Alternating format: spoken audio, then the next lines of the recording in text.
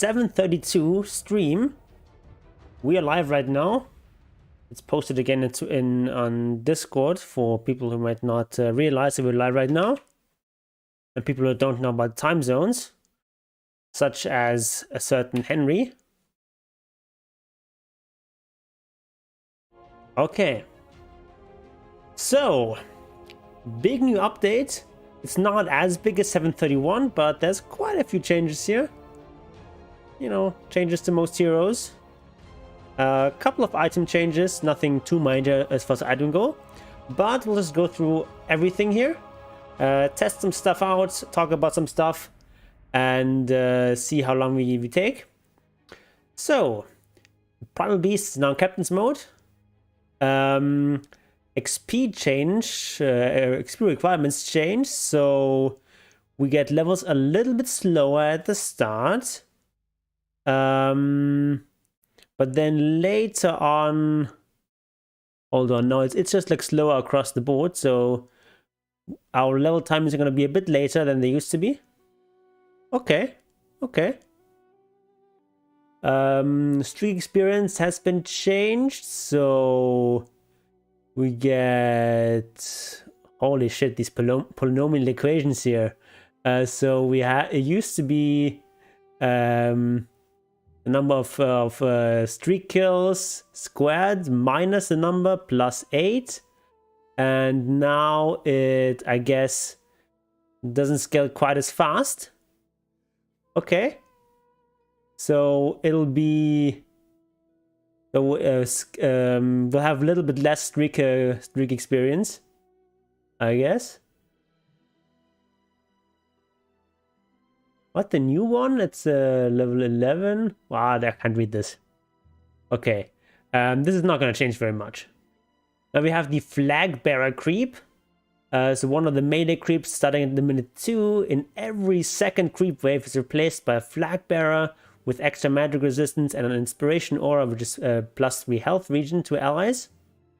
And if we kill an enemy Flagbearer, it will give us and each allied hero in 1200 range some bonus gold. Okay. Does not grant golden deny and cannot be denied by hero abilities, so not by demonic conversion. So we can't cast demonic conversion or something like devour on this. Okay. Question. Can you take them over with Chen? I think you should be able to, because it's not a creep killing ability. So we get this, but it honestly it's not that good, to be honest. Like, it's better than normal melee creeps, but it's only a 3 HP regen aura, which is it's decent, but nothing special. Okay. This seems like a bit gimmicky. I don't think it's gonna change that much. Like, it's gonna make those waves push faster. That's some extra gold, but honestly, I don't think this is gonna change all that much. Then Centaur is now a meme. Yeah, some the Centaur cards. So I've read like parts of the patch notes already, but certainly not all the details. Yeah, I mean I watched a game of the ESL 1 going on right now, just earlier. It's just kind of crazy that they released this patch in the middle of a tournament. So I did not expect at all for that to be a patch right now. I expected it to take like at least another week for this patch, but somehow Valve just decided to throw out this patch now. Kind of weird, but okay. Alright, so we now have some changes to the map, which we'll look at in a second. Outpost base teleport channel time increased from 5 to 6 seconds, so outposts are a little bit less important. And then very big one here, removed small camps in the mid lane. I love this change. This is going to make the mid lane more about like actually controlling the lane and using the time when you have pushed out the wave to gank other lanes, also going to be more viable. Because right now it's mid lane is just kind of just about a lot of the time it's just about farming this small camp and then pushing out the wave, or other way around, pushing out the wave and then farming the small camp. So this is going to be a buff to heroes that are not as good at farming the small camp. So in particular, I'm thinking about Visage. Right, Visage can't really farm the small camp until he's level 6. But once you're level 6, you can also just farm like a medium or a large camp. So I think this is actually a good change for Visage. You know, the running out of ideas when the dev says, would have sent that a card, and other dev goes, wow, nice idea. I don't know. I think this idea is kind of funny, the card. Edit the small camp meta. Yeah, I don't like that either. So yeah, glad that's gone. So now if you want to farm jungle, you have to actually leave lane a bit and lose some time there. Okay, Glyph of Fortification is now refreshed whenever the first tower of each tier falls for the team. Okay. So you still get 3 glyphs. But now it's not as much front-loaded. You get glyphs more over the course of the game. Okay, I actually like that change. Fountain Invul now applies on respawn regardless of whether there's an enemy hero nearby. Okay, this is like this anti-fountain camping thing.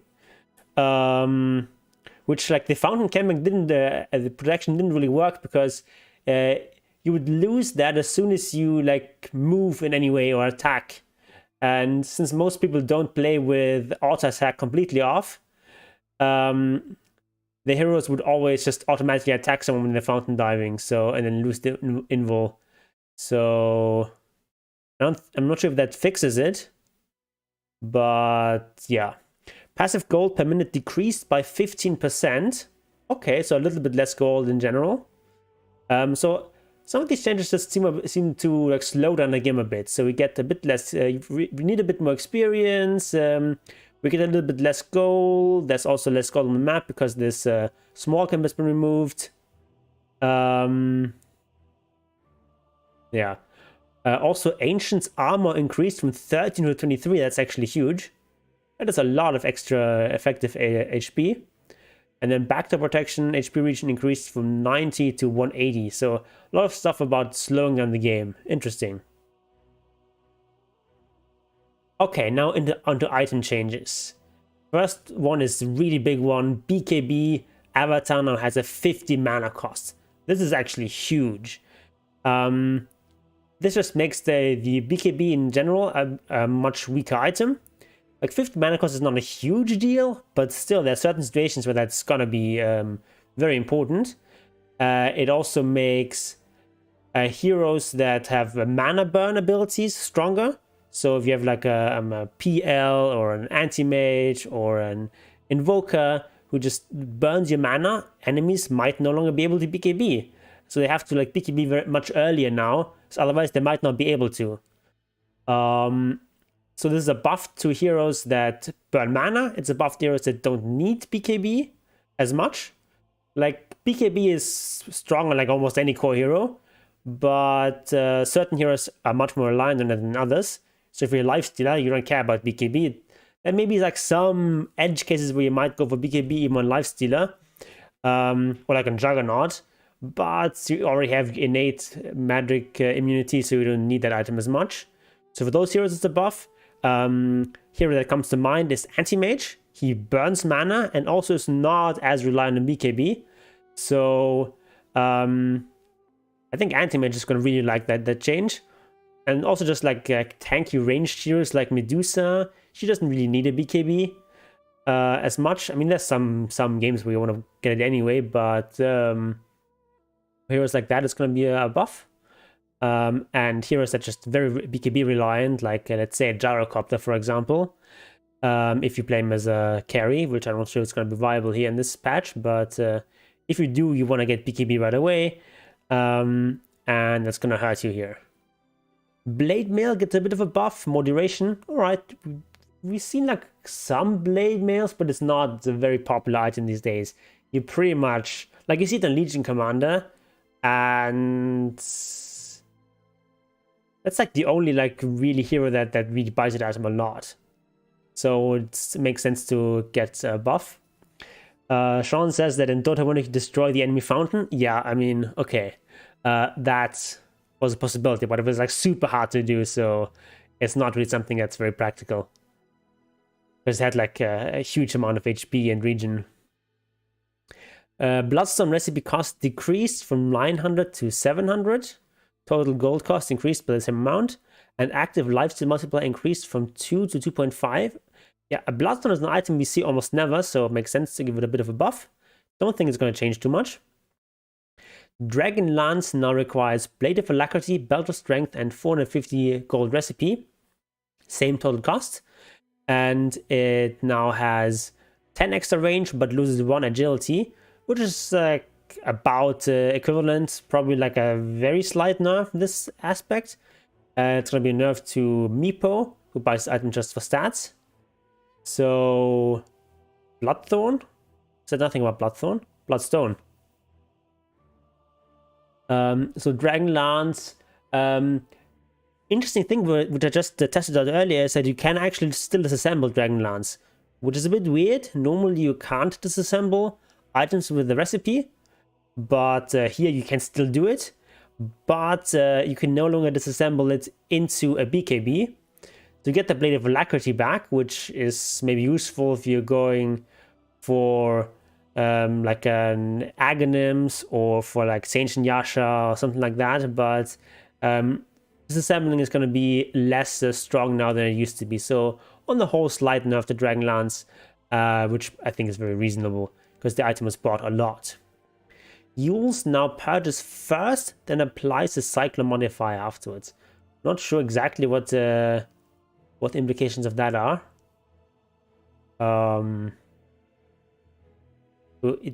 Before it's Cyclone first and then purged? I'm not sure what this means. Vulcan Blade gets a bit of a buff, plus 2 damage. Vulcan Blade, when it first came out, was like never bought by anyone. Then they buffed it a bit, and then everyone bought it. And then they nerfed it again, and also introduced those double ups of Wraith Band, Null, and Bracer at 25 minutes. And then Falcon Blade was basically almost never bought, so this makes sense. So, like, heroes that want some extra mana regen might now consider this item more strongly. So, we're thinking about a hero like Viper, for example. Falcon Blade seems pretty good on him. Right now, most Vipers are buying like 1 Wraith Band and 1 Null Talisman to get a little bit of extra mana regen. But nowadays, now with this change, maybe they go for Falcon Blade. Oh, it's about Raindrop. It removes Raindrop so you can't blink.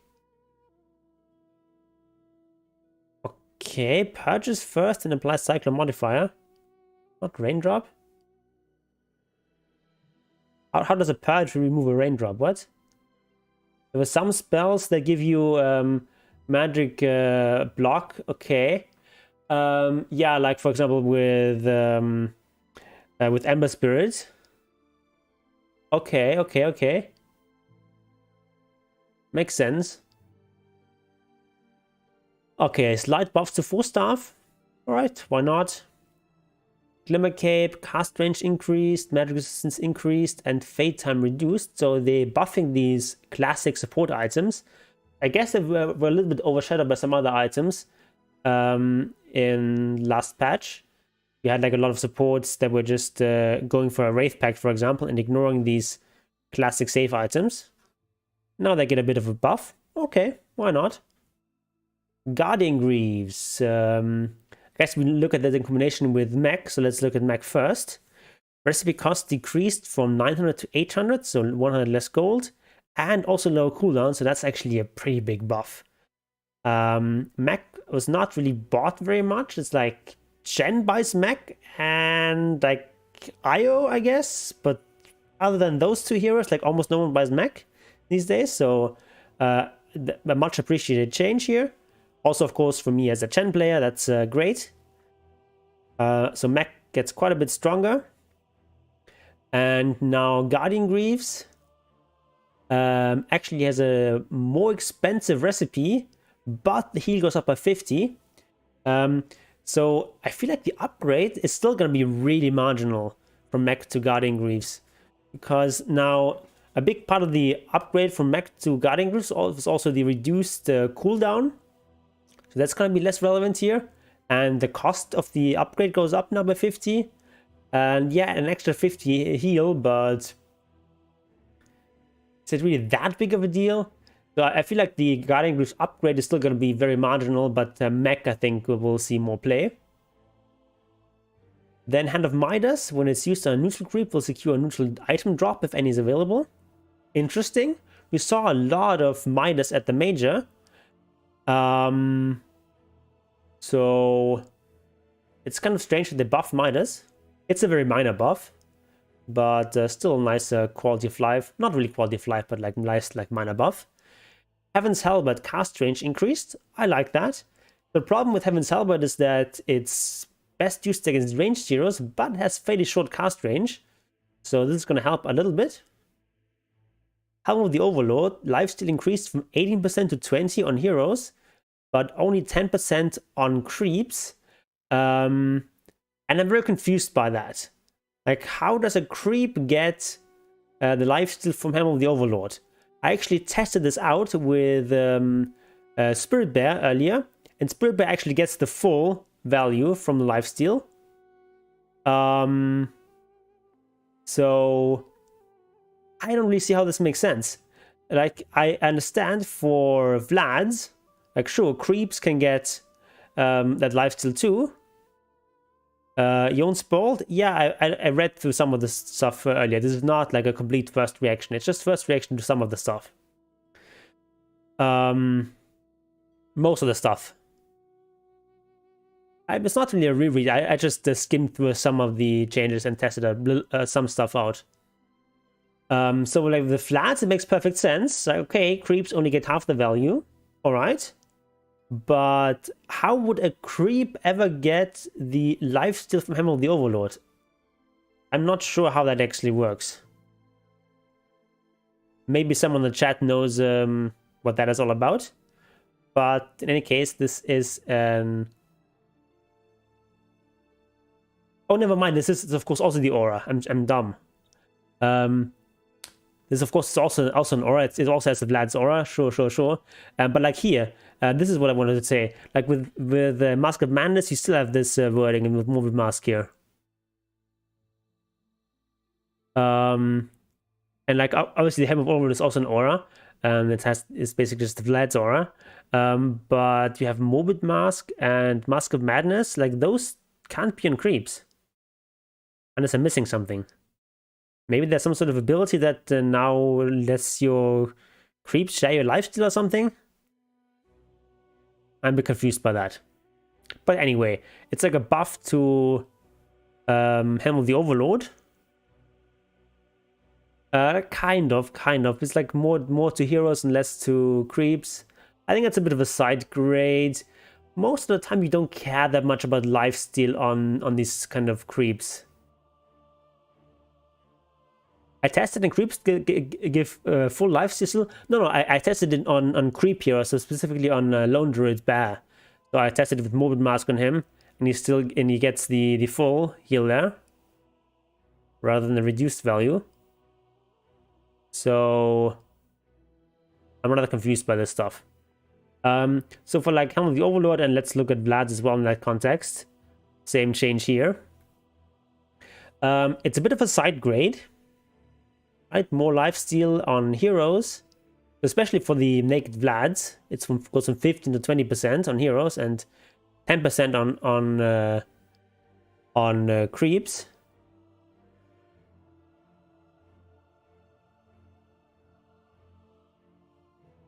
Oh, I've been misreading this. Oh, you get less lifesteal when you hit creeps. Oh. Because I read the Vlad stuff and so on first, I thought it was just about like giving this aura to your creeps that hit anything. Oh, so you get less, you heal less if you're hitting a creep. Oh, that makes a lot more sense then. Okay. And that's actually a nerf, right? Because you're going to be hitting creeps a lot more than heroes. Oh, okay, that makes sense. Okay. I've just been reading this wrong.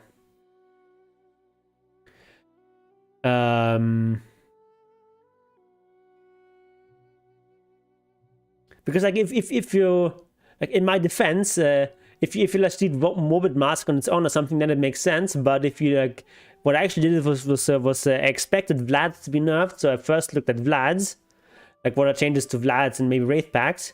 And that, of course, it says now affects creeps by 50% of its value. Of course, it means like the aura is going to be half as good on creeps. But yeah, okay. I just misunderstood that. Okay. So like Mask of Madness and Mold Mask, all these lifesteal items are going to be less strong on the whole. Something like Satanic, that one of course is like very relevant. Okay, it's only increased from 25% to 30 because Satanic is very often used to hit heroes. And also its bonus lifesteal is decreased. So just straight up nerfed Satanic, basically. Yeah, so all these lifesteal items are getting nerfed. So hell stopped by Morbid Mask. Yeah, I mean, it's a bit of a noob trap item sometimes, but it's also like at least it used to be like a very valid to just buy a casual Morbid Mask on certain heroes. But now I think like casual Morbid Mask is not a thing anymore. So on a hero like Morphling or like an Ursa could also buy a casual Morbid Mask. Yeah, still the same active, but it's only half against creeps. So on the whole, the item is much weaker.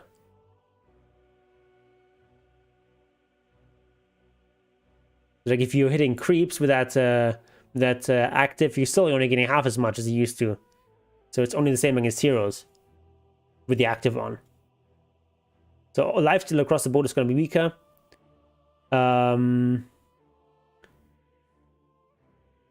So a question: how is Roshan counted? Is Roshan counted like a hero or like a creep? Because it's counted like a hero in many respects. That's something interesting that we should have to test out. But yeah, this also, of course, means for Lone Druid that Mask of Man is going to be less valuable. You know, you only can have 12% lifesteal against creeps instead of 20%. And the plus 4% against heroes, that's so marginal. Like, you're not going to hit heroes that much. It's going to be slightly better in combat, but much worse for farming and for sustain. You TP it back to Fountain heal up anyway. Yeah, but if you go Mask of Madness, that's like one of the upsides to it is that your bear just has a bit more sustain. You don't need to TP it back to heal quite as often. It's not like the main selling point of Mask of Madness on the bear, but it's definitely a bonus, and it's now going to be lower down the tier list here. So I feel like Mask of Madness is becoming more marginal on Lone Druid. And I think the item was already kind of overrated on him. So, Hurricane Pike, cooldown decreased, slight buff, okay, but also the base item has been nerfed with... although actually the Dragonlance has been nerfed, but the 4-star has been buffed, so I guess that cancels out more or less. So Hurricane Pike may be slightly stronger now. Mage Slayer actually gets a buff. Interesting. The problem with the item is that like pretty much no one ever bought it unless they want to upgrade to what's it called, Bloodthorn. So yeah, Mage Slayer I think deserves a bit of a buff, and now 25%. That's kind of solid. Talked about these items already. Nullifier now gets +2 armor, and his cooldown decreased. We don't really see Nullifier very often, which is actually a bit surprising to me because the item I think is quite strong. But we didn't really see it very much. So, nice little bit of a notice me buff. Pipe gets a bit more magic resist. Radiance gets more mischance. Radiance is a very marginal item these days. You basically see it, like before this patch, you basically saw it on Alchemist, and that's it. Like no other hero would commonly buy Radiance. And you would like occasionally see it on some heroes, like occasionally a Lone Drum might buy it. Occasionally you might see it on like a Necro, but it's really more of a noob build. But now it's actually, I think that's like a pretty solid buff. But keep in mind, it used to be 17 back in the day. Now it's only 15 still. Yeah, I think it's still not going to be a very frequently seen item outside of Alchemist, but, you know, every little bit helps. Refresher Orb, cooldown increased by 10 seconds and mana cost increased. Ooh, okay, that's another nerf to Refresher Orb. Also keep in mind there's some other items also more expensive now. So like BKB is another 50 mana, so if you want to double BKB, that's an extra 100 mana that you're spending. Plus this 50 mana, so it's an extra 150 mana. That's starting to get steep. Refresher Shard also gets a mana cost. I like that actually a lot. That item was so strong when it dropped from Roche. On certain heroes at least. Yeah, 350 mana is painful on edgy heroes. Also on strength heroes, obviously. Like, int heroes are not going to mind as much. But like any sort of strength or edgy hero, that's going to be pretty steep. Yeah, like Refresher Treant, for example, is going to be much harder to pull off. Maybe if you have mana boots, it's still fine.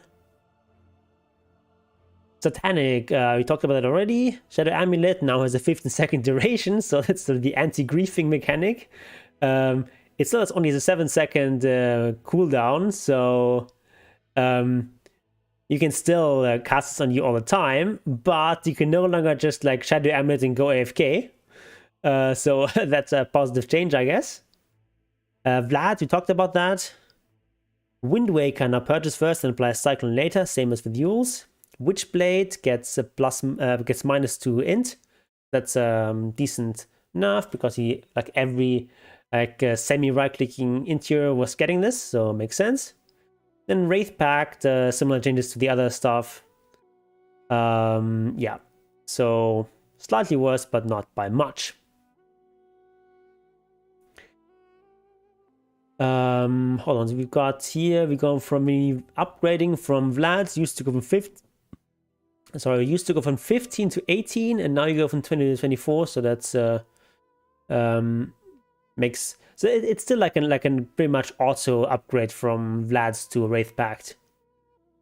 I expected that to be some sort of Wraith Pact nerf as well.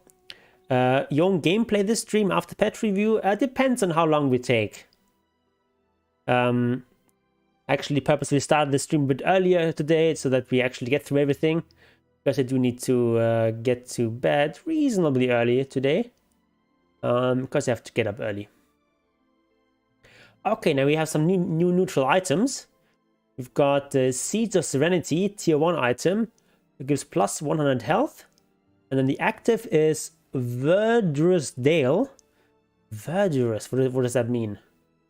It's something related to verdant. Verdurous Dale. Target the ground with 350 radius. Provides 8 health regen to all allied units while they're in the area of effect. Okay. Let's actually go to a demo. Just demo terrain here. We can also look at some of the map changes. Rich in verdure, freshly green verdant. Okay, so it is related to verdant. Okay. All right, so we get our tier 1 item, Seed of Serenity. Forward. Let's put an enemy here. Gonna hit me a bit, and I'm now verdantly healing myself. That is pretty nice, actually. Onward. I mean, it's like a pretty low impact item, but it's like a tier 1 item. It's already 100 health. It's not that bad. It gives as much health as all the item was removed. So as much health as the occult, as the occult bracelet. Okay. So that's kind of nice. Does it cost mana? No, it doesn't cost any mana. It's just 40-second cooldown. Okay, I mean this seems like a pretty mediocre tier 1 item. But like you can use it on any hero. 100 health is never bad. Why not? Then we have the Lance of Pursuit. Okay, it's 200 mana. That's a pretty good bonus. Attacking from behind slows enemies by 12%, 6% of range, and deals 15 more damage. Ooh. So kind of like an improvised Ricky. That was my thought. Okay. Okay, so it's like 20 slow. It's like a negative wind lace and almost like a negative boost if you're a melee hero. That actually seems pretty strong. It's also like 200 mana. It's not nothing to be sneezed at. Extra 15 damage. Yeah, why not? A slow only lasts 1 second, so most heroes the start of more than 1 second attack time. It's not going to be permanent, but yeah, it's like basically like a free Overvenom plus an extra 200 mana. That seems pretty strong, especially if you pair it up with Overvenom. Why not? And then the third one is this Occult Bracelet. So that's replacing the whatever the what is the other one called? The Ocean Heart is replaced with that. But Keen Optic has been replaced with Lance of Pursuit, basically. We have like 2 items that now give 200 mana. So this one gives 200 mana, and then we also get where is it? 200 mana from this. Okay, kind of weird. You'd expect this 200 mana item to replace the other 200 mana item. And there's now no there's now only one like mana region item, really. Only Arcane Ring. You can have like more total mana available, but less mana region. Okay. Okay, what does this do? Each time the Vera is attacked, they gain a stack of 0.5 mana region. Okay, that's actually a mana region item. Okay. So we get up to 5 stacks. So 2.5 mana region in total, but only if they're getting attacked. Also works against creeps, right? Okay. I can sort of see this item. Like a melee hero, that's kind of nice. Like jungling especially, you're gonna have like 5 stacks most of the time. That seems pretty strong on like more farming oriented heroes. It's also gonna be an item that's good on virtually everyone because everyone likes attributes and mana region, pretty much. So be it. Okay. The face at least used neutral items? Were they the least used? I mean, Keen Optic was a pretty popular neutral item. Not to click here. Ocean Heart, I think, also was fairly strong. I feel like, especially in the mid laner, because you're in the river a decent amount. And Chipped Vest, I think, was also not unpopular. I think a lot of people like Chipped Vest.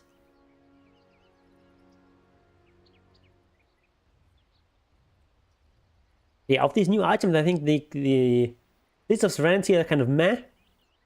But they're flexible, can be used on any hero.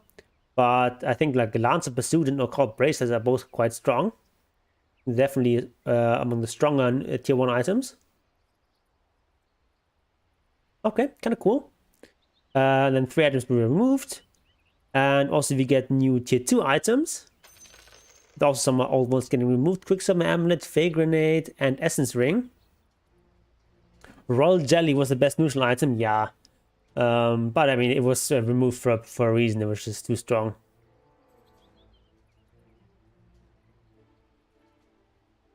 Skip Overvenom, a chance? No, I mean, you combined it with Overvenom. Because the Overvenom slow is going to make it much easier to keep up with Lance of Pursuit. Because if you only have Lance of Pursuit, you're only slowing them for 1 second. And especially with a melee hero, you're not going to be attacking them every second. You're going to attack them like every 2 or 3 seconds when they're running away from you.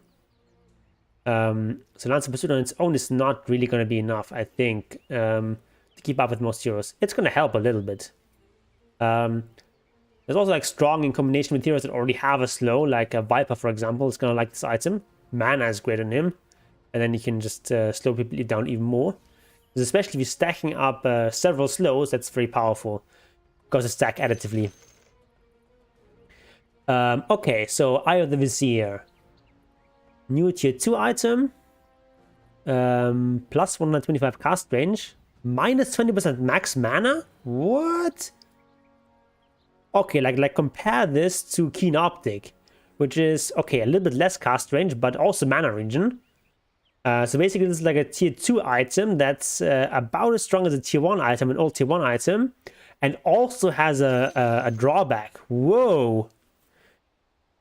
That is so much worse. Whoa. This seems like a very marginal, like... Minus 20% max mana? That's like pretty serious downside. Some heroes that are going to care a lot about cast range are still going to use this item, but... Compared to Keen Optic, it's pretty garbage tier. Now we have Specialist's Array, plus 8 to all stats and plus 10 attack damage. Ooh, that seems pretty strong. And it replaces... Oh, that doesn't replace any particular right-click item. I mean, Vagrant, like a Quicksilver Amulet is kind of a right-click item. Yeah, so this seems very strong. And also has a passive. Let's look at that in game. Where is it? Specialist Array. Passive. Only for ranged. The next attack fires projectiles at 2 additional targets with an attack range. What? That seems so strong. Whoa. That's insane. That was my thought. Like on Draw in particular, this item is amazing. Or like any kind of like ranged right-clicking hero. Very well. How is this guy dying? Onward. Anyway. So this seems an insanely strong item. Like 8 all stats and 10 damage? Like, that is some serious right-click stats. Like, whew. Like, compared to some of these other stuff? Why does this Ench keep dying here? I don't get it. I go in silence. And it seems like way overtuned. Whoa. He keeps spawning in the tower? Gee? Yes. Oh, she just spawns in the mid lane.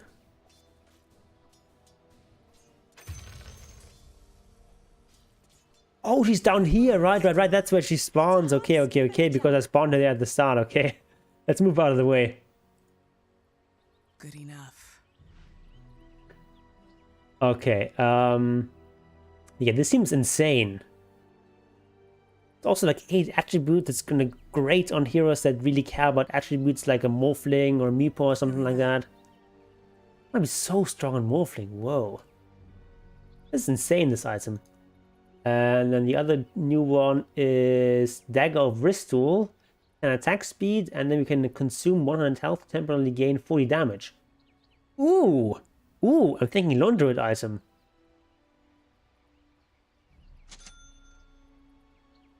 So like a low HP hero. Not that 100 health is going to be a bit of a drawback, but like Lone Druid. How can this be? So like you level up to some sort of level here, we get Dagger of Ristool. Where is it? Dagger of Ristool.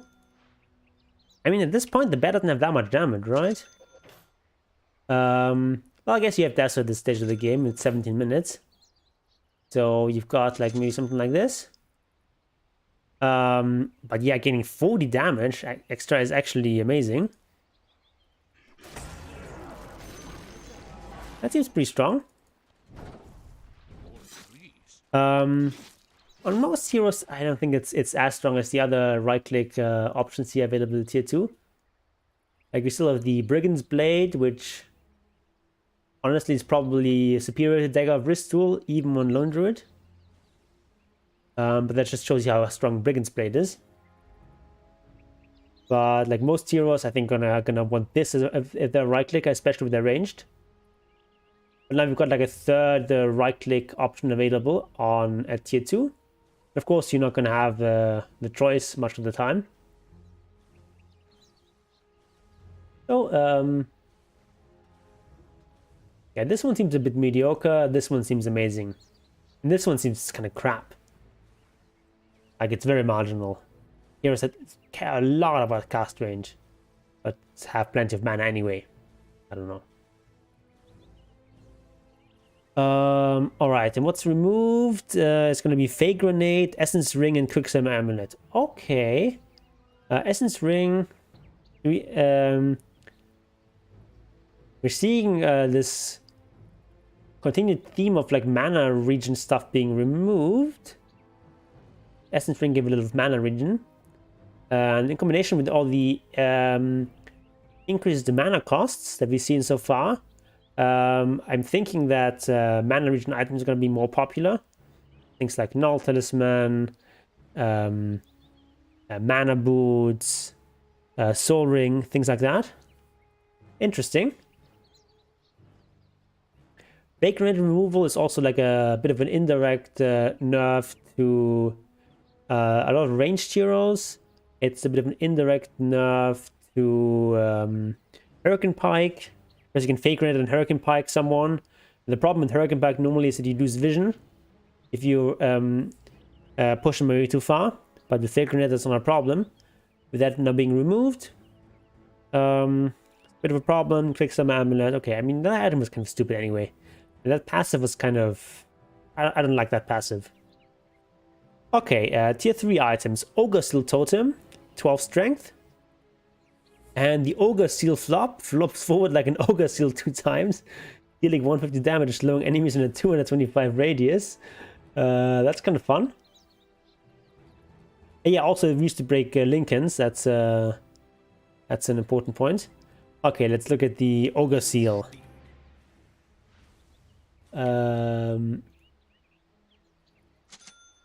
Okay. So... Whee! This is so dumb. You jump over cliffs with that? Yeah, you can. Okay. This actually seems amazing. Yeah, there's also like in what was it, like Silkbreaker, there's already enemies that had this this kind of ability. So you can do this to escape, right? Alright, refresh. This is like a self-force staff and does some damage too. And like 12 strength is not too bad, so it seems like a pretty strong item. And slows by 100% for 1 second. This seems amazing, actually. What are the other new ones? Oh, that's the only one? Okay. Yeah, also nothing removed from tier 3. Okay. Alden Sword lifesteal now affects creep to 50% of its value. Okay, so nerf the Paladin Sword. Oh no, they removed Spider Legs, never mind. What's the cooldown? I think it's fairly long, 40-second cooldown. Okay, that's a long cooldown. That's a very long cooldown. Okay, so that balances out a little bit. But still, it seems like a pretty strong ability.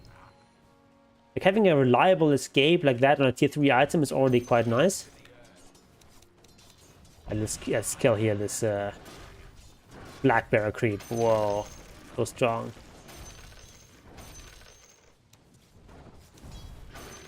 Okay, so we've got the spider legs removed. Okay, those of course were a really strong item. So this replaces spider legs. Okay.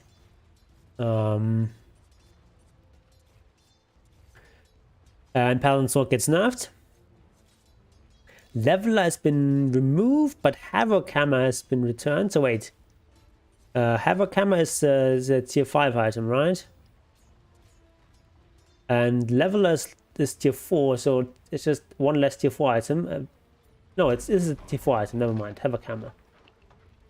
12 damage, show strength, knocks back. Okay. This one I think was quite strong, right? There's like a bunch of extra tankiness. And yeah, like knockback is pretty strong. So I think it's great on a lot of strength heroes.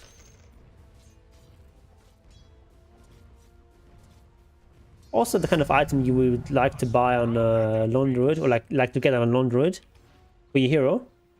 Right, because you get some extra HP or tankiness, and Lone Druid strength actually scales kind of nice.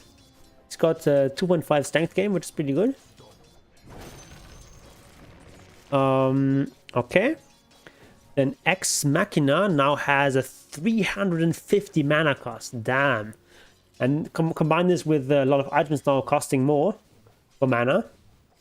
It's a pretty big nerf. Mirror Shield cooldown increased from 8 seconds to 12 seconds. Thank you. That item was just way too strong. Okay, I kind of like those changes. From a Lone Druid perspective, the removal of the Leveler is a bit of a problem because the item was basically made for the bear. But yeah, some nice changes. Changes things up a little bit. Let's go to a quiet part of the map. Teleport. Okay. Let's look at hero changes. Abaddon. Aphotic Shield. Now costs less mana at the start. Okay, nice buff. Forward time Scepter radius decreased. Okay, so Scepter gets a nerf. But the early game gets a bit of a buff. So, bit of a side grade. Level 10 talent from 50 movement speed replaced with 15% cause of awareness movement slow. I think that's actually worse. I guess it makes it stronger for like a core Abaddon. But if you're playing support, you probably want the movement speed rather. Alchemist, one of the strongest carries so far, now has a change. Giving the Aghanim Scepter to an ally now grants Alchemist bonus damage and spell amp. Even if Alchemist doesn't have one yet. Wait, didn't they change that last? Didn't they have that change last patch already? I thought this was a change they had last time. Who knows though? This is for a moment I had to recheck this with this actually 732. Let's look at 731. Alchemist changes.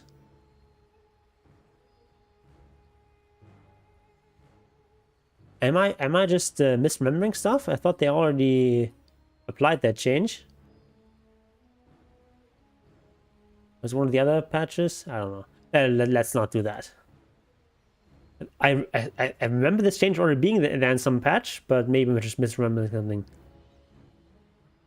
Okay, so that's like a minor buff.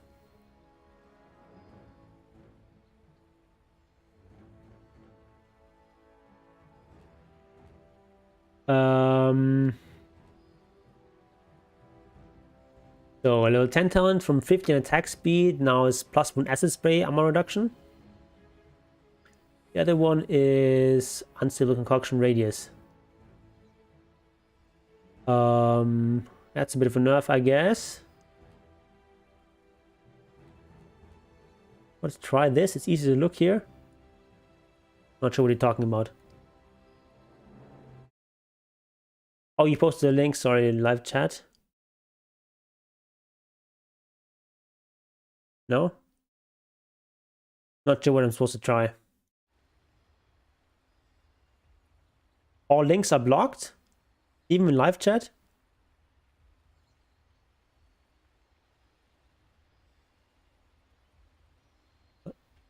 I mean, I know that we can also use it for, watch it from the browser, but like if you do it like this, then it's easy to jump back into the game, test things out.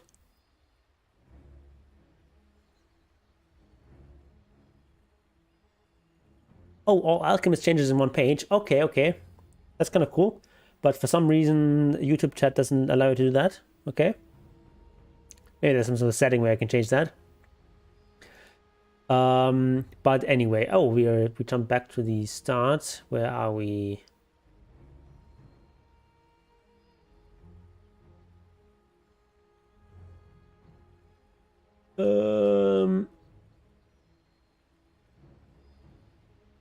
There's no scepter change similar to this one. Okay, then I'm misremembering something.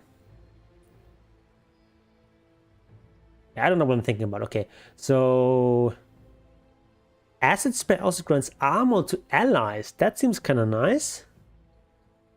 And level 15 talent from 20 damage replaced with 1 damage per Grievous Screed stack. Max 24 damage. This seems worse, right?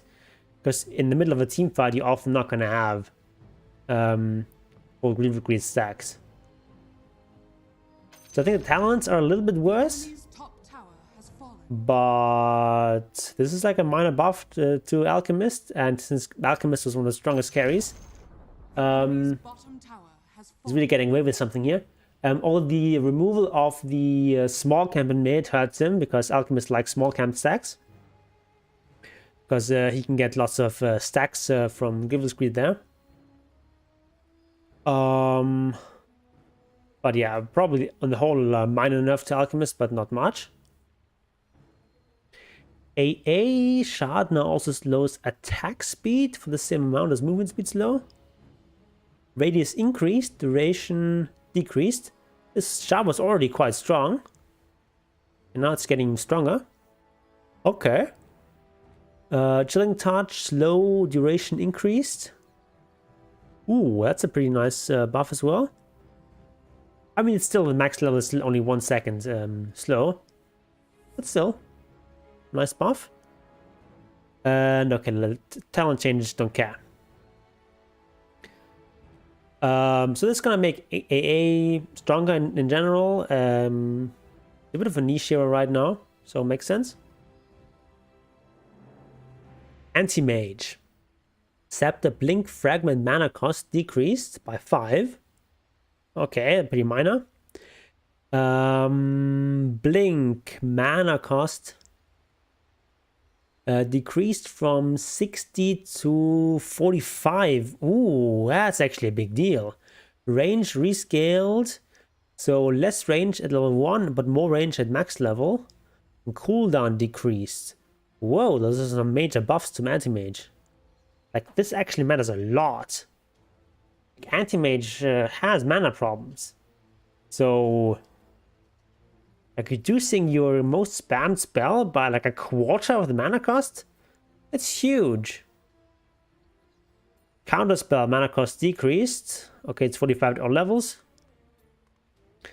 And combine this with the changes to BKB and the increases in mana cost of lots of stuff. Anti-Mage is going to be quite strong in this patch, I feel like.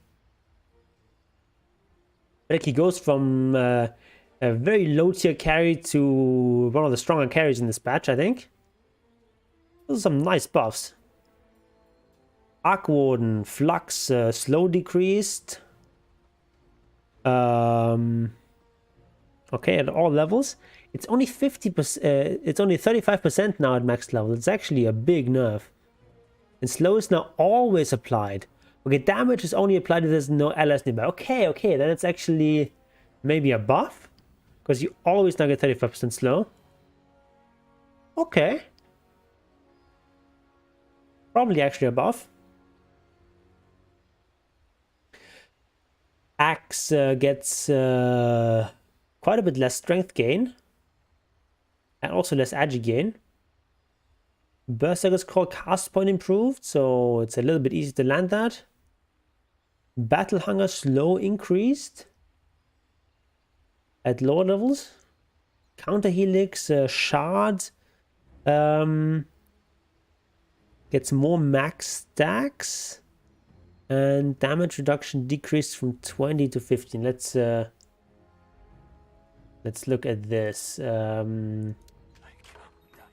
So level up a bit and get us a shard. So now Forward. You have 30% chance to helix. Max 6 stacks. Axe attacks. Vanguard. A stacking debuff to enemy hit by it causes them to deal less total damage and attack damage to axe. Okay.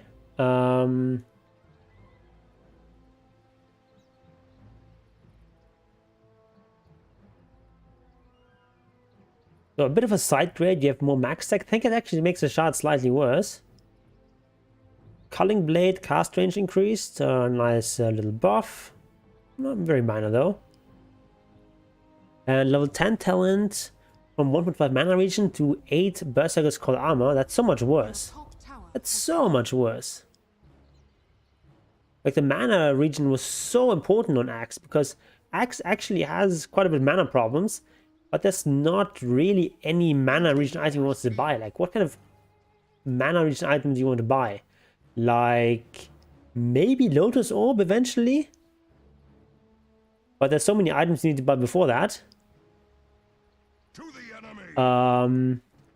5 times 5 is 25, and 25 greater than 20. Enemies need killing. Yeah, and it's also like you're not gonna have all 6 stacks a lot of the time. Axe charges.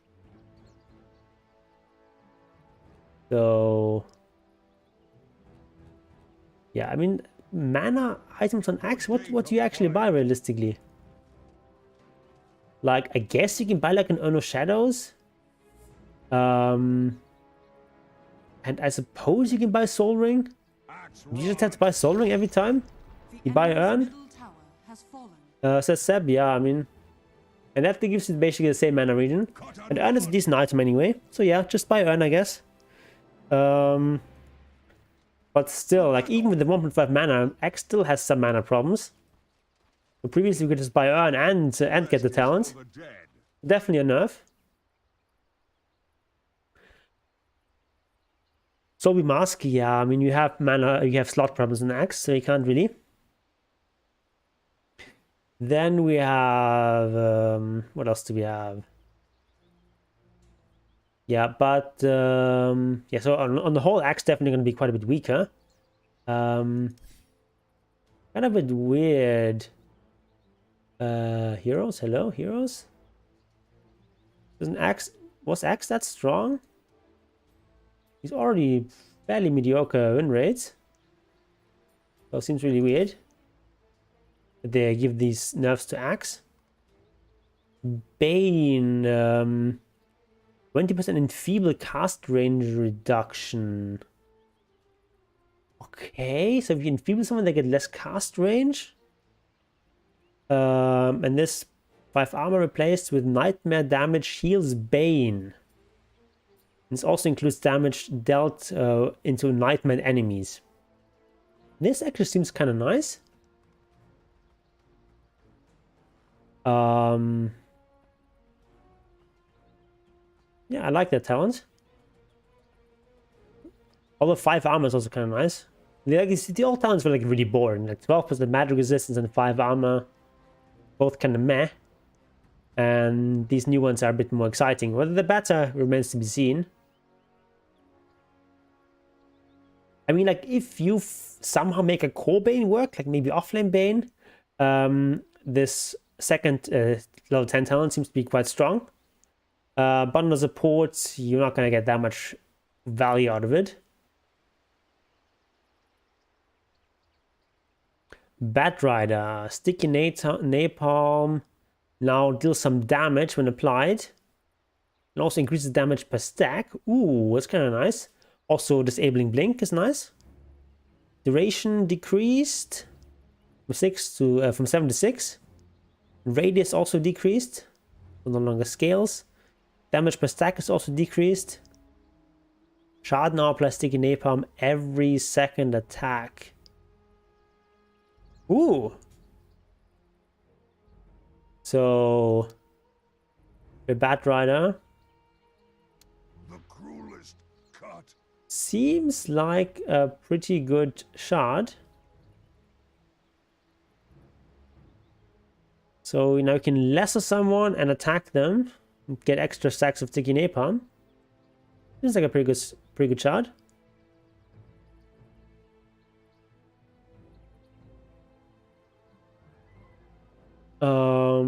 Yeah, some pretty strong buffs to Bad Rider. Now we get to Beastmaster, first of our zoo heroes. Wild Axe's cast points improved. That's a nice little buff. Call of the Wild Boar now does less slow at higher levels. That's a pretty important nerf.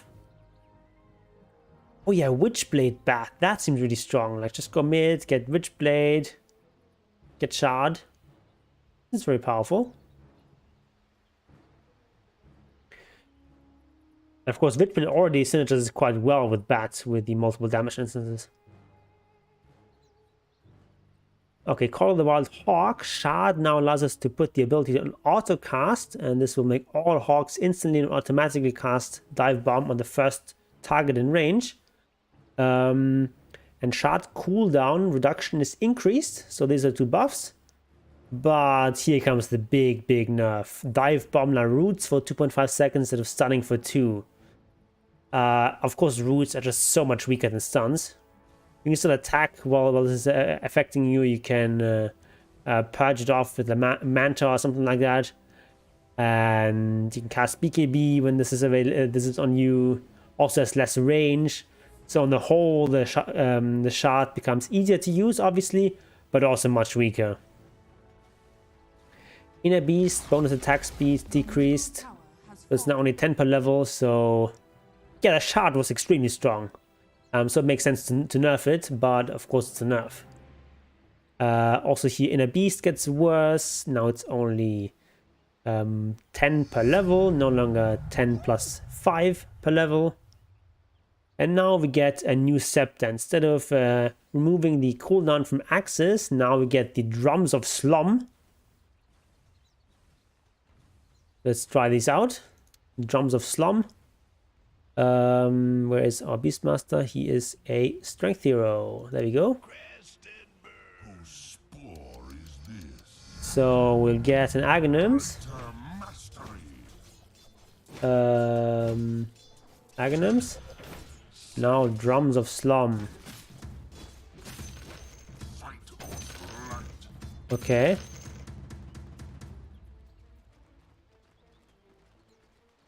Healing Beastmaster units under his control for a portion of damage dealt cannot strike his drums if he silences stunned. So like 110 damage per hit, as well as also heal.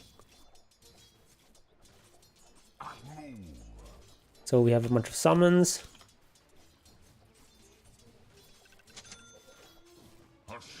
Take this guy. What is this? Let's damage them a bit. Oh, there's no camp here. Never mind. Forgot about that. Actually, let's get a real creep.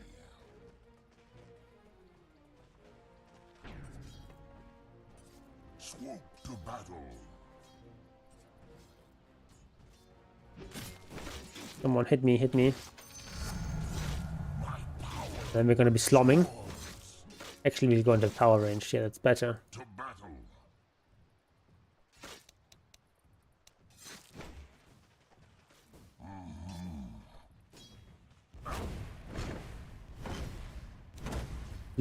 Slum.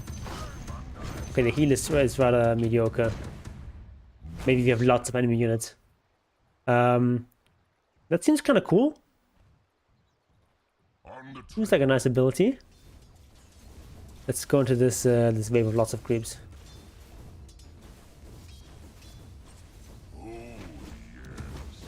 Okay, not actually that many. Okay, so this seems pretty strong. Decent amount of AoE damage. It's slumming time. Is it better than the old Ags? I don't know. The old Ags is pretty good. And the question is, when do you actually get this? Ah, shit. I accidentally clicked here and then it goes to a random part of the document.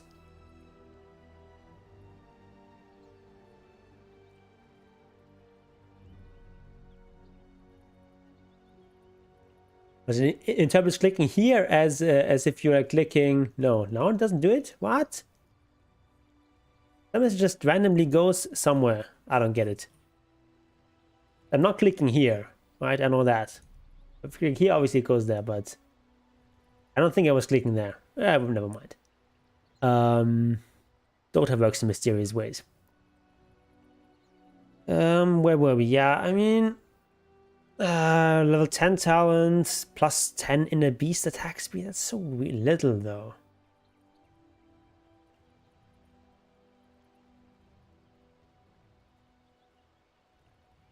Yeah, I think on the whole, Beastmaster is definitely going to be worse. Like, Shard is nerfed, the Slow has been nerfed, the Aura has been nerfed. This is, I'm not sure if it's better or worse. So Beastmaster is definitely quite a bit weaker than it used to be. Bloodseeker, Shard, enemy max health is damage, lifesteal decreased from 2% to 1.8. Alright, whatever. Thirst now has less max movement speed, but more at level 1. I think you're usually maxing out Thirst first. I think most Bloodseekers are doing that. So this is nerf on the whole, I think. Blood Mist, that's Shard, right? What is Blood Mist?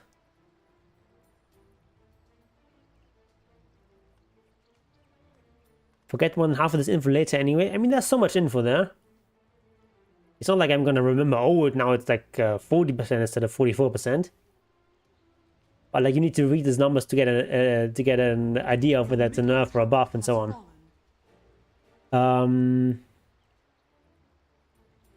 What is Blood Mist? Let's see. Bloodseeker. Yeah, Blood Mist is the Shard. No, it's the Aghanims. My face isn't red. What are you talking about? This scepter will come as a shock to my enemies.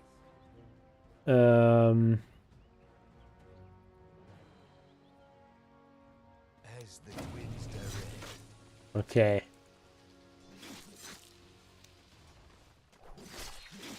Yeah, I don't know about that. That's been buffed. And now if you BKB, it doesn't do damage to you anymore. So that's a pretty significant buff. But on the other hand, Bloodseeker is also one of these heroes that like really needs an early BKB. The fact that it's an extra 50 mana, it's gonna hurt him a little bit. My blood runs strong. Okay, let's stop that whole all the blood running strong stuff. So yeah, Bloodseeker, I think nerfed on the whole. Bounty Hunter, Shuriken Toss mini stun duration increased by 0.1 second to 0.2 seconds. That's basically irrelevant. Shadow Walk, Reworked Shard now has 2 charges and can be cast on allied heroes. Does not break Bounty Hunter's invisibility when cast on allies. Rate for allies is always 1 second. Ooh! That seems really strong. It's like a basically free Shadow Blade for your teammates. That is so strong. Like, you cast this on like your off-lane initiator or whatever, and just give them a free Shadow Blade. That's really powerful. And like a second charge is also nice. That's actually really strong.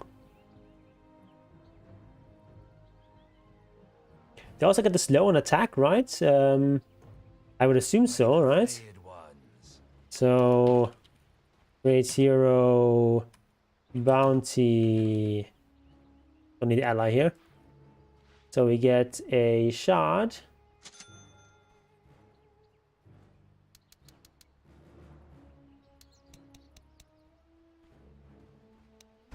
Yes. And yeah, these guys get slowed as well. That's pretty cool. Very well. That's a very powerful shard.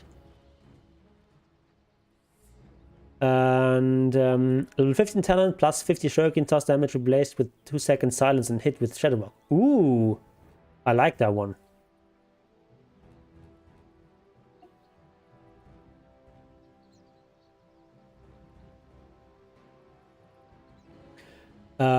Yeah, I think Bounty Hunter is like getting much stronger with this. I mean, this buff is irrelevant, but the this one is huge. And this talent is also kind of nice. Okay, now we get to Lone Brewer. Gets a new scepter, Primal Companion, where you get a Bruling permanently. So one of the 3 or the 4, depending on what stance you're in. And it's in a lot of ways it's kind of like Lone Druid Spirit Bear, and that it's permanent summon. That's a creep hero, and also you have this mechanic where if it's too far away from you, it's weaker. So here, if you have more than 1600 range away from Brewmaster, your Bruling gets silenced and slowed, but they can still attack.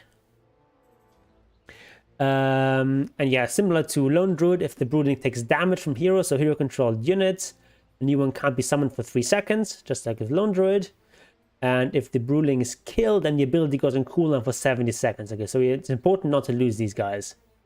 You can only have one at a time. And all Bruling's abilities have a double cooldown when summoned with Primal Companion. Okay, so you're not going to have quite as many spells available.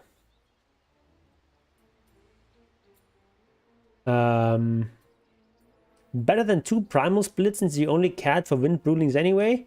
No. The other ones are also really important.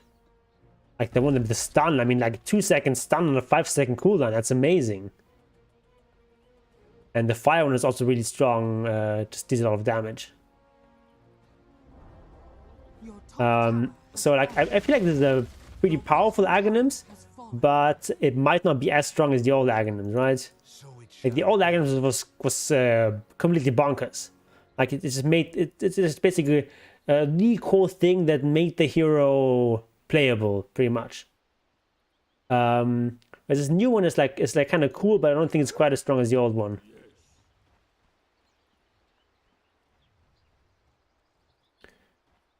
$20 cooldown, so more active.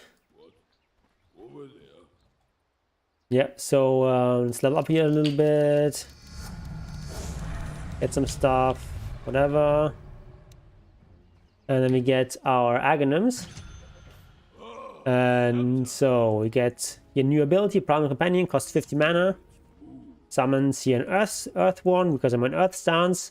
This one has a 10-second cooldown here on the stun, but still pretty nice. It's also got the Demolish ability. It has spell immunity.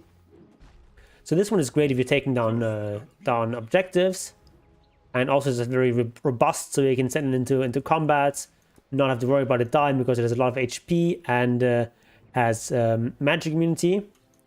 But I think this one is probably going to be the least used of the 3. Hold on, wrong button. So then we have this one. Its Storm has more cooldown than the other Storm, but still.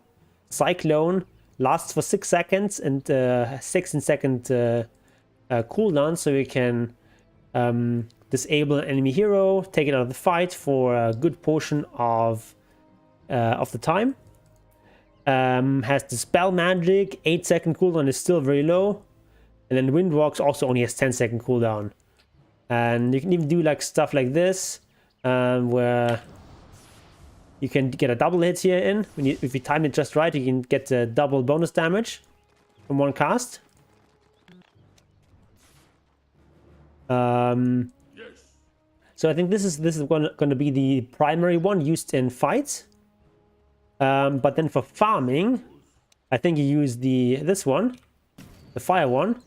And you can just use this one to push out waves or to jungle camps. Got this phase here that's status distance as well. That's nice.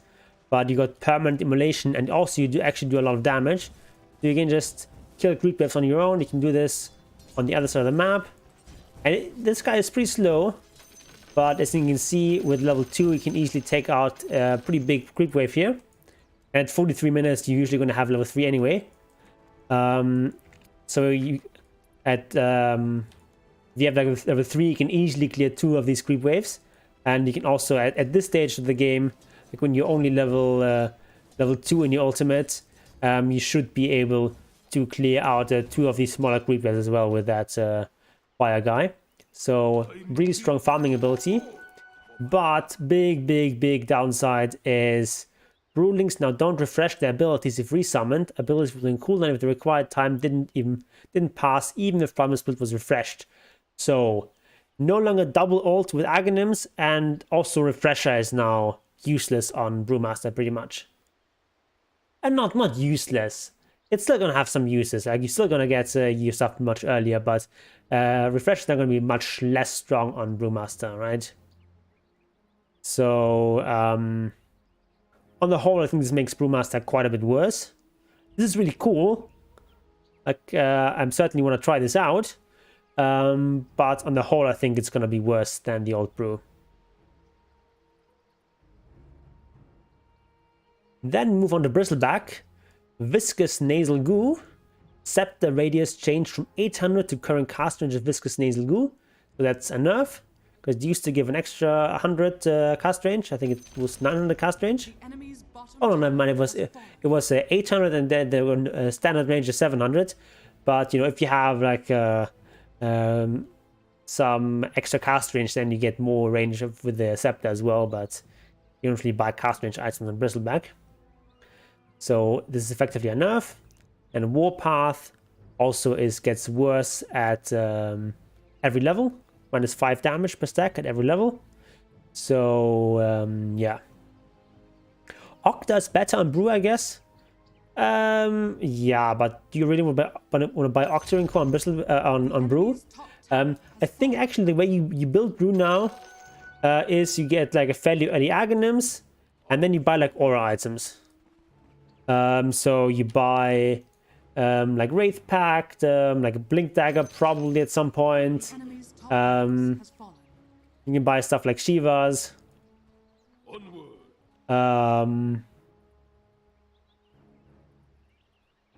Like Octarine Core, it's like cooldown reduction is just not, like 25% cooldown reduction is just not that important, and you don't need that much mana and stuff. The enemy's bottom tower has fallen. Yeah, I didn't either like the way that Brewmaster was played previously, because it was all about the ultimate and just having like a million instances of that. Compared to Refresher, Octa is better now. I think you still buy Refresher over Octarine Core. Because like, if you refresh, you're not going to be able to cast your spells quite instantly, but the spells have pretty low cooldown anyway. Like, if we get a Refresher here. Alright, so we use our ultimate, we use our abilities. So, yeah, we lose everything. Throw things up. We can't instant end the ultimate anymore, so we need to wait for this. And then I refresh. And like my spells are basically back already. So like it's not gonna be too big of a deal.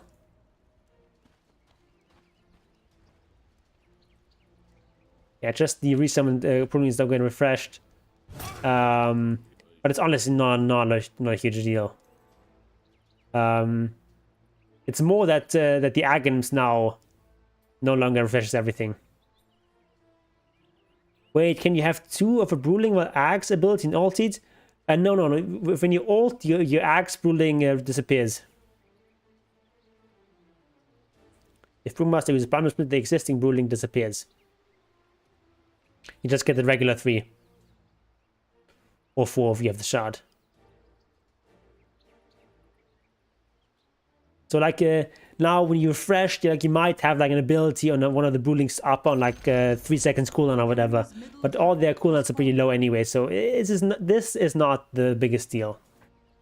The biggest deal is just you don't no longer get these 2 charges, because in the previous one you could just basically have like 4 ultimates. Right, you ult, and you have Aghanim's, you ult again, and you're fresh, you have another 2 charges. And that was what made Brew so strong in the late game. Because you have like ultimate forever. The enemy's middle tower has fallen. And now the refresher only gives you 2 ultimates instead of an extra, instead of going all the way up to 4. So now we have Bristleback. We already talked about this stuff. Level 15 talent, 20 attack speed replaced with plus 150 viscous nasal goo cast range. Ooh, okay. That's pretty good if you have the Aghanims. Radiant victory. Okay, I won. Lone Brewmaster, Yongun. Yeah, it's not really like Lone Druid. Like, these Brewlings are not that strong. But it certainly would be fun to play around with.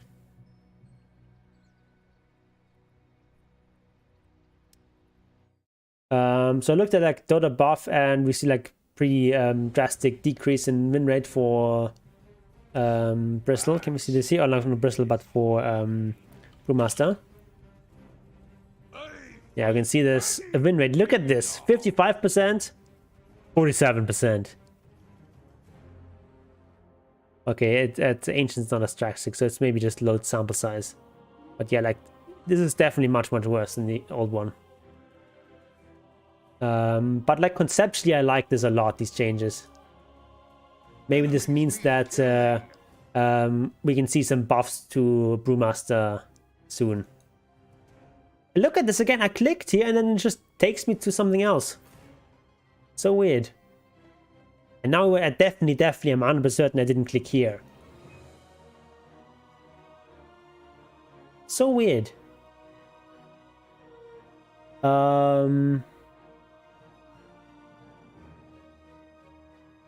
Brewmaster. Because, you know, I'm an RTS player, I have this habit of just wanting to click stuff. I just like do useless clicks for no reason. Keep up my APM. And this is gonna tripping me up. Okay, so Bristleback. Covered the stuff. 200 health replaced with +8, +4 Bristleback back or side damage reduction. Ooh, that's kind of neat. What are the values normally on this? Let's say here.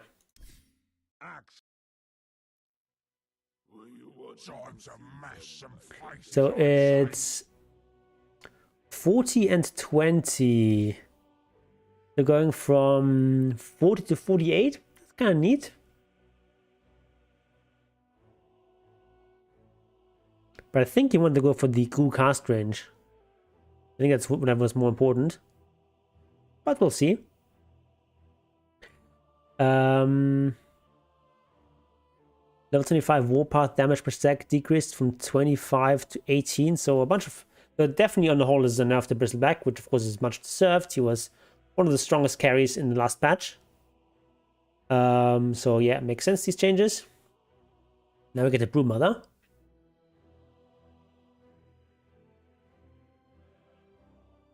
5 movement speed extra. Kinda neat. Also very important that this gets multiplied by the bonus from your web. Insatiable Hunger now increases... okay, Shard now increases duration by 2. While it's active, its bonus damage is increased by 12 every 1 second. Okay. Mother is angry. That seems pretty good. The Silk Road beckons. Yes. So we get the shard.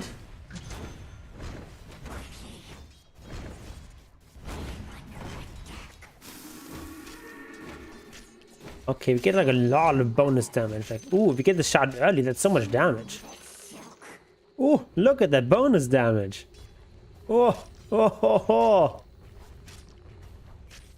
And also low cooldown. That seems pretty good, pretty strong shot. That seems pretty strong. Broodcase opens. Coming out swinging. Then spin web improves turn rate now, but movement speed decreased. So at max level, we're losing out on 6% movement speed, and that's like way more than the movement speed we gained here. So this stuff in combination with the base movement speed buff on the whole is a nerf. Silken Bowler miss chance increased at higher levels, and I got a bunch of talent changes. Okay, so you kind of need the ability on Broodmother. It's a bit of a problem. It also means that your spiderlings are going to be much slower. Oh, how fast is your stuff now? Let's level this stuff up here a bit.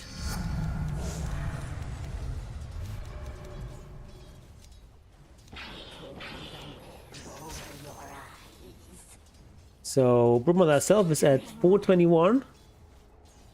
Spiderlings 518. That's definite nerf. That is definite a nerf.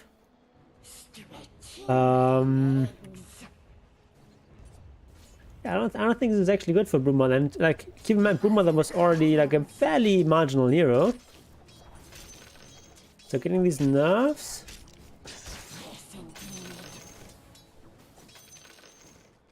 I stalk my prey. I think it's definitely enough.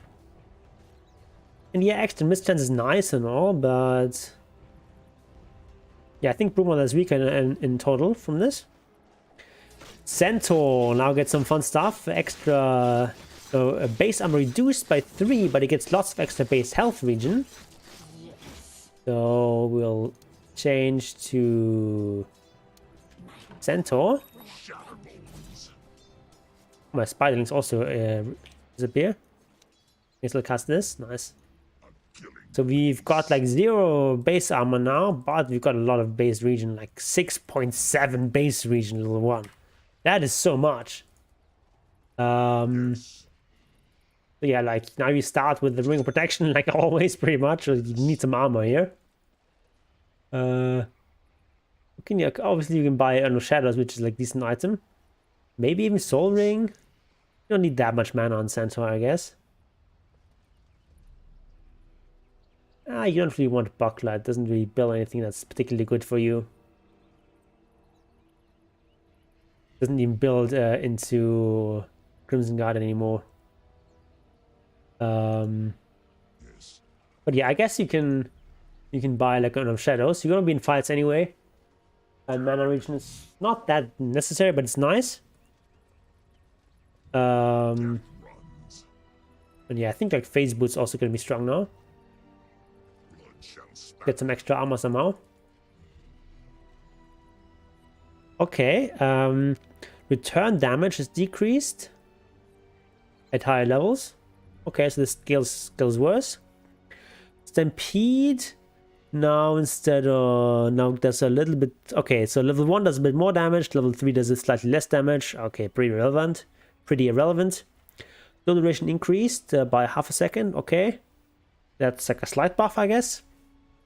And we now got the Scepter, where an ally can hitch a ride. So let's level up a couple of things here.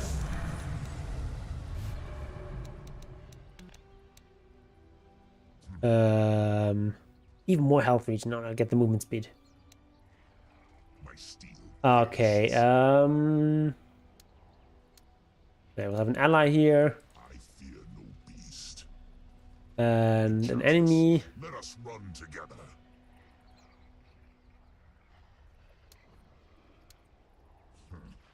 Level them up. I'm curious to see whether the Earth Spike still lands here. Okay, so we're getting Scepter. So here, let me say hop in the cart. Oh, wrong ability, this one. I can't target her. Can do this though. Black hole card? That's actually pretty smart. What happens if you black hole someone with a card? What? Enigma. I don't know how that works. Let's test that.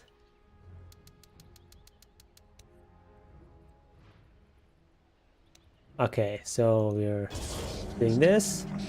Hop in. Oh no! This is let's refresh again. I didn't see it properly. Okay.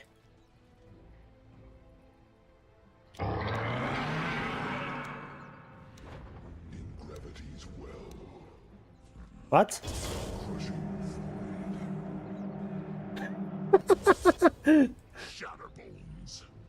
Okay, this seems pretty broken. Let's get some movement speed in here. So you do this. Hello.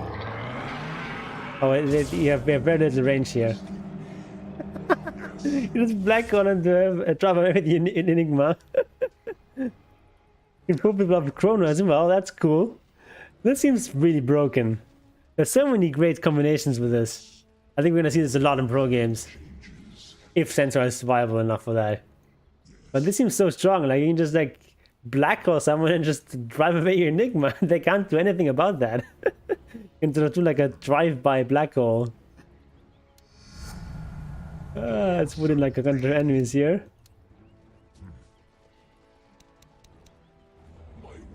Alright.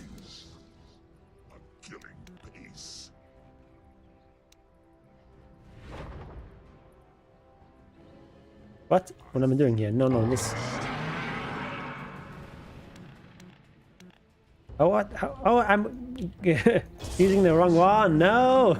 Okay. What? I'll hit the buttons here. Okay, use control groups here. Refresh everything. All right.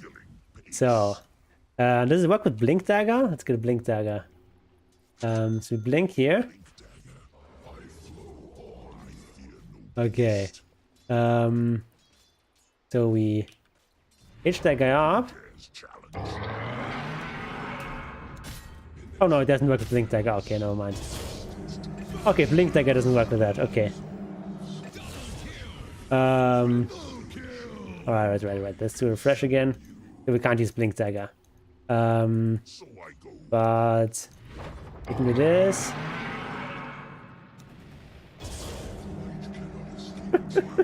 That is kind of funny. It's like very hard to stop that.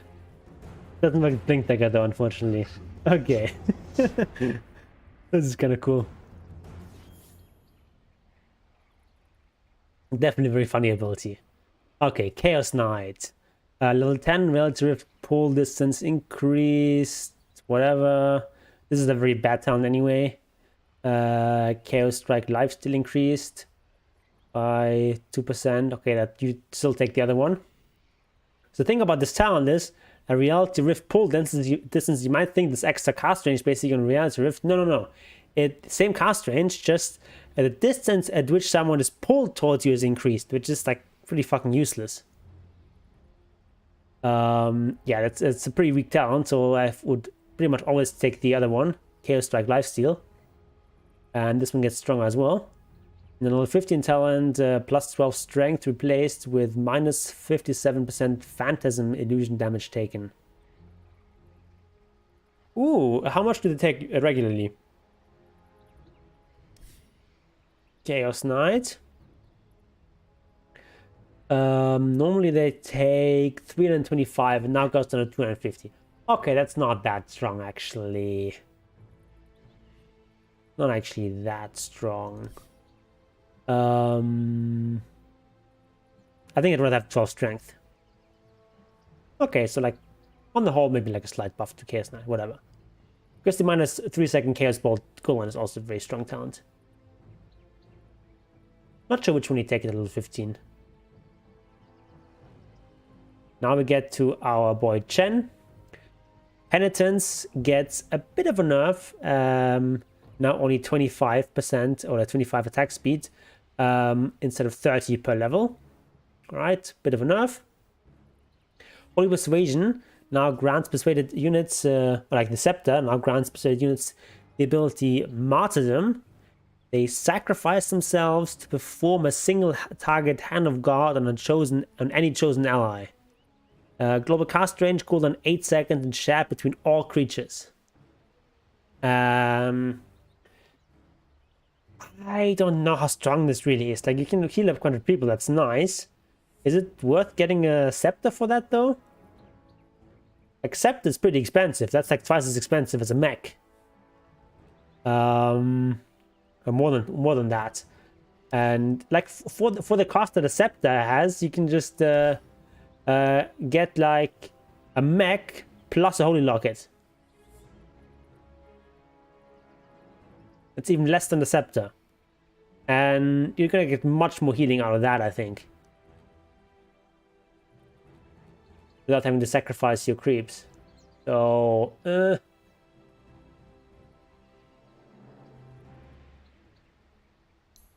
I'm not so sure what I think about that. The old Scepter with the Strong Dispel has now been moved to a talent, so the level +3 Holy Persuasion max units and charges is replaced with the Hand of God that applies a Strong Dispel. Yeah, so now you have like 2 strong options for your Hand of God at level 25. I like the other one that they replaced, but yeah. And level 10 talent, 200 health replaced with -2 second Holy Persuasion teleport delay. Okay, so now it's only 1 second delay. I don't like these new talents. Like, it's nice, but I think I'd prefer the penitence damage there. Also level 15 talent, the bonus damage was reduced. So a couple of nerfs to Chen.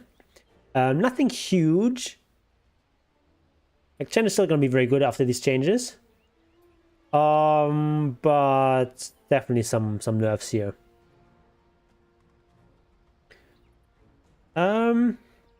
Next is Clinks, but I'm gonna take a quick break to go to the loo, and then we'll talk about Clinks.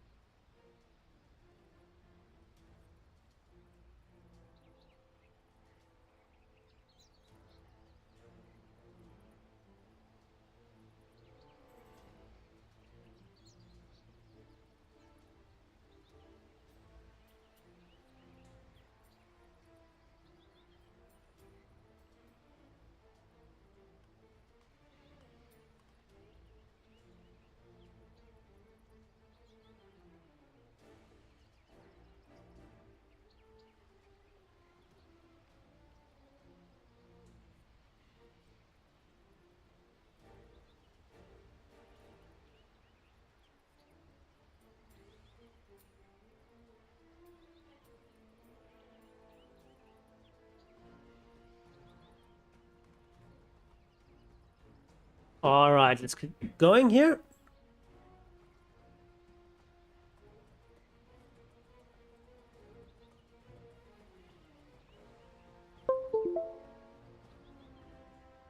Okay, so Clinks, Burning Barrage, number of arrows increased to 6 at all levels. Ooh, that's a big buff. Damage per arrow decreased at lower levels. But still, level 1 is still going to be a lot more damage. Am I late? Have you seen Visage changes already? I have seen them. I haven't seen them on stream. And you're not late. Because you just hit C, so Visage still gonna be a while away here.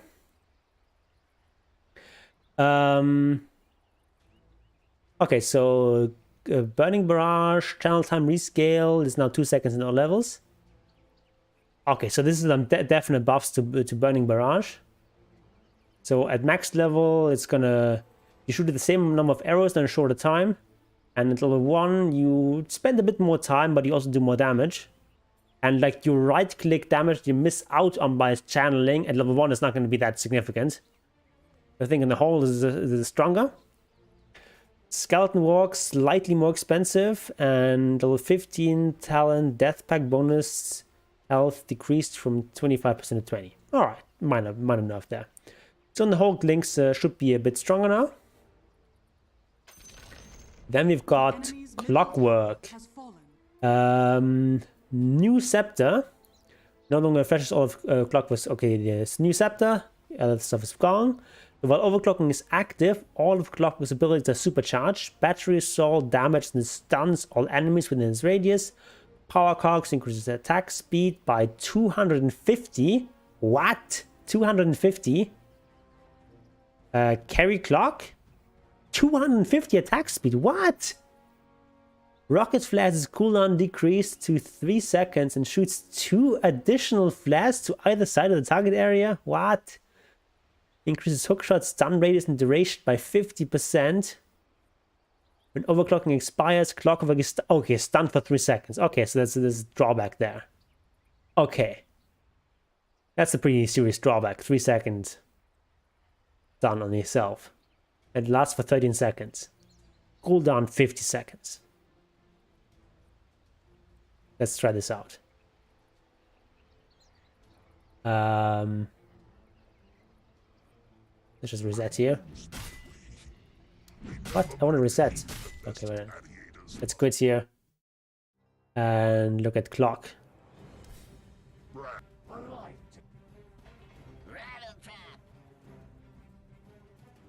That seems very powerful.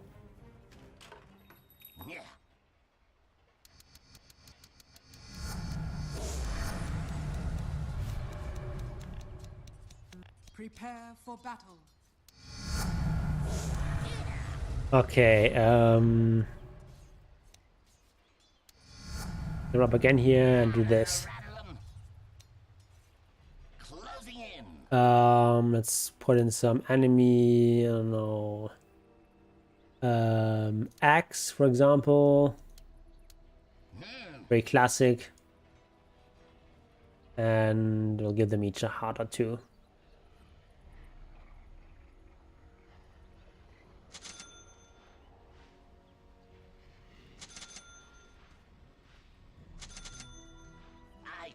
What kind of items do we have? Very like a core clock, maybe +3 or something.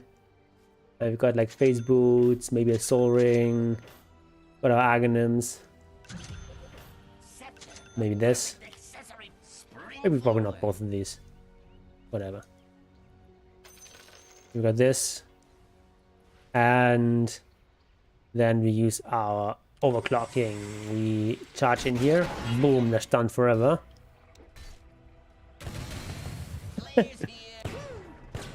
This is so strong. And now look at this attack speed. I have 0 attack speed items. This is insane. Boom, there it goes. A traps for a trap. So let's just look at the rocket flare here. Like, cooldown is basically nothing, right? Insane.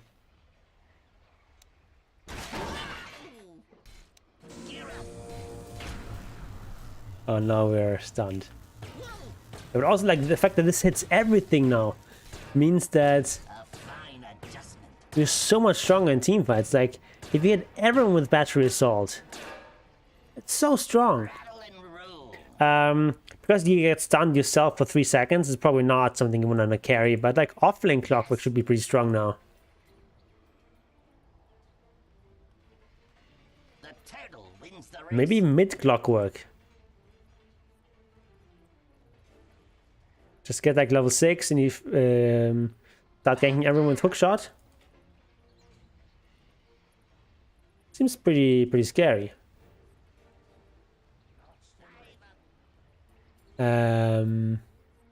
Yeah, still have the shard, so extra mobility from that seems quite strong.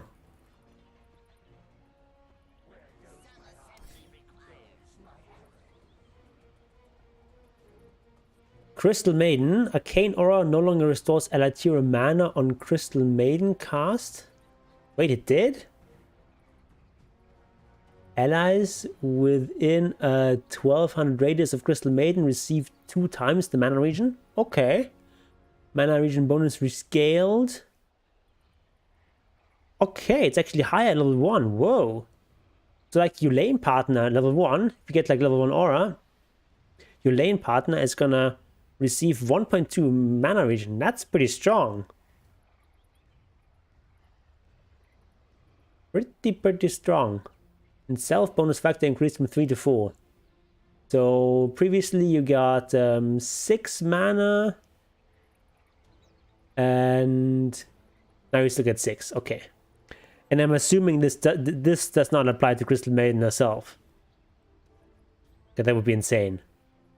I think it only applies to allies, not yourself. You're not counted as an ally to yourself.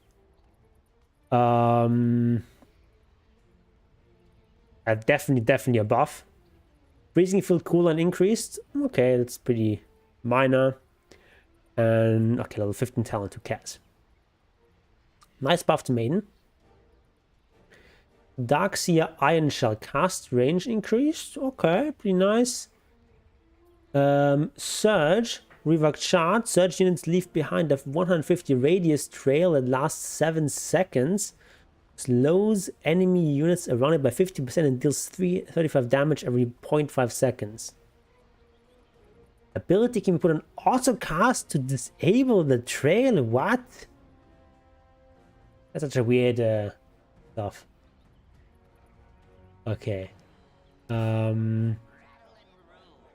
Darkseer. We have to try this out. So. Oh, against something like Nyx. Okay, yeah, okay. I mean, it makes sense that you want to turn it off in some cases, but then putting in an auto cast turns it off is just very unintuitive. All right. As you will. All right. So we get this is the shard, right? As you will. Okay. Combine and conquer. I don't know. It doesn't seem that strong. I mean, to be fair, these guys have 3k HP and they have 1 region. So, why don't we just a regular level 1 hero? Speed is the heart of battle. Still not that much damage. Quickly.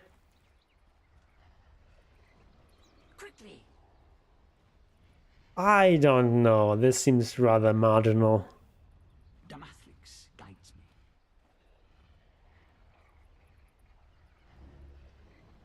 Strategic deployment. Offensive potential of the shard? I mean, this is a shard. I don't know. I don't think this shard is particularly strong.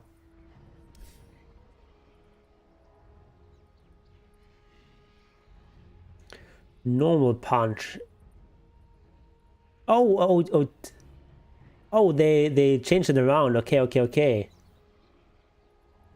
Punch is now What? No.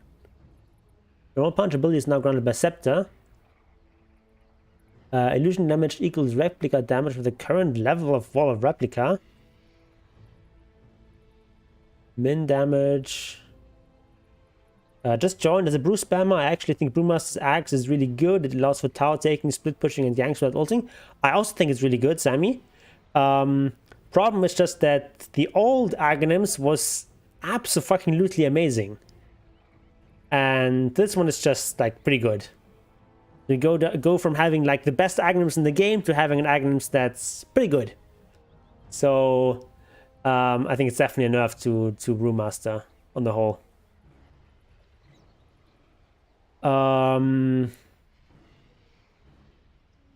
Okay, normal punch stuff. Let's stress it out. How much does this do? Normal punch. Love the name, by the way, normal punch. Okay, we will do... Alright, it's a passive cooldown attack. We will come in here and do normal punch. That's pretty normal. This is pretty funny. You were just running without the surge.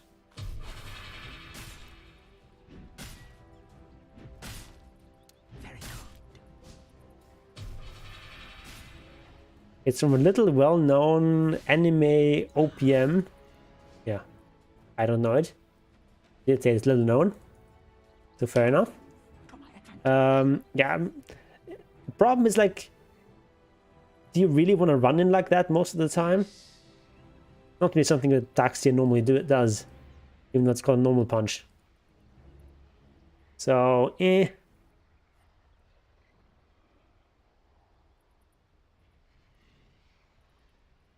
And now it's a scepter ability, so has to be pretty good for that. So I don't see a lot of Daxias getting this.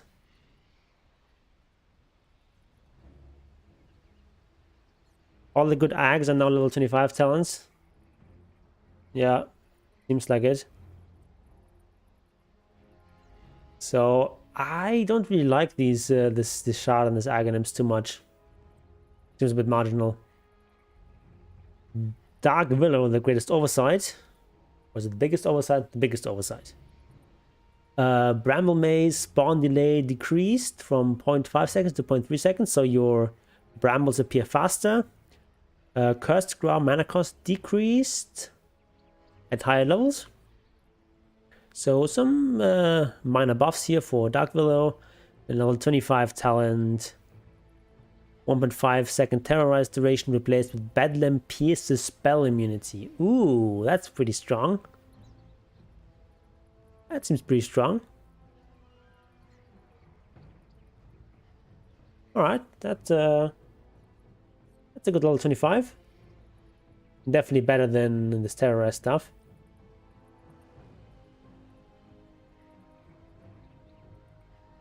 Now we get to Thighbreaker. Base armor decreased by 1. Literally taking some damage.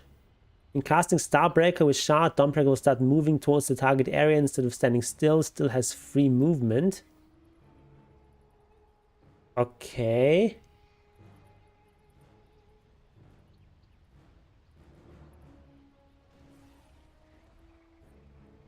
Wait, what? What is the Dawnbreaker shot anyway?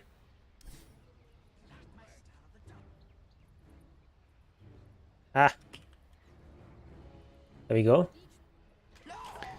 So our shard is gains magic immunity and free movement during Starbreaker. And the change is what? Dawnbreaker will start moving towards the target area instead of standing still.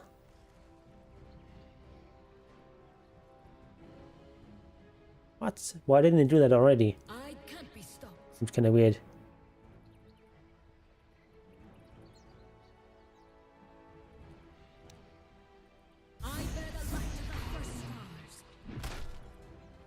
But it didn't move towards that area before? That seems weird. Used to stand still if you didn't issue a movement command after the cast. Okay, so it's like a minor quality of life improvement. Okay.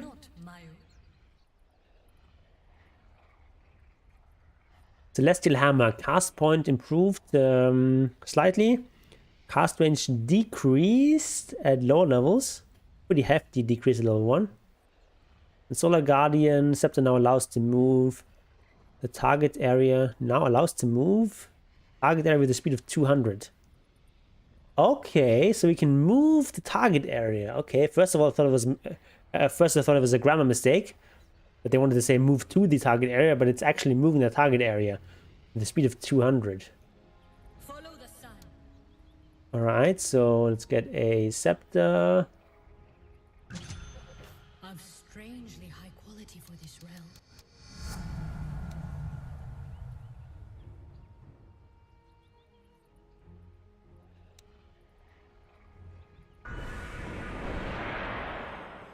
Wait, how do you move the target area? What? I say this means a travel for friends.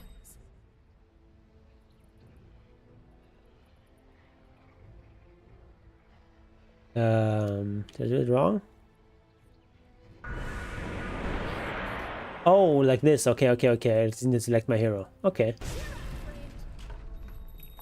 I'll move the ground. With Boots of Bearing, let's see. Refresh. Of course. Need to cast it earlier. How can I be of Let's try it again. No. Still 200 movement speed. What can I say? It's the speed Okay. of light. It would be too broken if you could move it at high speed with that. But yeah, it gives like a bunch of bonuses, and it's just added little bonus. Alright. Then we've got Dazzle.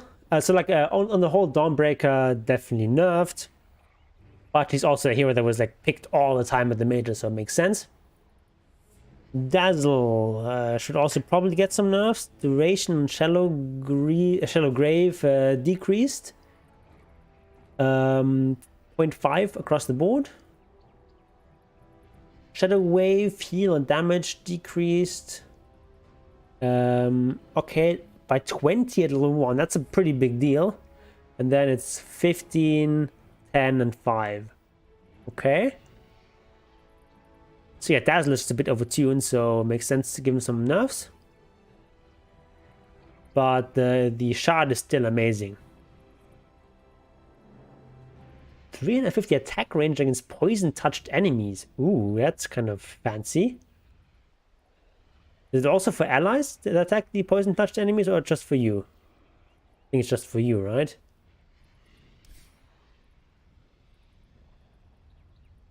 Without the children of light, Travel on. So let's add a ranged ally.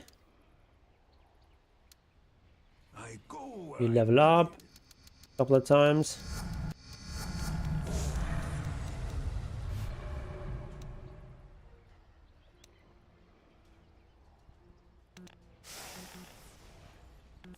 Alright, let's just do this. Okay. Right of So normally our attack range is like this.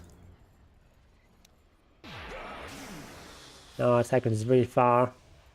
Oh no, doesn't affect allies. Okay, only us. from Alright. shadow to But shadow. it's gonna be like making it much easier to apply this stuff. On the other hand, though, at level 15, Poison Touch is just no longer that good against enemy heroes. Like Dazzle, you're post like 4 or more, like even 5. It takes a while to get level 15. So by that point, Poison Touch is no longer that relevant. Poison Touch is mostly like an early game ability. So I don't think it's going to be too strong, actually. I'm with you. Probably just take the Shadow Wave heal and damage. But I guess it's going to make Core Dazzle a bit more viable. Death Prophet. Agi increased. Movement speed decreased? What? So 40 movement speed reduced? You're going to need to get some massive buffs to compensate for that. Oh yeah, there we are. Spirit Siphon doesn't deal max health as damage anymore, and damage increased from 10 to... Okay, 16 and 80. Okay. What's the old one? I would have to look at the old one to see whether it's better or worse. Yeah, this is like huge nerf. It's like removing boots basically. You basically now need to you need to buy boots to be at the movement speed that you were before, like +5. But you get a bunch of bonus movement speed from Exorcism. So you're going to be faster in Exorcism, but a lot slower outside of it. I think this is worse, but I would have to test this out. There's a lot of big changes. Disruptor now deals damage upon arrival with glimpse based on distance between start and end point. Min damage is 50 at 0 units, and max damage is getting up to 300 at 1400 units. Okay, so a bit of extra damage. Also, it's gonna disable Blink Dagger, obviously, which is a big deal. That's a pretty nice buff. Okay, level 15 talent, glimpse arrival damage replaced with plus 250 glimpse max damage. Yeah, that's much worse, obviously. I think you definitely want to get the static storm duration there. So, nice buff to Disruptor. Doom, Agi increased. You get 4 at the start and then 0.4 at each level. So at level 11 you're going to have +8 Agi, which is pretty nice. Some extra armor. 6 agility is 1 armor, so you know at the start you're gonna have like 2/3 of an extra mana point. At level 11 you're gonna have 1 1/3 armor points. It's not huge, but it's something. Also a bit of attack speed, obviously. Devour is no longer dispelled on death. Ooh, that's a nice buff. You still get that gold even if you die. Reworked Scepter, enemies within 325 radius from target also suffer the effect of Doom. Also allowed it to be self-cast to affect enemies around cast. Doom myself. Okay. It's kind of like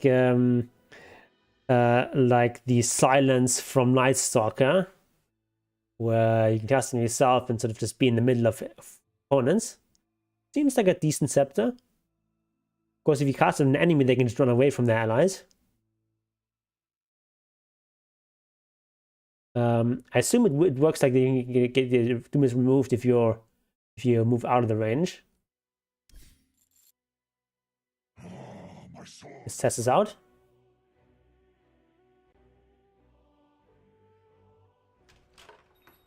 Level up.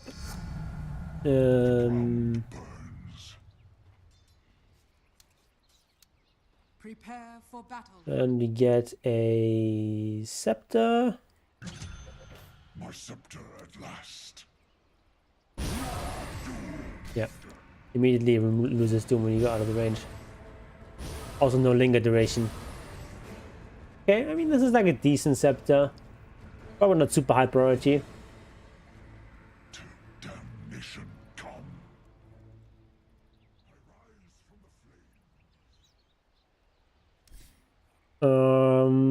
And a bunch of talent changes. I'm not going to read all of those. Dragonfire, Dragon Knight, Breathe Fire, mana cost decreased. Ooh, that's kind of nice. 15 less mana at max level, and also more damage reduction. Extra movement speed for high levels of Dragon Form. Pretty minor though, like getting an extra 5 or 10 movement speed is at high level is not that impactful. And then level 20 talent plus 20 strength replaced with plus 75 breathe fire damage and cast range in dragon form. Oh, that doesn't seem that strong at that stage of the game. I think that's a nerf. A pretty strong talent. But yeah, on the whole, it's definitely a buff. With less mana usage, more damage reduction. Pretty nice. And we've got Drow Ranger. She was, I think, completely unpicked at the major, so probably some buffs for her. Arrow damage at lower levels increased for multi-shot. So it's kind of a similar thing that like they did with Clinks, where the low levels of this channeling ability gets stronger. Level 10 talent, plus 50 gust blind replaced with plus 15% gust self movement speed. Ooh, how long does it last? Same duration as gust, I would assume. That's kind of a strong talent. But I still think you want to get the frost arrow damage. It's 15% movement speed. Gust is a pretty low cooldown, so it might be that that's better. Level 15 talent plus 250 gust width replaced with gust reveals invisible units, doesn't reveal wards. I don't know. That's a bit marginal, I guess. Just get the multi-shot cooldown. But I guess in certain games the other one is going to be more important, so you know. It's a nice extra option because this other level 15 talent with the extra width was basically never taken. So I like that change. And then level 20 talent bonus multi-shot damage decreased slightly. Alright. The draw on the whole gets slightly better, but nothing major. Earth Spirit Boulder Smash now has the same targeting rules for units as for remnants. When cast, selects the nearest entity to smash, prioritizing remnant within range than the closest unit. I don't know enough about Earth Spirit to say if this is better or worse. I just don't really know very much about this hero. Sorry. I've actually never played him. I think I've tried him out like 1 second spot or something. Earthshaker. Fissure. Cooldown decreased. Lower levels. Okay, so landing stage slightly better for Earthshaker. This is to prevent kicking enemy instead of use stone by mistake. Okay, so like a quality of life buff, I guess. Alright. So Earthshaker gets slightly stronger in the early game. Nothing too major here. Elder Titan, base agi increased, so a third of an armor point. Taking literally no damage. Echo Stomp damage increased. 5, 10, 15, 20. And some talent changes. Yeah. Okay. Slight buffs to Elder Titan, nothing major. Ember Spirit, bunch of changes here. We've got Agi gain increased by 0.3. That's kind of nice. Base move speed reduced by 5. Health region increased by 0.5 and turn rate improved. Oh, bit of a side grade. We've got like a minor buff, minor nerf, minor buff, minor buff. This 5 movement speed is definitely like the most impactful of those 4 changes, but it's like 3 minor buffs compared to 1 minor nerf, so I'm gonna call it a buff in total. Ember Spirit is also not played that much recently, so it makes sense to give him a bit of a buff. Flame Guard gets a bit cheaper at the start. Activate Fire Remnant, mana cost decreased. And Fire Remnant cooldown increased from 0 seconds to 0.5 seconds. Is this relevant? You want to put in multiple Fire Remnants at the same time? I'm not really an Ember player, but I'm not sure if this is really going to be impactful. Because it also prevents you from like accidentally putting down 2 at the same place. But yeah, I would have to ask an Ember player to tell you how impactful this is. But in the whole, definitely seems like Ember Spirit gets a bit stronger than it used to be. Also, like these mana cost decreases, even in the late game, are actually kind of relevant nowadays. And this is only for the early game, but like a lot of stuff just costs more mana now, right? A lot of items, BKB costs mana now, Refresher and so on costs more mana.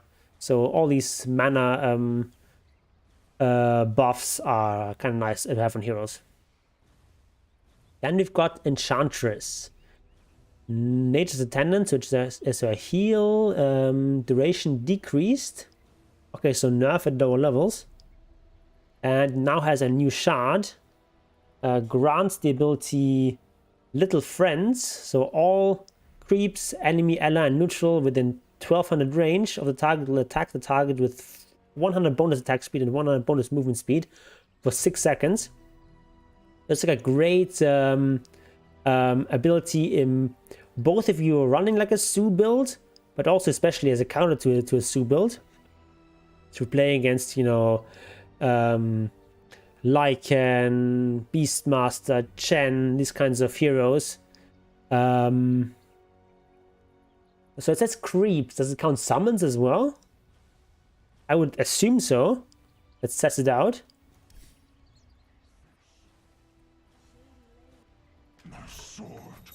So let's have an enemy. I tested out that it doesn't work on creep heroes, so against like Lone Druid or Visage doesn't work like that. But let's have like a Beastmaster enemy. Gambling on. And we'll get the... Stop that. High spring. We'll get the shard. Yeah, it does work on summons. Okay. Yeah, against any sort of Zoo build, it's really strong. It's also if you're running a Zoo build yourself, because they get bonus attack speed and movement speed. So that seems pretty strong. Only 20-second cooldown, 600 range. Target's not attacked by either heroes or illusions. Okay, the extra clarification there. And Sproing gets lower cooldown. It's pretty marginal ability. Basically, no one uses it anyway. I don't think it's going to change much with this buff.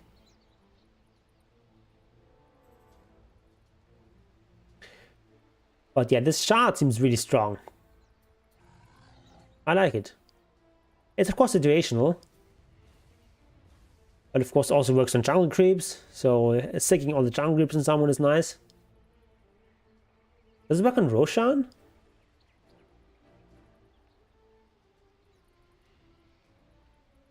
Let's see if it works on Roshan.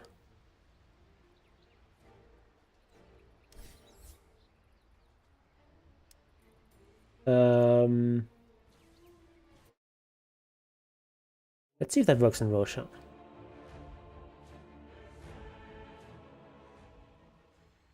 We want an Ench. Weep not. Hello? Teleport. Nimbly I go. And an enemy here.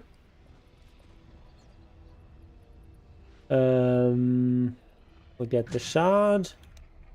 Get this to break. Oh, it doesn't work like that. Okay, we need... Oh, no, that was wrong. Obviously, that's nonsense what I'm doing here.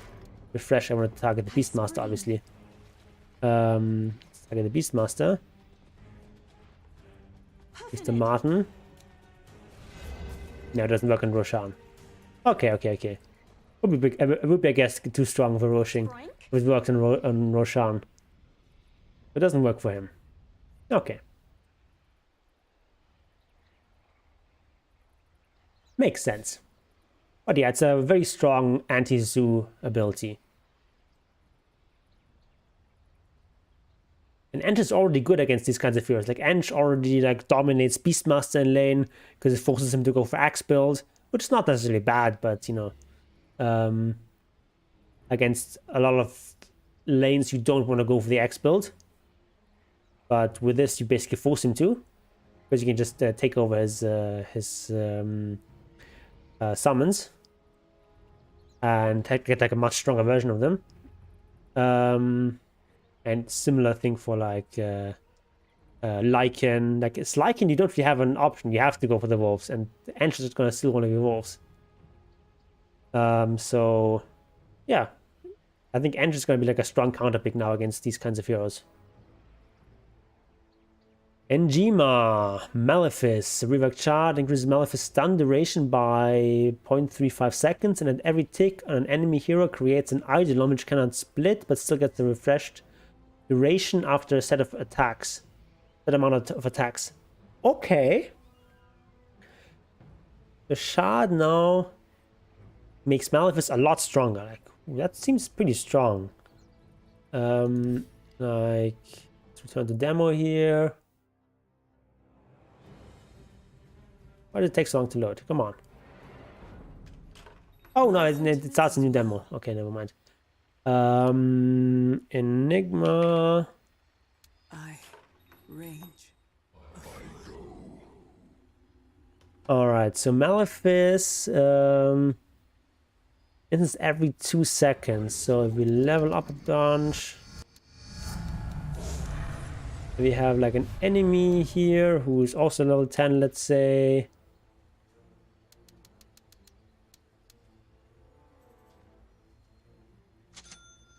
Give him some items, whatever. Malefice him. Oh, I forgot to buy the shard. Never mind, I'm stupid.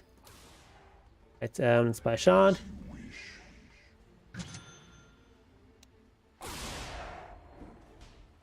What? Oh, I don't have Abaddon on. That's why it's not working.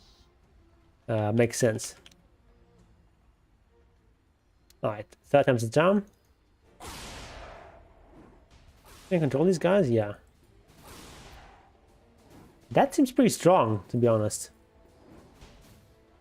Is it though? I mean, by the time you get shard, is getting an extra 3 Alden Sword that strong? There's also an extra second of stun. That seems like a decently useful shard. Not like broken, but seems decent.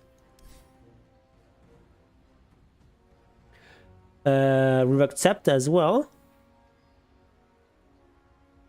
Blackcrown now deals additional damage equivalent to 3.5% max health and pulls all enemies in the 1200 AoE with a speed of 175 units. Okay. Just like the old shard also rolled into the Aghanim's. Units being pulled in the additional scepter radius can still move. Okay. So this seems pretty strong. Like extra 3.5% max health. That's if you get the full duration, that's an extra 14% max health. And it's pure damage, so seems like a reasonable Aghanim's. Not like super high priority, but probably decent. Okay, level 10 talent is now 50 black hole damage per second. Ooh. So with 4-second duration, it's an extra 200 damage at max. Actually, not that much. When I think about it, like 50 damage per second sounds a lot, but it's only for 4 seconds at maximum. So it's actually not that great. Level 15 talents plus 200 midnight pulse radius replaced with plus 350 health. Alright. And okay, basically switched it around here. Now it's level 20 talent. This one is a really strong talent, so there's a bit of a nerf. The switch over here. So I don't think Enigma is necessarily stronger or weaker here. It's just switching things around a bit. I think he's still like a decent hero. Like fairly strong, but not really overpowered, I would say. Faceless Void, Time Walk, range increased from at higher levels basically. Shard bonus range decreased by 100. So with the shard, he's still gonna have like 50 more than he used to. But like an extra 150 range on Time Walk is actually a pretty big buff. The level 15 talent, time dilation slowback cooldown increased from 7 to 10%. That seems like a pretty good buff to Void. Like, the rest of the stuff is not that important, but like, extra 150 range for free? That's pretty cool. Grimstroke, Stroke of Fate, slow duration increased slightly, Soulbind cooldown decreased at lower levels. And yeah, so slight buffs, like very slight buffs to Grimstroke. Gyrocopter, rocket barrage, damage per rocket rescaled. So less damage at the start, more damage at the max level. And as soon as you get level 2, it's the same. So probably on the whole, a slight buff. Mana cost decreased as well at lower levels. Ooh, so you actually get a lot more mana efficiency at level 1.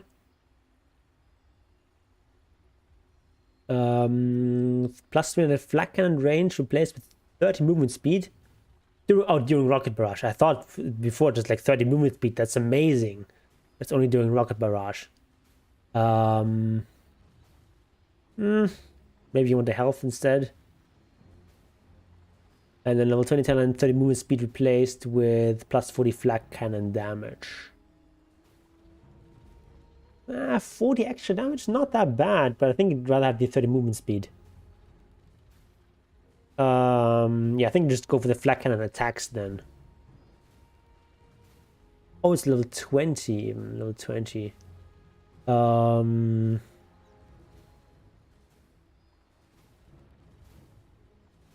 Oh, this level 27 plus 40 flat cannon. Now, it's actually not that strong at level 20.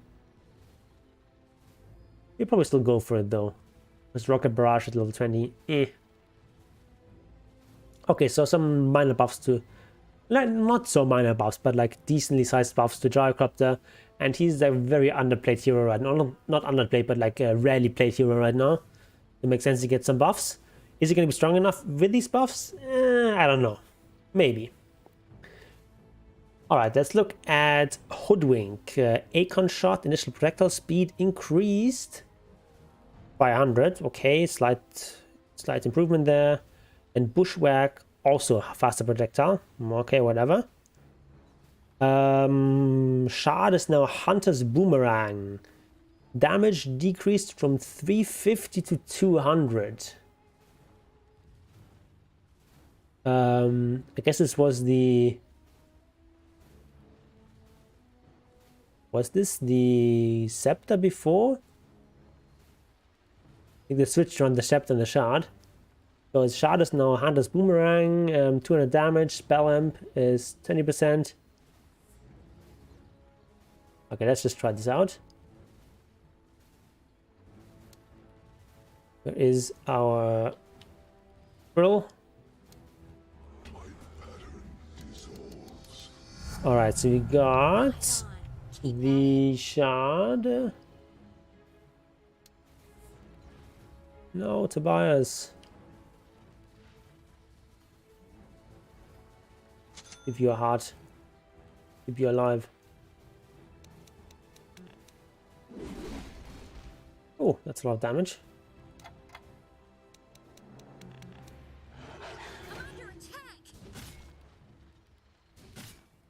Okay.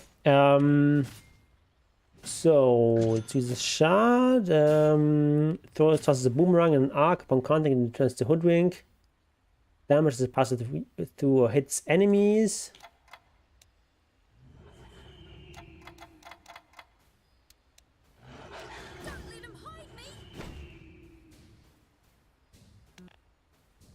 What? Okay, plus Hunter's Mark, which is slow to taking increased magic damage. Spell damage, rather.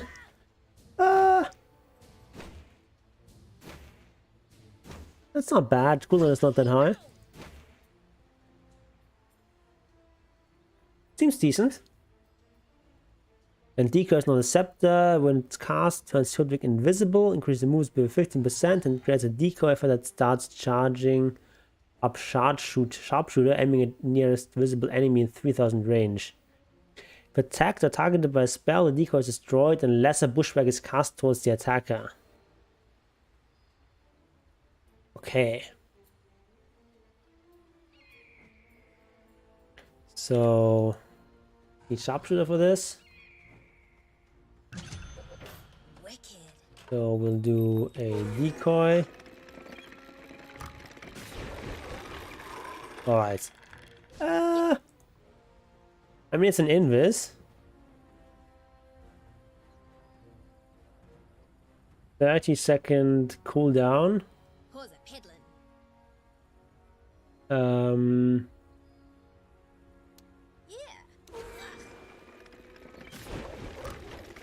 Invisibility doesn't last that long. Seems decent, but not that strong.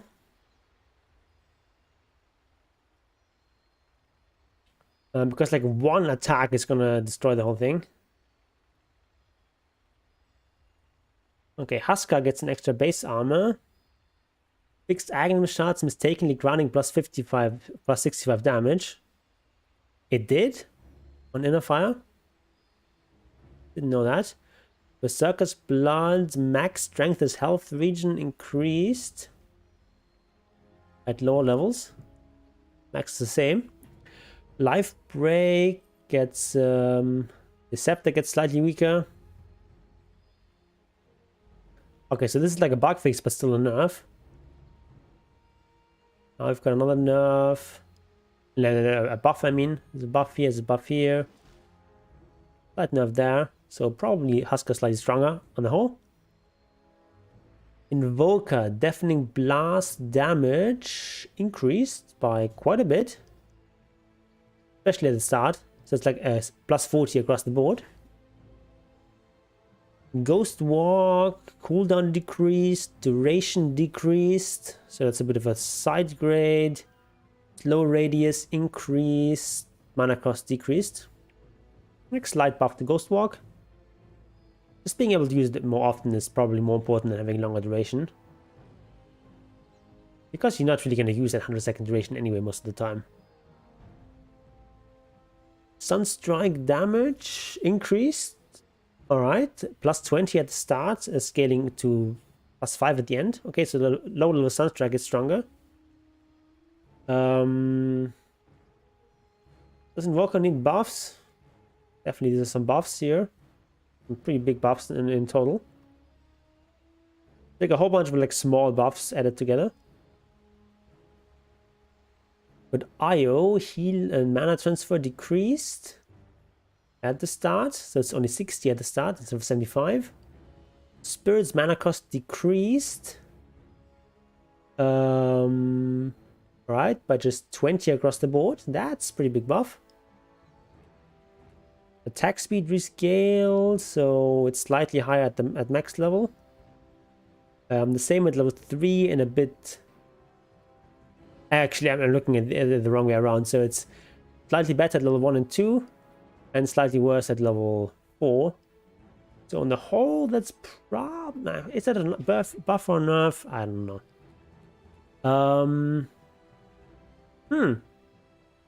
Bit of a side grid to Eye, honestly. Not sure if it's really that impactful.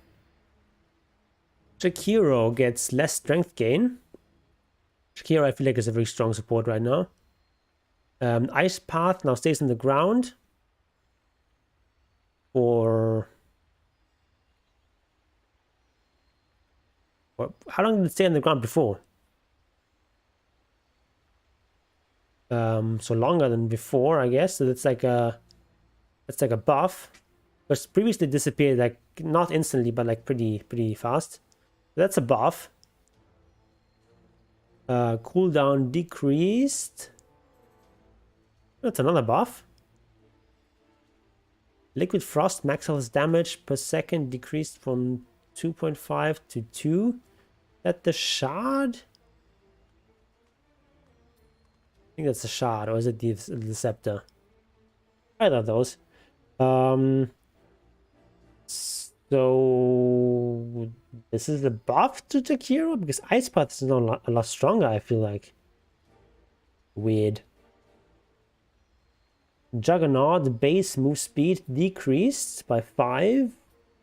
Shard bonus movement speed decreased from 100 to 75, so big nerf to the shard. Healing word radius decreased, so a whole bunch of nerfs to Juggernaut. I don't know if it deserves that many nerfs. Coddle of the Light, Spirit Form cooldown increased. Heal increased. Okay, so a bit of a buff there.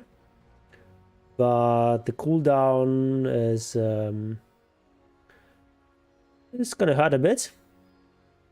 And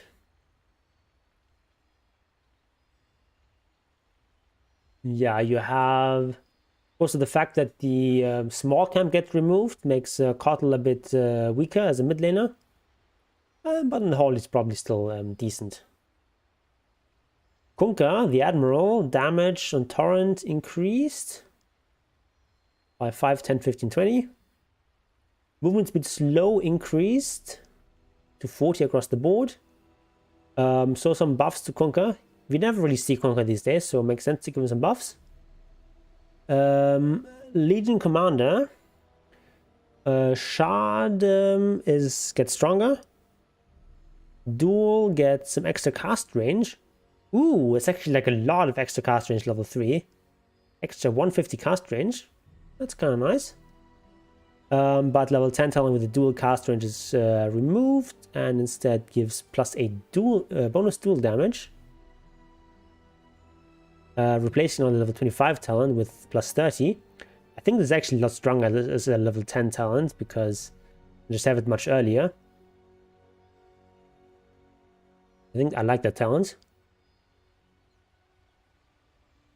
Level 20 talent Moment of Courage proc chance increased from 8 to 10%. What's the other one? AoE press the attack, that's probably better most of the time. Okay, so some nice buffs to Legion, and I don't know if Legion really needed that. I think she's gonna be super strong now.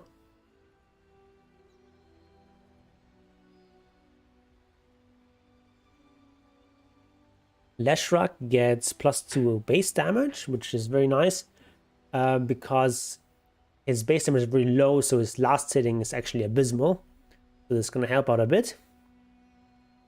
Pulse Nova, mana per second now starts ticking after 1 second instead of upon casting. Activation mana cost still applies. Ooh. But mana cost per second increased. So now it's like short bursts of Pulse Nova are going to be much stronger now. Oh, I like it. This is especially impactful at the start when so much of the mana cost is in the activation because it costs 70 to activate and then only 25 per second.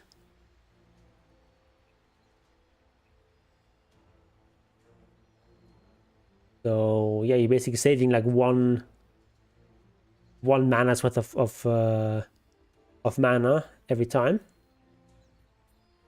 That's a nice buff.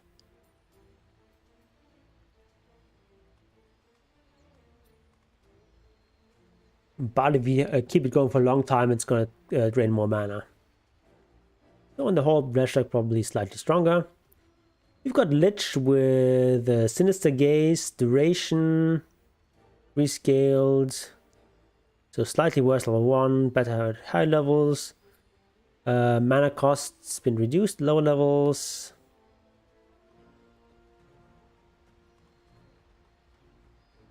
Okay, mana been rescaled from 10, 15, 20, 25 total to 10% per second.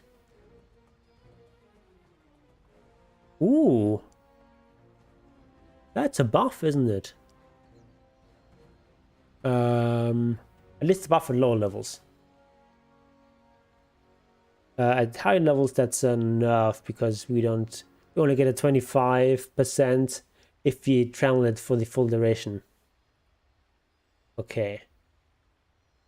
But in the whole, Sinister Gaze should still be better. Ice Spy requires 5 hero hits or 10 creeps hits to be destroyed. Casting Frost Shield on Ice Spy will heal it by 1 hero hit per tick. Okay. What was it before? I think before it actually had HP, not hits. I'm not sure. Yeah, Lich gets some nice buffs. We didn't receive him very much in the major, so it makes sense. Did we see him at all? Not sure. I think maybe like 1 or 2 games. Lifestealer, Ghoul Frenzy, bonus attack speed increased by 5, 10, 15, 20. That's a pretty big buff. And some talent changes, whatever. So Lifestealer, bit of a buff. Also the fact that BKB is now worse is a buff to Lifestealer indirectly. Lina now has a Scepter Flame Glow, new ability. Lina gets flying movement, increases the spell damage by 30% and magic resistance by 35%. cooldown 25 seconds. So like in the anime, Lily can now fly. How long does it last?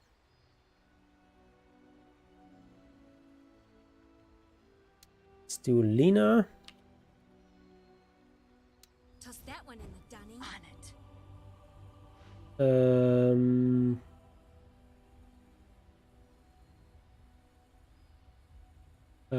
This was an Aghanims. Scepter. Ooh, scepter. Yes. What did this last 6 seconds? But really that strong?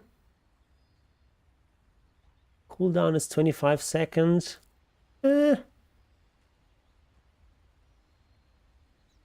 go like the blazes. It's decent, but I don't think it's that strong. Lion, turn rate improved from 0.6 to 0.8. And a bunch of talent changes. Okay, nothing major there.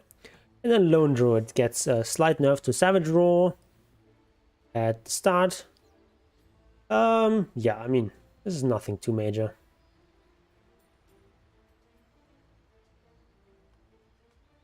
So, maybe some of the other changes to how they affect Lone Druid. So,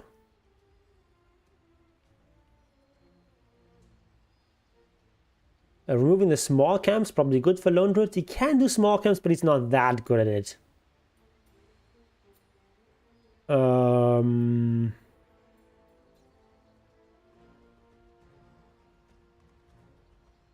And the item changes don't really affect Lone Druid very much. Like, Mask of Man is slightly worse. Am I done? No. Radiance is like a marginal item on Lone Druid, so yeah. So Lone Druid is pretty much the same as he's always been. Pretty much the same as always. Where were we? Here. Lone. Luna. Shard. Now every time an enemy hero is hit by a loosened beam, Luna's attack damage is increased by 15% by 15 for 12 seconds. Okay, so if you use your ultimate, you get a bunch of bonus attack speed. No, attack damage. Attack damage. So,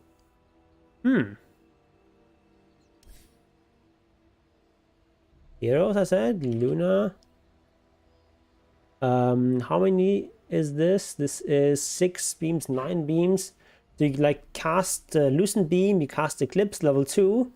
That's 10 beams, and you get an extra 150 damage. That seems pretty decent. That's a shard.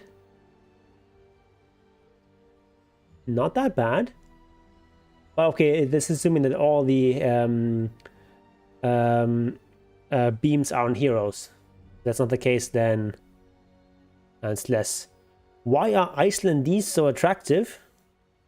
I don't know. Are Icelanders all that attractive? I guess. It's subjective.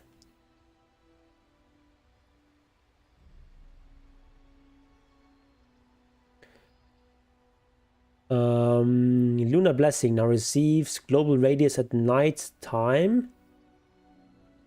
What? Excuse me? Global? Bonus damage rescaled for... Okay, it's 28 at max level. So 28 to all... So this also, I think, applies to creep heroes. So this is actually pretty fun. I think it makes the Lunar Visage combo even stronger. Huh. It's only 28 instead of 35, but still. It's global at night. Also makes it a little bit stronger at the start, because you get 1 extra damage at level 1.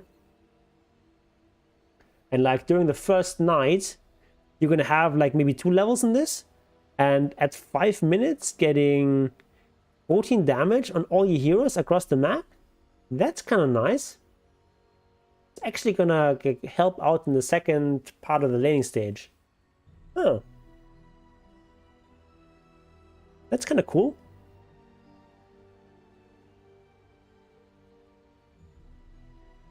Lycan gets movement speed slashed by 10. Gonna hurt.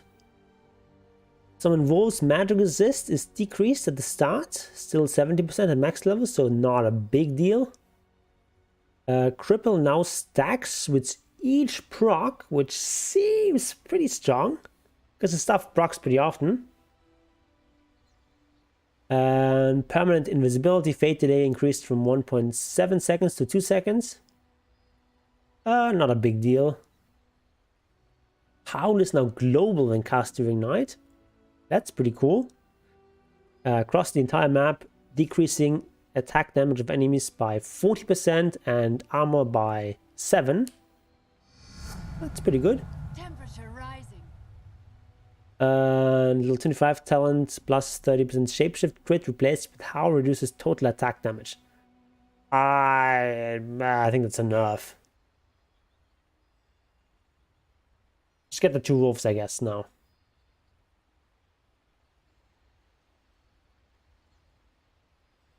Yeah, Howl, duration is 8 seconds, and cooldown is 16 at max level, so 50% of the time you can reduce damage of all enemies across the map, includes all creeps and so on, by 40%, minus 7 armor. I mean, it already has like huge range a day, because it applies within 2000 range across, based on the hero and the wolves. But being truly global is going to push out all the waves whenever you cast it. And it's like, it's pretty good. It's pretty good. Pretty good buff. But of course, it's 10 movement speed is going to hurt.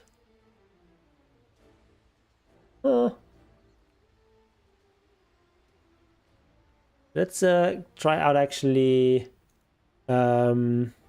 Like a wild change to, no, not this. We'll change to Lycan. hot or And we'll get some level ups. Level 7. I want to see how often this guy gets crippled. Cripple. Double cripple. Triple cripple. Okay, sometimes you get like triple cripple, that's pretty good. Like reducing someone's attack speed by 120 is actually huge. It's like when you're hitting an enchantress. So I like that change. And it's hard to say from just looking at these numbers whether Lycan is better or worse here.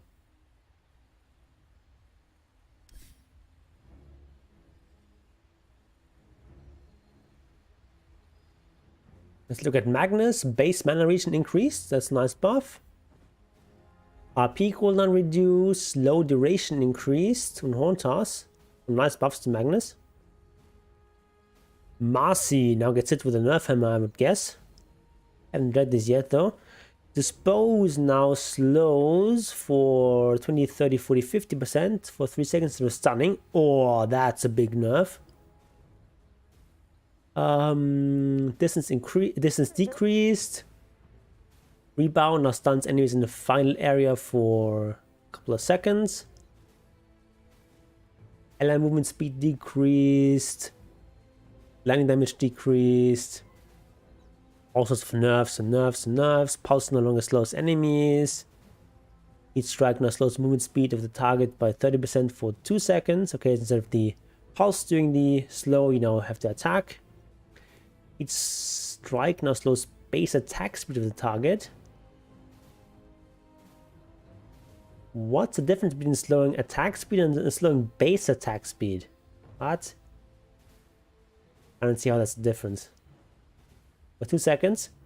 No longer applies the spell. Okay, but you get it back with the Scepter.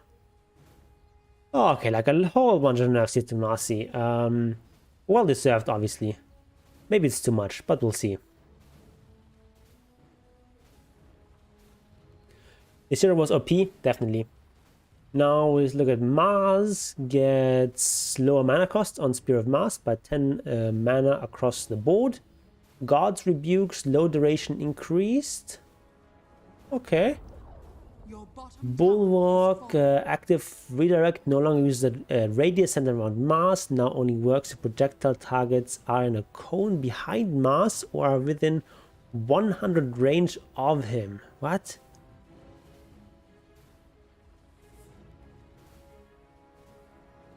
Okay.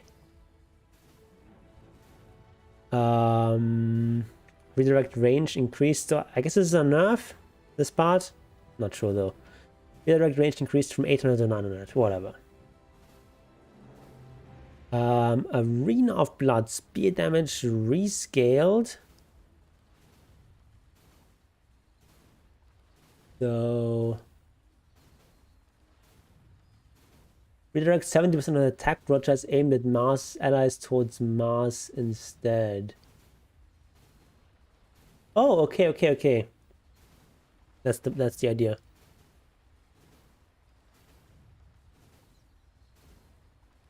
Not sure what the old radius was. You can overprotect allies that are like in a cone behind you, like very close to you. Okay, that makes sense. That's like a more logical interaction, right? Arena of Blood spear damage. Okay, it's slightly changed. This is a 732 replay. Otherwise, I'm not interested. Fixed flying unit summons being able to escape from arena. They weren't supposed to?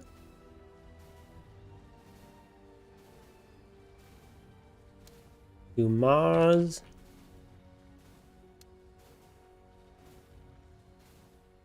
Oh, enemy. Alright, and we're gonna change into Visage.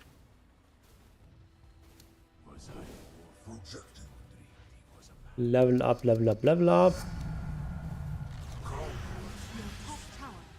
Okay, I guess then we can look at the replay afterwards when we're done with the patch. And level up. You can still fly out of that.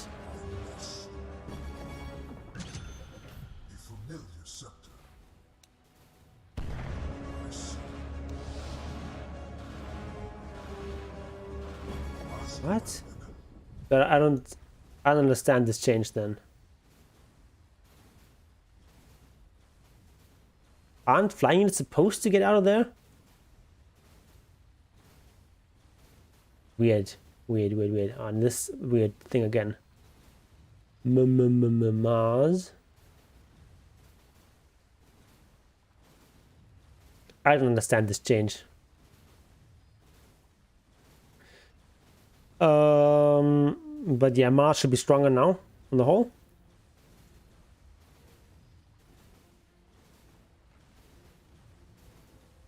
I don't know what this is supposed to mean. But yeah, like the big thing is these two things. Extra slow, less mana cost. That's nice. Dusa, Stone Gaze, physical attack damage amplification rescaled. More at high level, probably a buff in the whole. Don't really care that much about level 1 ulti.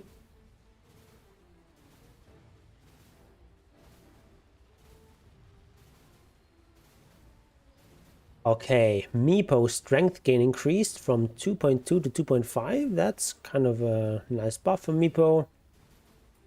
A stat-based hero, obviously. Earthbind cooldown decreased. Ransack health from creeps decreased. Okay, less lifesteal there from creeps. It's kind of a theme in this patch. The changes to lifesteal. Dig now has no channeling time and applies instantly. Cooldown decreased from 50 to 40. Health restored decreased from 60 to 40. This is the Aghanim's, right? There's Meepo. Dig is the Aghanim's. Yep. Got dirt between my toes. Yep, yep. Okay, so we get the Aghanim's. Aghanim's, where are you? Ah, Scepter! Are we like damaged now? Attack!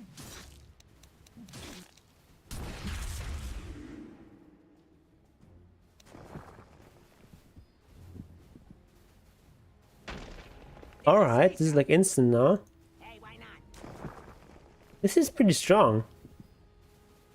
Invulnerable and targetable for 4 seconds, restores 40% of his max health. This is like very similar to Visage Shard, but it works in every clone. And it's pretty low cooldown. Actually, no, 40 seconds, never mind, it's not that low. Okay, I mean, not too bad, not too bad. It's like saving individual Meepos like a target is like a pretty big deal on Meepo.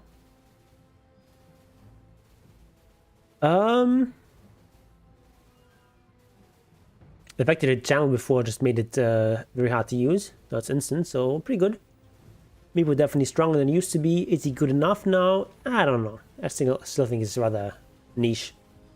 Probably. But Meepo changes can surprise you, and then it's these small changes that make the hero overpowering. So, we'll have to see.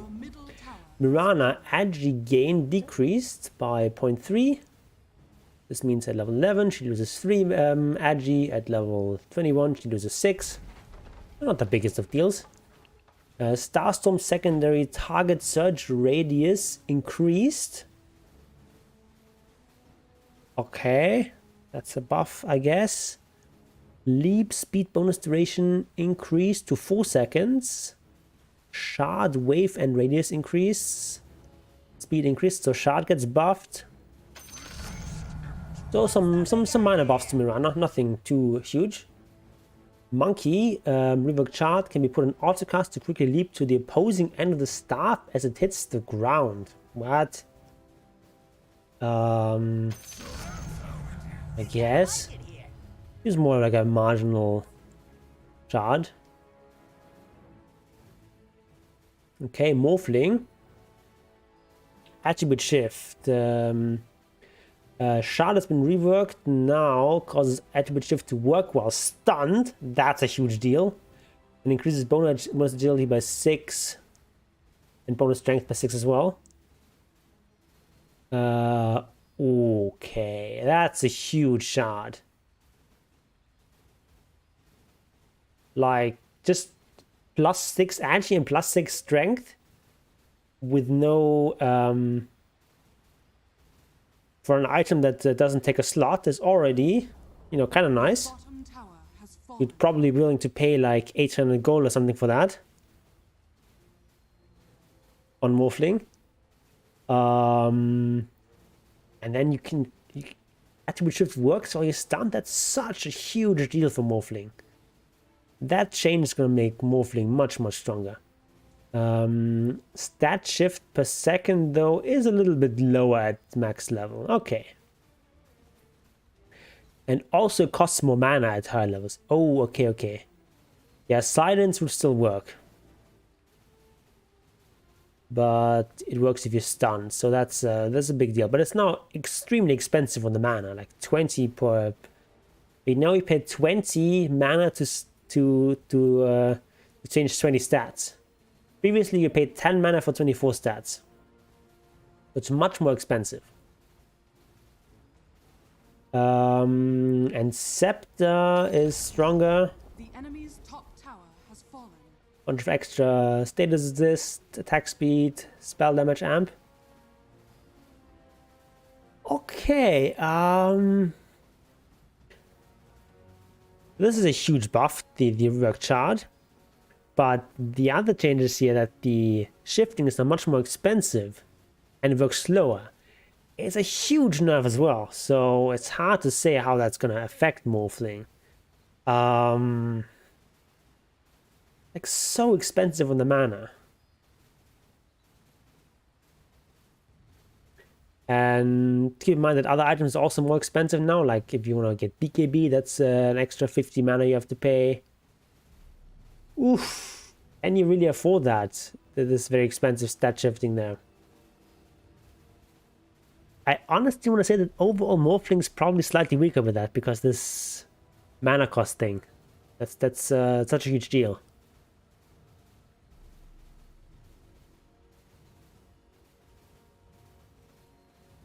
Naga Siren. Ensnare cooldown decreased.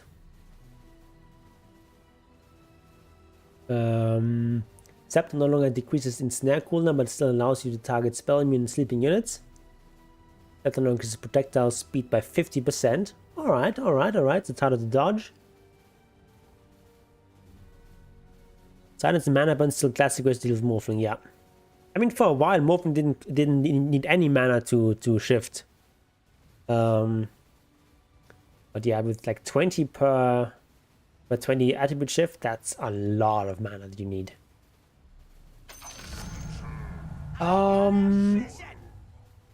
So yeah, Ensnare gets stronger. Scepter gets a bit of a side grade. Shard no longer slows enemies that are hit. New Scepter with Reel In. Naga Siren channels up to 5 seconds, pulling all units affected by Ensnare and a 1400 range short at a speed of 150. What? That seems incredibly bad. That seems so bad. Like channeling that doesn't do any damage, doesn't stun anyone. Just pulls them towards you? What? That's... How was that ever a good idea?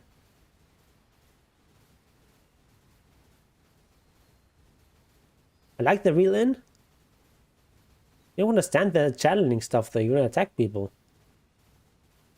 And it's also a scepter, so it's kind of expensive. Doesn't seem very practical to me. Let's see how it looks in a game. Let's move these guys somewhere else. Just what I was thinking. Great Hero Naga.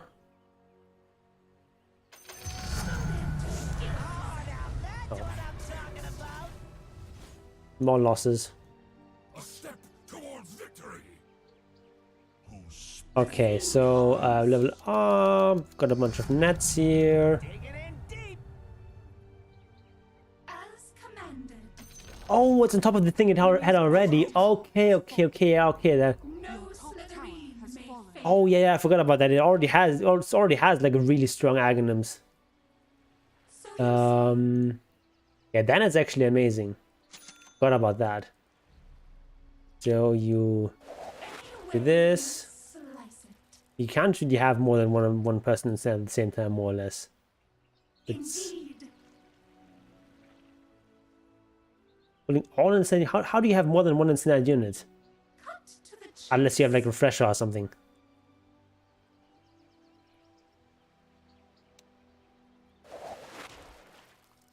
Okay. Enough said. You can still attack. Yeah, that seems pretty marginal. Make a splash. But of course the scepter is already quite strong. Guides me. Forgot about that, yeah. Okay. Nature's Prophet, Curse of the Overgrowth, of the Old Growth. New shard. With an ability, applies a curse on all non-invisible enemy heroes within 1200 range, reading them in Fog of War, slowing them and causing damage over time based on how many trees there are within 250 radius. Tree ends count as trees for this purpose. Each tree reduces movement speed by 7% and deals 15 damage per second. Yes. Alright, so the Nature's Prophet.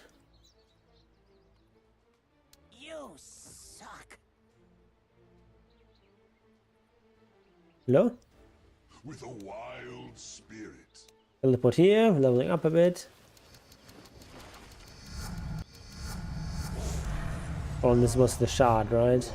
Golden green. Yeah. Shard. Let's do this. Okay, so we will sprout someone and use some treants. Uproot and after them.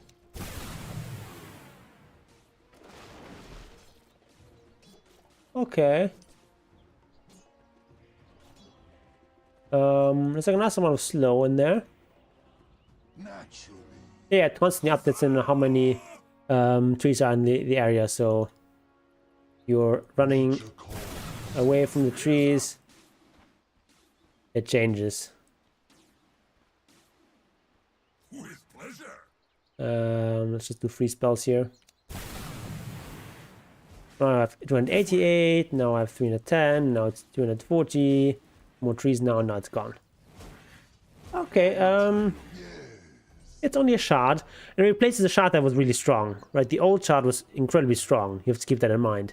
So yeah, it's really good for catching people who are like hiding in With divine the trees somewhere. Like, say this Mars has been split pushing, and I want to find him. on my way. And I have like really good tools of doing that now with Mage's Prophet. But like you already have pretty good tools for that sort of stuff. The enemy's top tower has fallen. Like we already have. We can do this now. Oh no, we see him now. Okay. Now it takes a lot of damage. Like that's actually a lot of damage now. But I honestly think the old shot is stronger.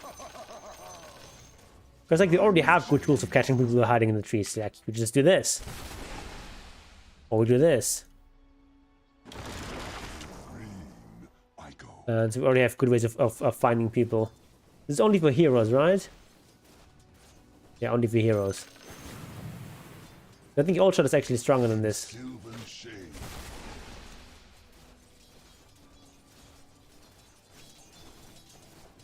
Top of leash? Where's leash? Top barracks has fallen.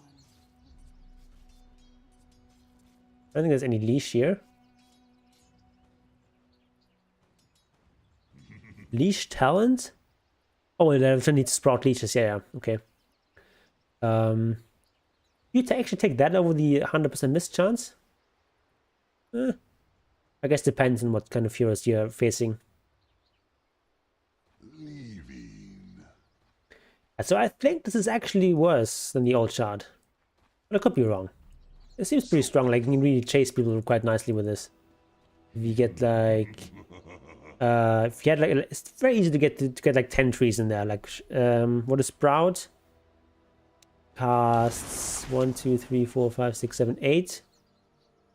8 trees. Through shady Like 8 trees, that's already like 56% slow. Even if they cut one, it's still 48% slow. Your bottom Not bad. tower has fallen. So it's strong in combination with like level 20 talents. on my way.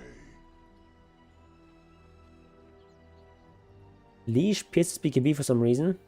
Okay. By my shaggy bark. I mean, it's a sprout, The enemy's middle tower and you has know, fallen. just says sprout leashes, not anything with magic, whatever.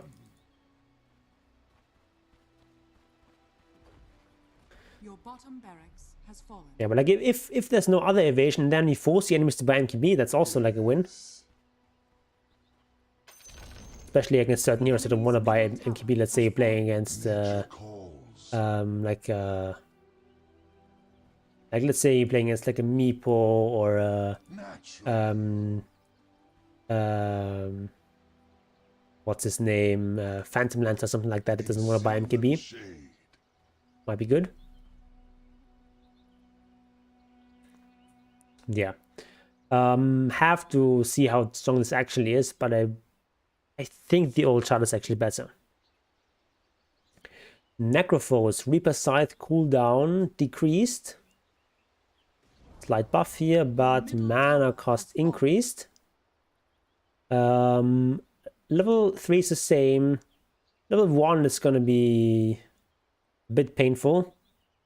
But you don't cast this all that much, like you cast this Your middle every 2 tower is minutes. under attack. So it's not the biggest of deals.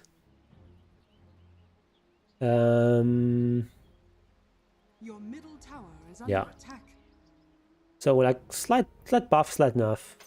It's whatever. The enemy's middle tower has fallen. Night Stalker.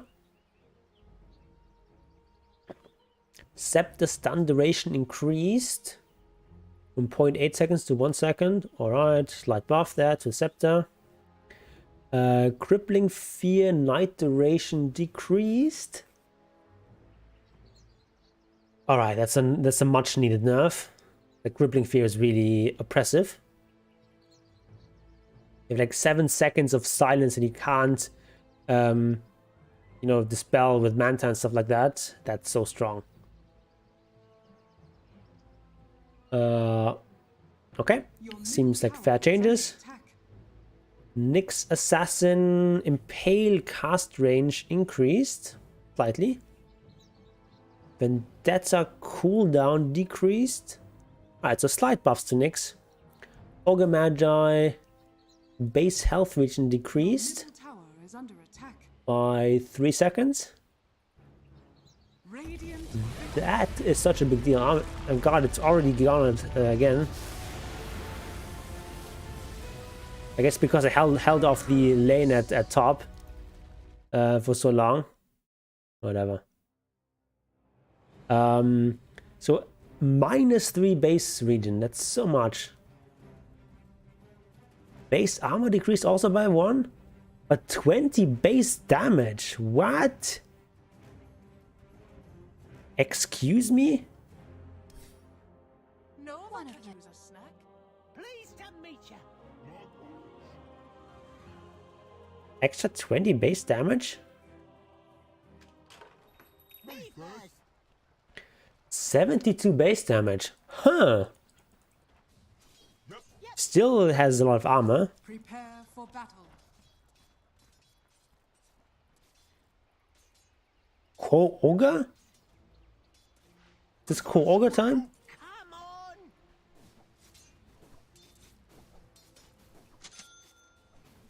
Let me through. Ow. Don't mind if I do. It's something like this. Oh no. Maybe like Offlane Ogre or something? It lasted really well now. Hey, I was thinking. Running's noise when it's hit. Get like some early game items, like maybe get like a Null Talisman or no Shadows and then go into Midas. Maybe Boots first. No, south. Something like this and then Midas. Maybe. Yup. I mean, at the end of the day, you're still an Ogre, but you're an Ogre that last sits now well. Hey. Also, like, you do a lot of attack speed with Bloodlust. It's a bonus for yourself. So you get, This way. That's a you way. actually get a lot of attack speed. There we go again.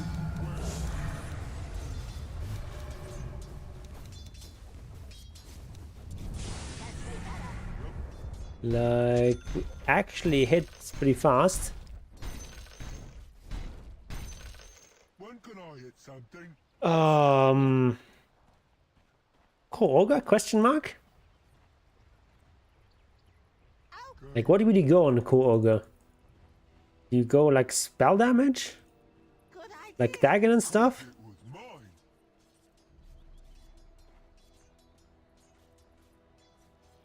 Like maybe you go Dagon It was mine. into E-Blade? Something like that? Yeah. You actually have a lot of attack speed, right? Hit the road. That's like a problem with interiors being cores that you have no attack speed and no armor. I'll do But Ogre has lots of base armor anyway. And you get lots of attack speed here.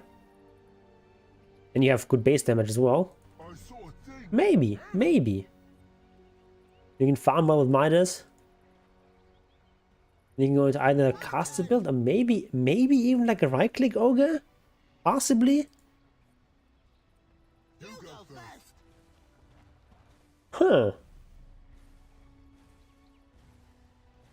You get like... Maybe go like Witchblade or Orchid. Guess we Plus like Phase Boots. Get like Phase Boots. We still want Midas. Get like our Phase Boots.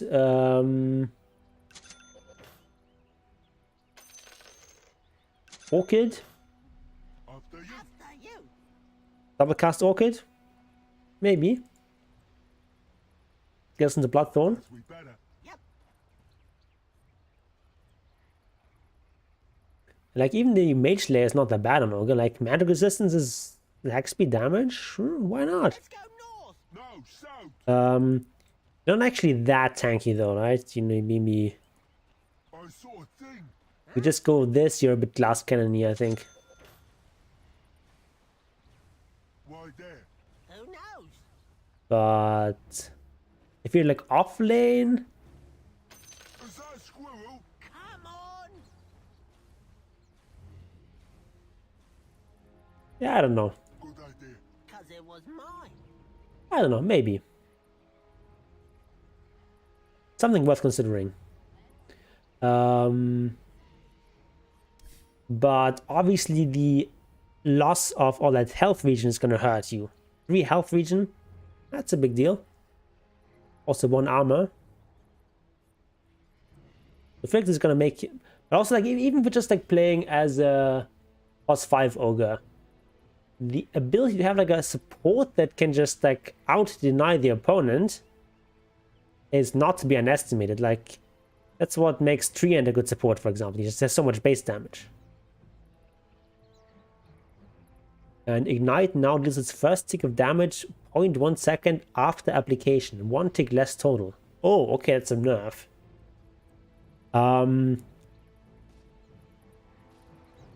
But as a core ogre, you don't care about that as much. Although Ignite does help you farm. That's a pretty significant nerf to Ignite if you're like in general. 1 less tick. Huh. You'd have to experiment how much it actually means in lane. But you no longer have all this base health region. Alright, Omni Knights. Heavenly Grace now dispels both Omni Knight and his target when cast. Okay, so previously only dispels the target, now both of them, okay. That's a pretty nice buff. Hammer of Purity, mana cost decreased. Although you have to take into account that dispelling yourself with a spell isn't nearly as strong as dispelling an ally, because that already sort of predisposes that you're not stunned or silenced. But it will remove like slows and dots and so on from you, and roots. But the most powerful stuff you can dispel is like silences and most importantly stuns, which of course you can't do when you're self-casting. But still, it's a nice buff. Hammer of Purity, mana cost decreased. Oh, by a lot. Bonus damage increased. What? So the mana cost at max level goes down from 80 to 55. Huge decrease. And then the damage also goes up by 20 percentage points. What? That's a huge buff. I mean, this was not the strongest ability, but wow, that's such a huge buff. Guardian Angel duration decreased. Okay, by 1 second at max level. And Level 20 talent, Heavenly Grace, Strength and Health region per debuff decreased from 4 to 3. Okay, who cares? Level 20 talent. Huge buffs to Omni. Like, the hero was kind of weak, but now, like, that's such big buffs. Like, yeah, okay, there's a bit of a nerf here, but whoa. Especially the Hammer of Purity. Like, I don't think I've ever seen an ability buff this much. Like, what?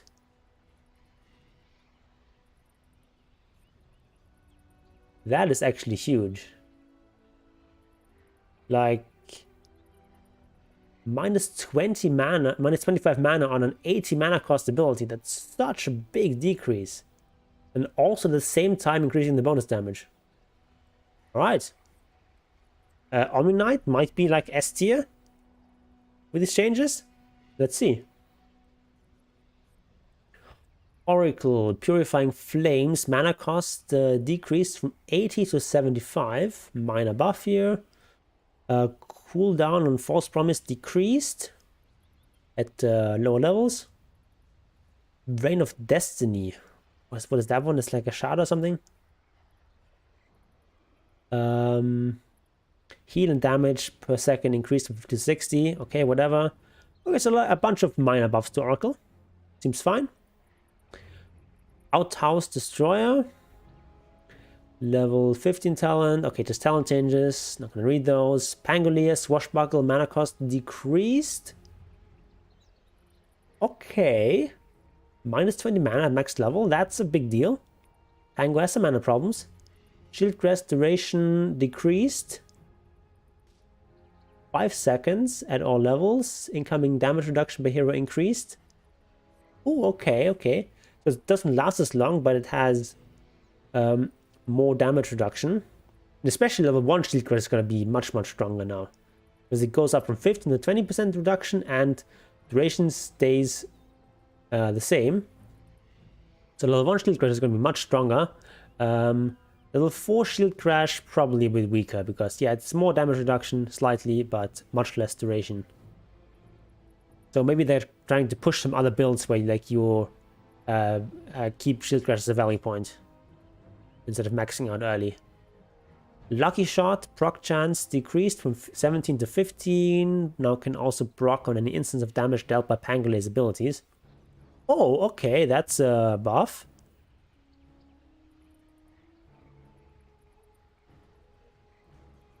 Okay, that's a buff, definitely.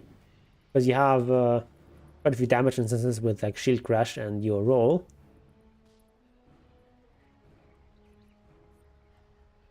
Okay, he loses the mana regen talent, which is quite strong.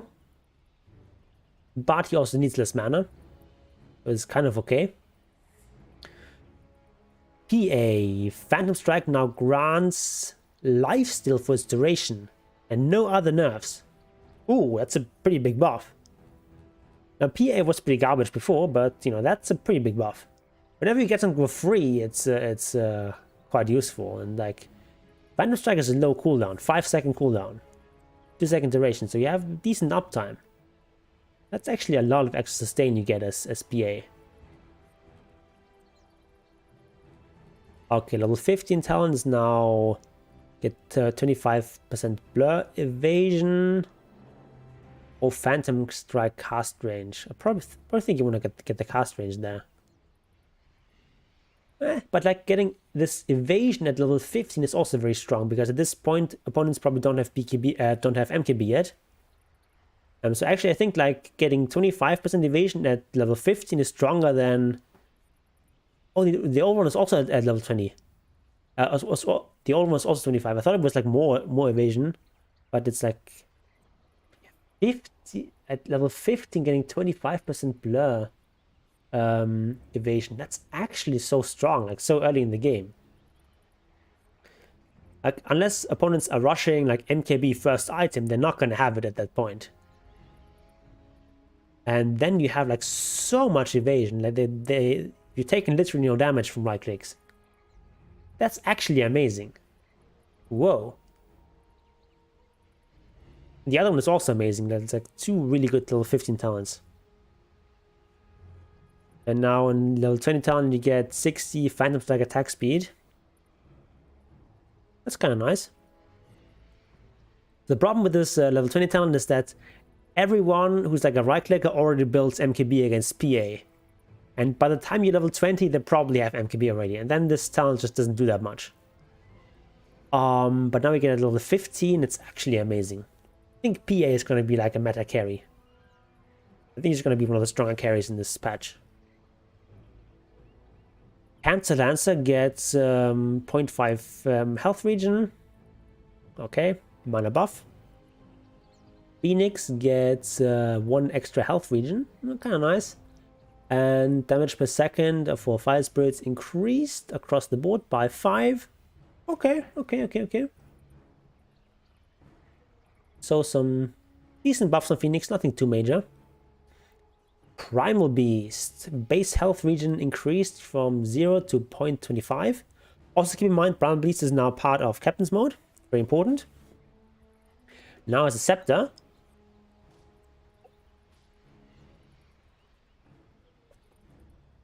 Uproar releases 3 waves of 2 projectiles per stack, which splits in 2 after 1.25 second delay. Each projectile deals 100 damage to enemies and applies break on them for 2.5 seconds.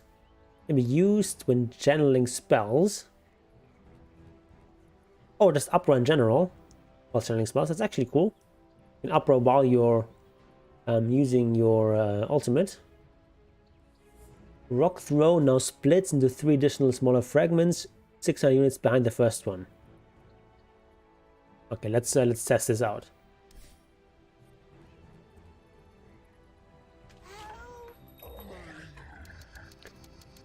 Get a couple of levels here, whatever, don't care.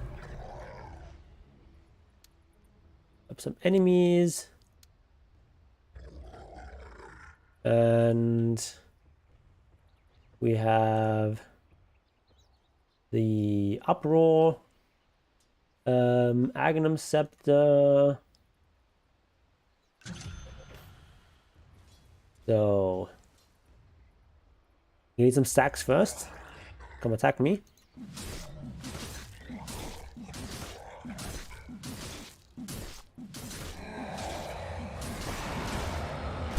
Whoa.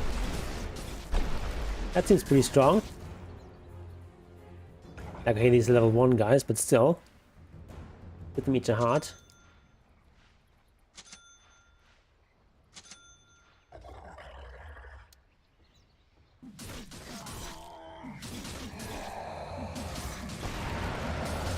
That's still decent damage. Also, it's a break. That's very important against certain heroes. That's pretty cool. And it's like pretty low cooldown as well. So, what's a cooldown on that?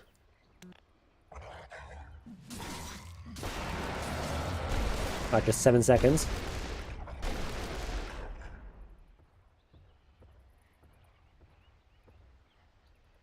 This is like situationally amazing against heroes where break matters.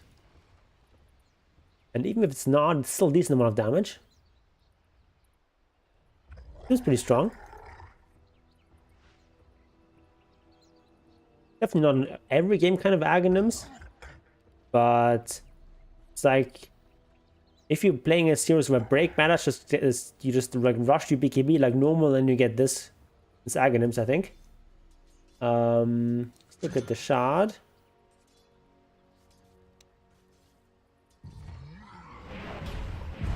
Okay. The shard's slightly stronger. Okay. Seems nice.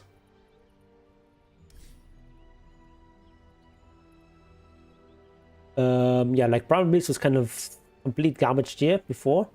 So it makes sense to give him some buffs. And like the one game I saw from the Major after the patch, we saw Mind Control playing Brown Beast and getting quite a bit of stuff done in that game. Seemed pretty strong.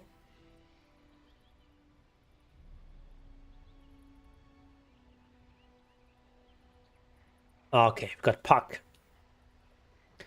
Level 10 talent, -2 second. Okay, just a bunch of talents. I don't want to read those. Pudge, Scepter bonus radius decreased. Mana cost increased on Flesh Sheep. Not the biggest of deals. Surprisingly mild nerfs. Like it's basically nothing. On this hero that's been quite oppressive. Kinda weird. That allowing Pudge to be this strong. Pug Another Ward no longer gives spell damage reduction. Base damage increased from 50 to 50, 70, 80. Okay.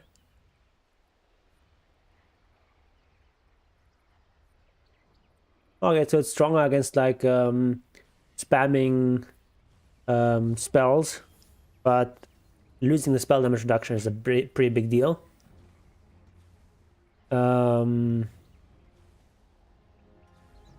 Okay, a new scepter. Okay, so a bit of a nerf to Pugna. This Pugna was like pretty annoying, especially if you like add this Nether Ward up with a Wraith Pack, you do almost no damage with spells. Quap of Pain. New scepter. Shadow Strike initial damage is increased by 80 and is applied to all enemies in a 375 radius around the target. When Shadow Strike ends or is reapplied to an enemy hero, the target emits a scream of pain hitting any nearby enemies. Doesn't trigger an illusions or on death. Ooh, that seems strong. That seems strong. Yeah, the spell damage reduction was a huge mistake. That I agree with that. Pugna was annoying enough without that. That seems pretty strong against like illusions and zoo heroes and stuff like that. It's a lot of AoE damage with all these screams of pain. That's probably much stronger than the old scepter.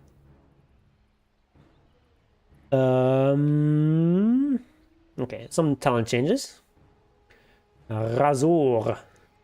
Base movement speed decreased by 10. Big deal for Razor. It has a lot of movement speed and also has a percentage based buff to that. Of course, Razor also one of the more dominant heroes of the Major, so makes sense to nerf him. Static Link buff duration is reduced at lower levels. Now can be cast on a target that already has Static Link debuff. Still cannot be cast on an enemy currently linked to Razor. What? I am in fact learning Spanish, but it has nothing to do with that. I just think it's fun to roll my ass sometimes.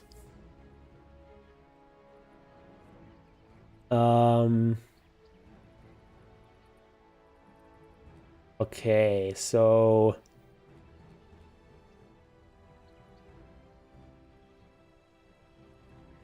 right, so if you like use Refresher, you can if like someone breaks the static link and then use Refresher, you can cast it again on them or something like that. Okay.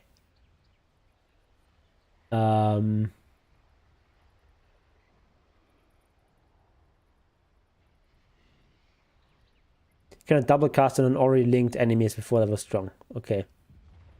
Yeah, that's mostly with the Refresher interactions. But yeah, like level 1, you lose a lot of duration. Only 9 seconds level 1. That's a pretty big nerf at the start. It's also going to be much harder to actually keep up with enemies because you have 10 less movement speed. Storm Surge, reworked shard, now always hits up to 3 valid targets, even if the attacker caster of the incoming spell is magic immune. Okay, casts and attacks have consistent targeting rules, only visible enemies. Okay, so buff to the shard. I think the shard was already decent, but I think on a bot. And this is nice. Yeah, but overall, obviously, big nerf to Razor.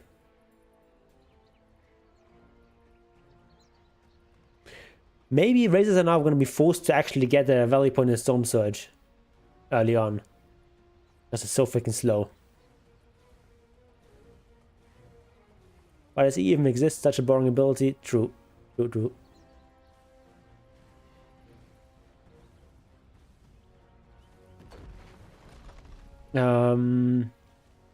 Okay, Ricky, Blink Strike, bonus damage decreased.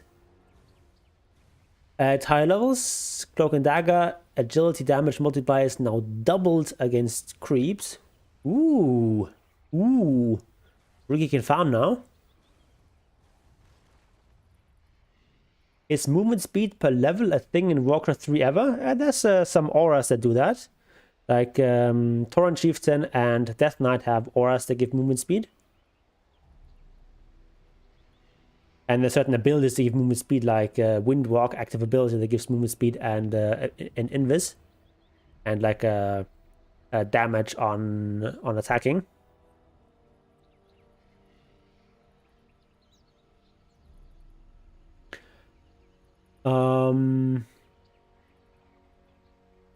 But there's no like passive ability that only gives movement speed without an aura. Okay, so Ricky can farm now.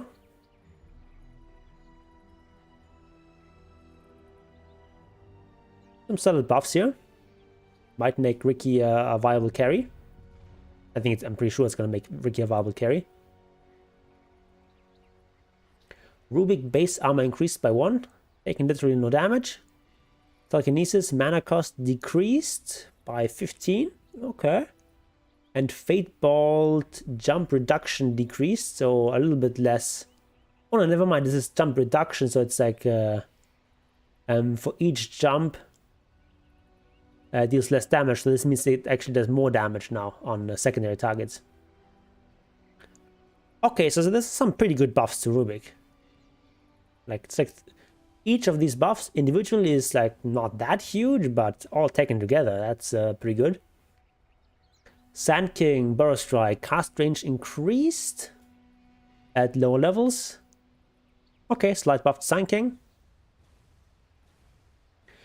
Shadow Demon replaced Soul Catcher with Disseminate. Let's look at that in game.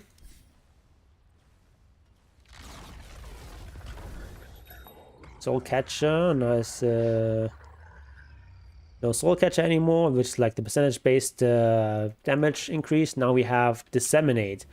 Whenever the target takes damage, all enemies, including the target itself, if it is an enemy within 600 range of the target, also receive a portion of that damage. You can target enemy and allied units. Effect is paused if the enemy is hidden by disruption.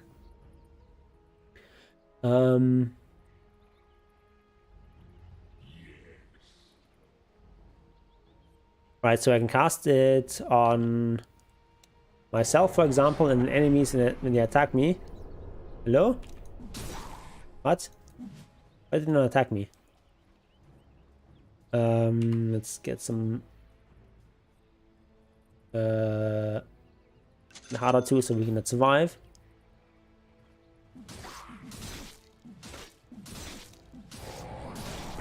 Alright, so enemies now get some damage when they attack me. Okay. 20% shared damage. Okay. So you can cast this on like you can like focus on enemy with your team and cast it on them, and also destroy their allies, or you can like cast it on like a tanky hero that's of yours that's like a frontliner. Okay. I'm eating lamb meat right now. That's pretty good. Pretty solid. What are you having with it? So, is that a strong ability? 35% shared damage. Yeah, it's kind of like a single target fatal bonds. Lamb and eggs. Kind of weird combo.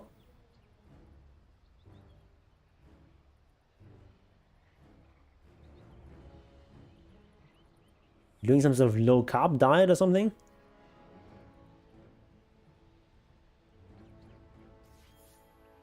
Yeah, I'm not sure if this is actually better than the old ability. How to say this stuff in a vacuum?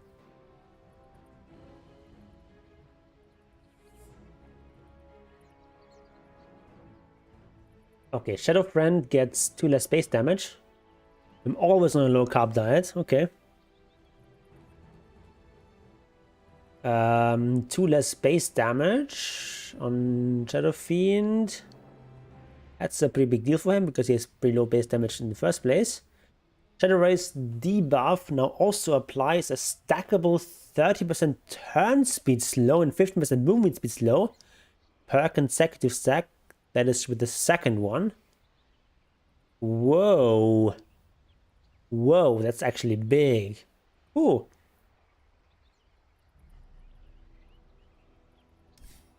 Try this out. So many shadow heroes. Alright, The enemy's So- middle tower has fallen. this is so strong. What?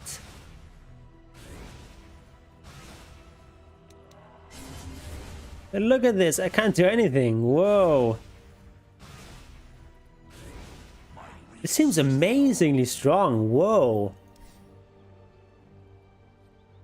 Like if you get like 2 of those stacks, so you need like 3 regular stacks and you get this effect twice.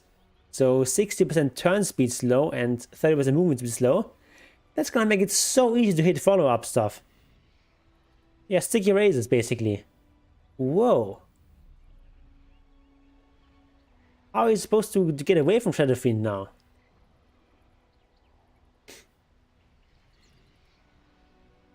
Because the problem with Shadow Fiend was always that he had like no disable, no slow, anything like that. So you just kind of have to hit those skill shots. But now it's like impossible to dodge consecutive raises. That seems so broken. Scepter now additionally reduces cooldown by 30%. Okay, seems good. So they're really trying to push this spellcaster Shadow Fiend now. After physical Shadow Fiend that kind of had its day in the sun.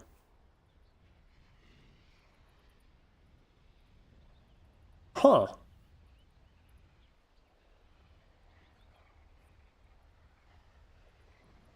Okay. That seems incredibly strong. Okay, Shadow Shaman gets its ridiculous base damage reduced a bit. Shackle's cast range increased from 400 to 450. Shard bonus cast range decreased by 50. Okay. So with the shard it's the same, but before you had more cast range. And Mass Serpent what turn rate increased. Okay.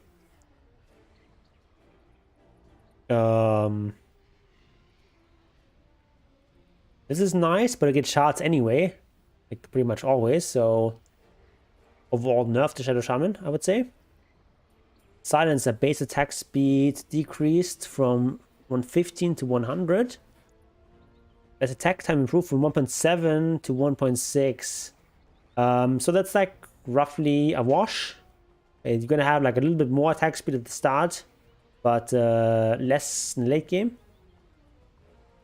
So for like support silencer, that's probably a buff.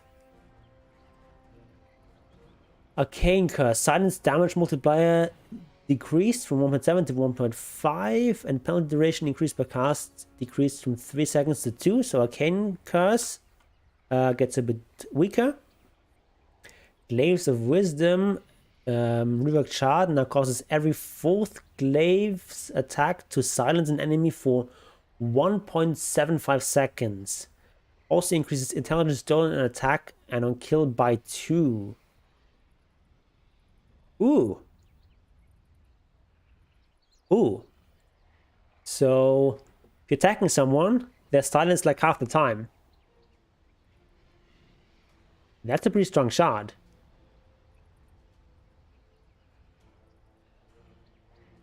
That is a pretty strong shard. Nightbot says you can request one of Reapers to review. It doesn't say I'm actually going to do it. And I'm going to do it at the end of the stream, or at the end of the patch notes here. But not right now.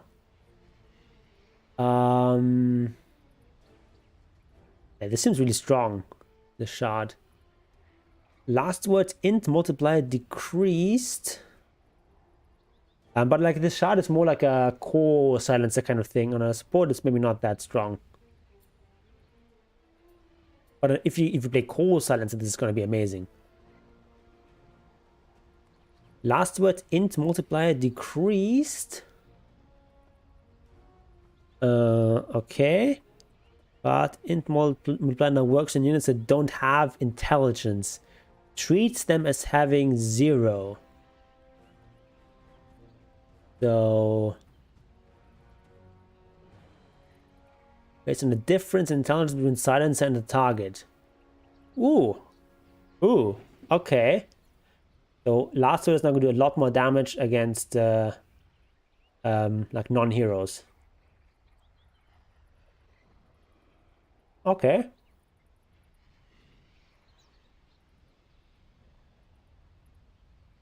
So how much is it actually? Like 2.5. So if you have like 100 int, that's like 250 extra damage. Okay, not that bad. Not that bad.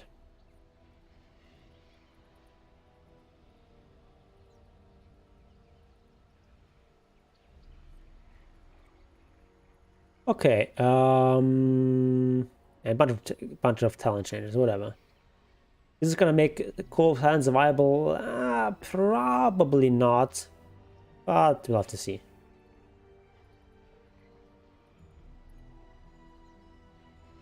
For support talents, not that much changes.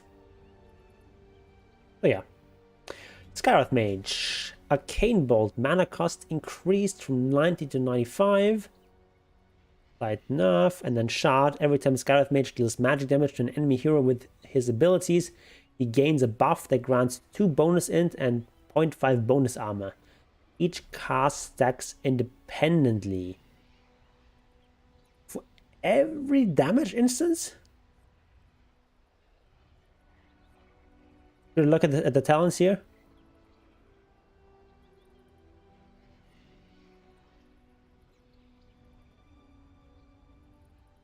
Arcane Curse Undispellable. AoE Doom.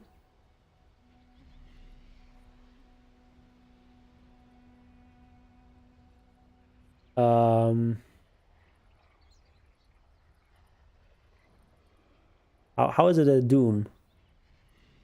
What?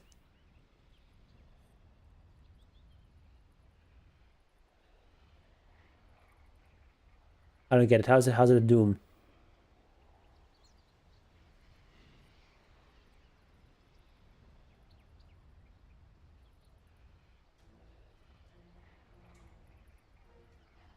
I mean, it's just like some extra damage taken. Level 25 talent. Oh, last word mutes. Oh, the axe is AoE last word. Okay. I don't play this hero enough. It gets changed all the time. Okay. Seems pretty good. Okay, it's basically lets you assemble your own Doom. Okay. Is it enough to make core silence viable? Maybe.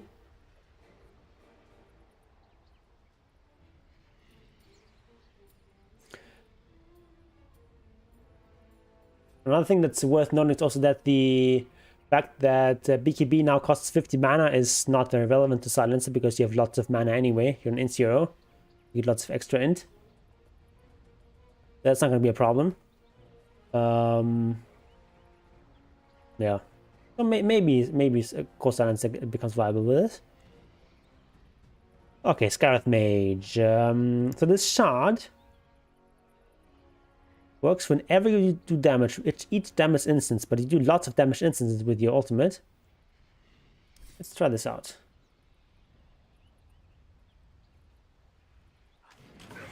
My power is summoned. So level up a bit. Consider the consequences. All right. We get, that was a shard. Only a shard. You'll have no cause to question me. Whatever. Some of this stuff. Then we cast a Mystic Flare on 2 people. That is quite a few stacks, like with 1 Mystic Flare on 2 people. It's 88 int and 22 armor. Seems pretty good. It is right.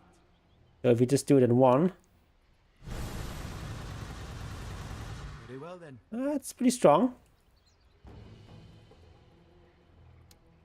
Let's do a reset here. By my We don't have too many stacks on there. new landing. So if we just like do the Roll of Atos.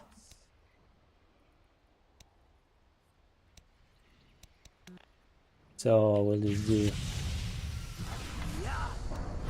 Okay, that was not how we do it. Supposed to do it. Oh, I forgot to get the. Let's refresh everything here. We'll get the shard. Oh, that is here. Okay, so we get.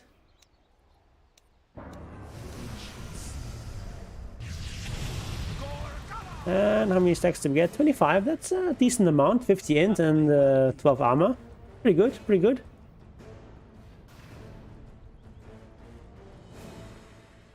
Like it's like a little bit of like a meme thing, but it's such high numbers that it's actually good. 'Tis my honor. Like obviously, if you like get like a lot of viewers there, Yes. then it's like, oh, so many stacks. Wow. Actually, a divine rapier. But yeah, like even with just like 1 target, which is like more realistic, you're gonna get like 50 int, which is pretty decent. Pretty decent By the ancient on Skyrath. And it's only a shard, so it's only not that much of an investment. I like that. Slada, Guardian Sprint now gives you health regen and armor while in water. Okay. It's a passive, and the armor bonus increased from 10 to 11. Okay. Pretty good, pretty good. Slithering Crush. Mana cost rescaled to 100 across the board. That's a buff. Now creates 250 radius puddle of water. Ooh. And Scepter still makes a bigger puddle. Okay, okay, okay. So already get a bit of a puddle there. 250 radius is not very large, but still. Get health regen, get armor there. Kind of nice. And of course, in the Guardians, we still get the extra movement speed.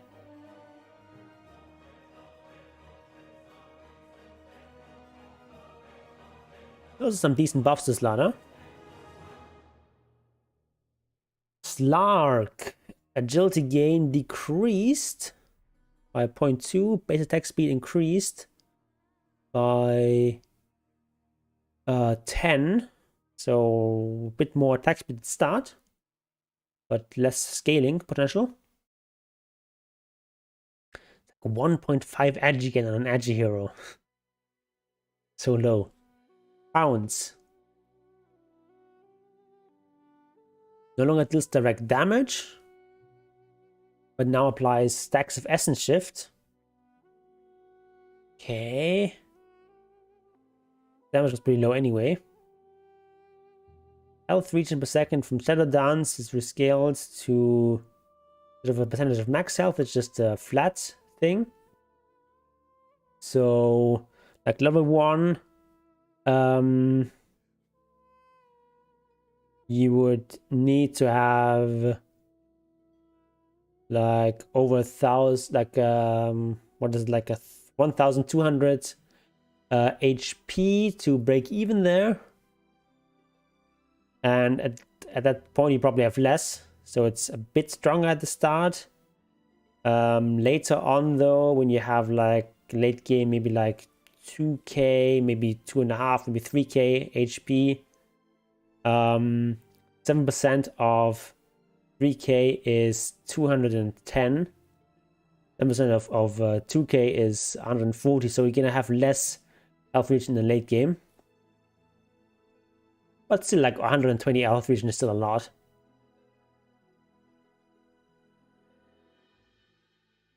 Probably Slug slightly stronger with this, but not gonna be a big deal, I think. Snapfire, Fire Snap Cookie, rework chart. Fire Snap Cookie increases hop range by 175 and launches the Mortimer Kisses glob along with the targeted unit. Okay. That all it does?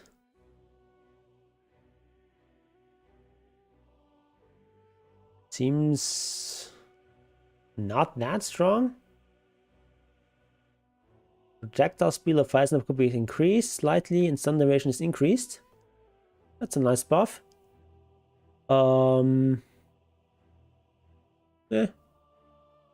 Light buffs to Snapfire.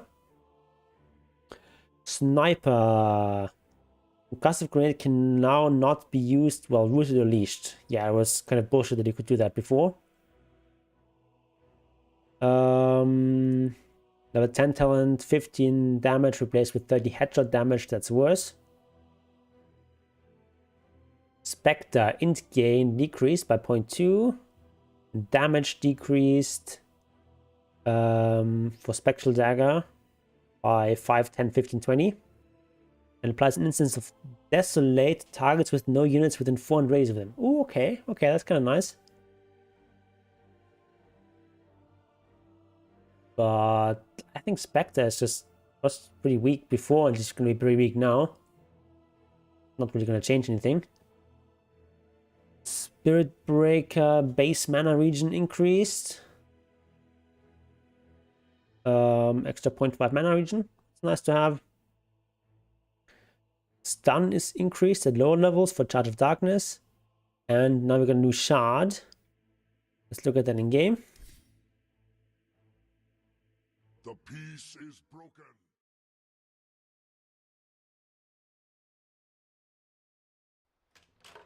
Certainly.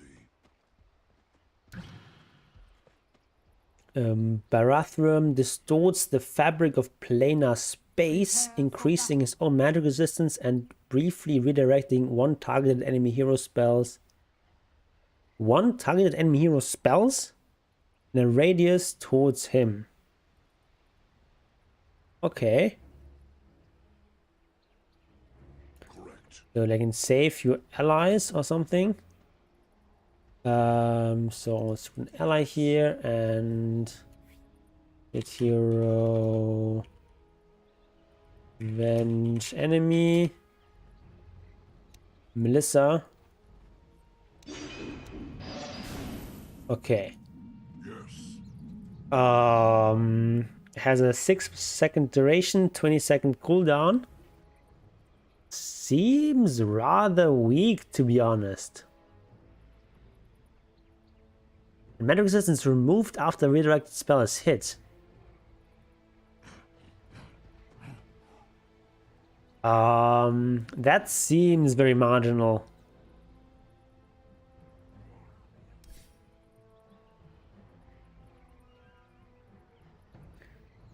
But yeah, these other changes are nice for Spirit Breaker. I'm gonna have to take another brief break and when we'll come back, we'll talk about Storm Spirits. Be right back.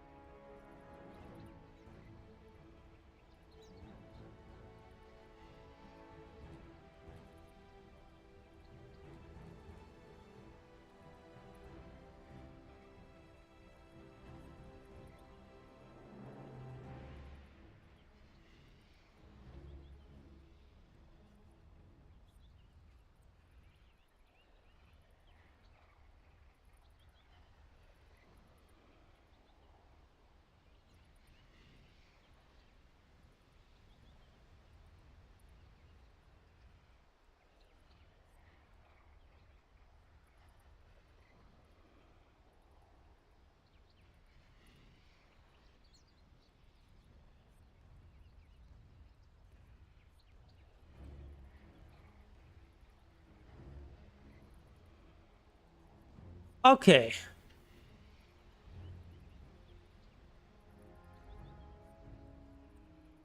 Let's talk about what's fat upper pubic area. Okay. You say so.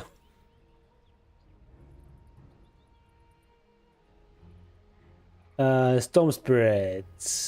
More agility gain. Actually quite a bit of a buff. 0.7. And a slightly increased base region. Chart no longer grants allied heroes the benefit of attack bounce talent. It did that previously? Really? Level 25 talent, Ball Lightning spawns a remnant every 550 units, improved to 500 units. Okay, do we need that stupid talent to be stronger?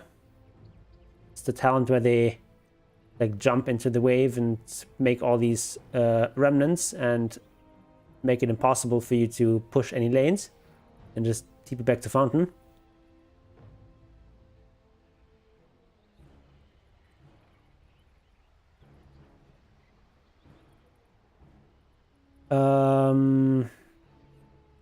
Yeah, I don't... Did Storm Spirit need a buff? No. Stupid hero. Sven. Base health region increased by 0.5. Sven wasn't really seen very much, so it makes sense to buff him a bit. Scepter adds an autocast. If it's enabled, Sven does not travel with the Stormhammer. Okay. Kind of unintuitive mechanic, but makes sense. Warcry duration increased from 8 seconds to 9 seconds. Mana cost decreased. Warcry, I feel like, is probably the strongest ability that Sven has. So much bonus armor. And like 22% movement speed. That's a lot. That is a lot. God strength cooldown decreased. Alright, so they're doing like a bunch of small buffs to Sven. Make him more viable. Makes sense. Techie, sticky bombs. Low duration increased from 2.5 seconds to 3 seconds. Reactive taser now applies a basic dispel to the attacking enemy. Ooh, okay. It then also deals damage to any enemy that attacks the affected ally. Okay. And okay, Minefield Sign now has a 60-second cooldown and 60-second duration, so it's full uptime. But has 1 second cast time. That's not good like in the heat of battle, because mine's within 500 radius to be invulnerable. What? Literally unkillable. Okay, so there's a bunch of buffs to techies. That'll be annoying. TA refraction mana cost decreased at low levels. Right, nice little buff to laning. And then 10 talent, 20 attack speed replaced with 25 refraction damage. Is that better? Are you gonna get better burst, but like less sustained damage? It's worse for farming, better for killing. Probably worse overall, I would say. Ooh, refraction can be cast while disabled. Ooh, that is quite powerful. Huh. Seems like a strong talent. Terrorblade, better turn rate, base health region increased. That's very nice for him. He has high armor, so this has especially high impact here. Sunder mana cost decreased. That's nice. At least at lower levels. Max level is still have the same cost. But Terrorblade has a lot of mana problems, so this helps him a lot. Then plus 2 second reflection duration replaced with minus 3 second reflection cooldown. Okay.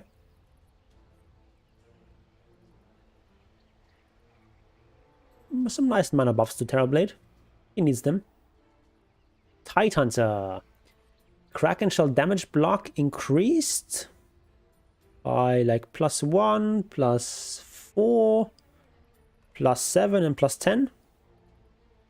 Okay. Tide Hunter, quite an underused hero, or not, like quite a rarely used hero currently, so it makes sense to give him a buff. Revoked Shard, now he gets Tendrils of the Deep, which releases a wave of tentacles in the targeted direction. The tentacles deal 50% of ravage damage and stun, and travel 75% of ravage radius. 20-second cooldown, mana cost 80. So it's basically like Earth Spike.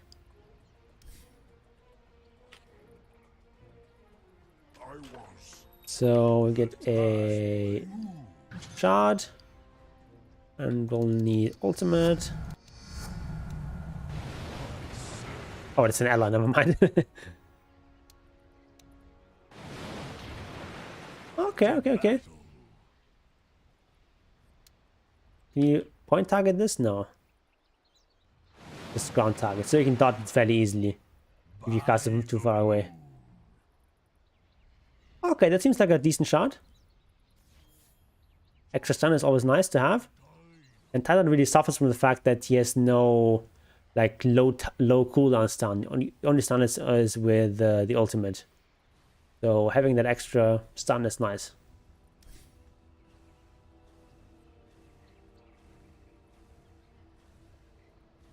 Timbersaw strength gain increased by 0.3, making skill a little bit better. Reactive armor max stacks increased to up to 40. Hero attacks grant 2 stacks of reactive armor. Bonus health region per stack decreased. Okay, so the max health region is decreased slightly. But bonus armor, max bonus armor is now a bit higher at max level. Okay, and you get 2 stacks from heroes, so is that better? Maybe slightly. Chakram, mana cost decreased. Okay, second chakram, also mana cost decreased. So probably some buffs to Timbers, I would say, on the whole. Tinker, laser mana cost decreased by 10 across the board. That's a nice buff. Going to be spamming this ability quite a lot, so it makes a big difference. Rearm channel time decreased at higher levels. It's quite important. Mana cost decreased also across the board. That's nice. Now has a cooldown, which is also reset with rearm. If rearm is interrupted, it goes on cooldown. What? That's an interesting mechanic. Can I rub my beard against the mic? I could. I'm not gonna.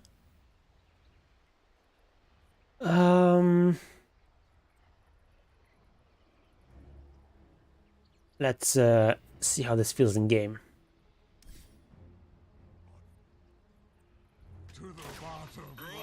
So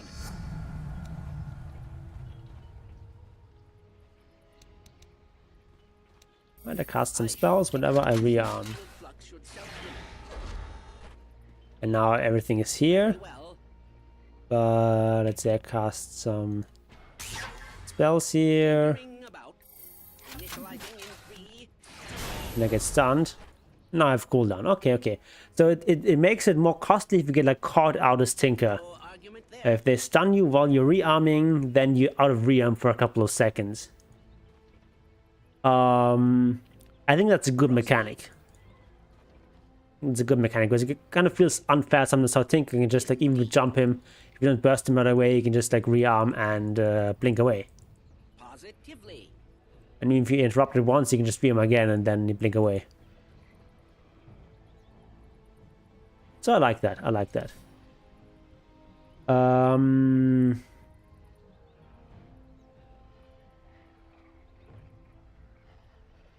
But yeah, I think I get a couple of buffs here. So is this in the whole stronger or weaker? I would probably say slightly stronger. Because you're saving a lot of mana and rearming faster as well.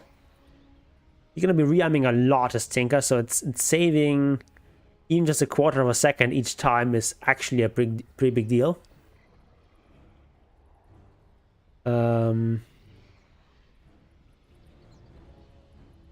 Don't say can I, say may I? No, I'm not going to say that. I mean, like, may I is a bit more polite.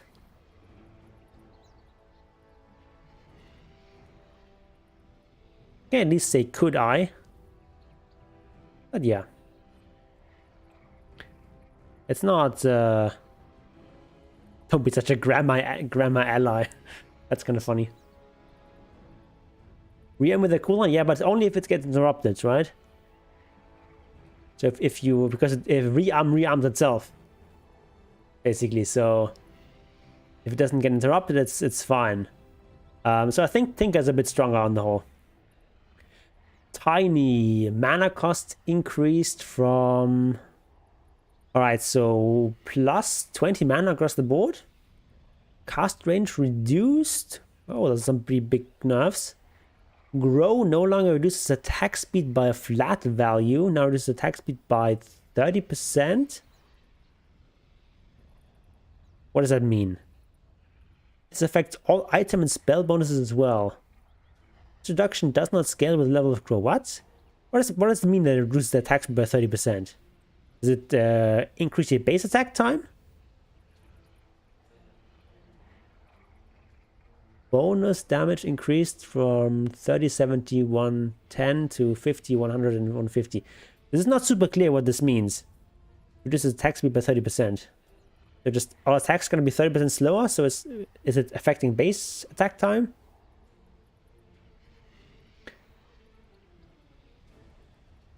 It affects all item and spell bonuses as well. Okay, I think what they're trying to say is it's lower base or higher base attack time.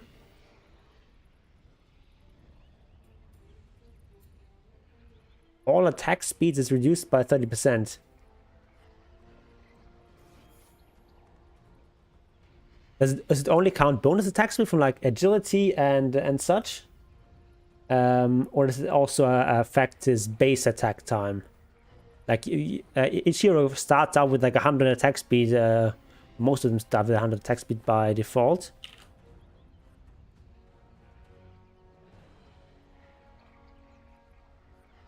A malfunction. Yeah, but if that's what you want to achieve, why not just increase his bat? That has the same effect. Kind of weird. So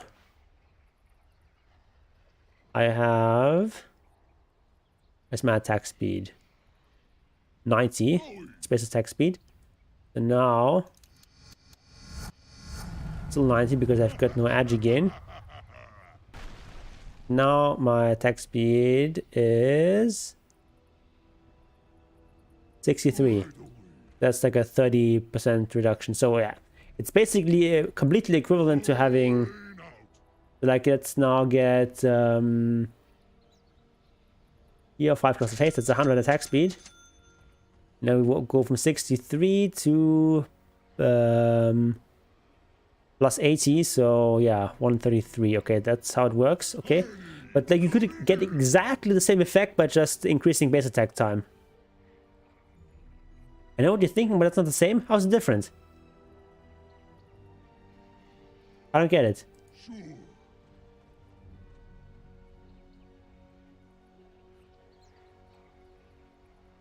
Attack speed reduction will reduce the total attack speed cap.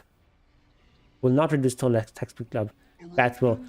Okay, that's like the one difference, but I mean, you're never gonna reach attack speed cap with Tiny. So I mean, that stuff is relevant with a hero like Windranger or something, or like Ursa that gets huge attack speed bonuses. But with Tiny, you never achieve that anyway. So a kind of weird way of implementing that. Okay. I guess it's like the one edge case where that makes a difference. Okay.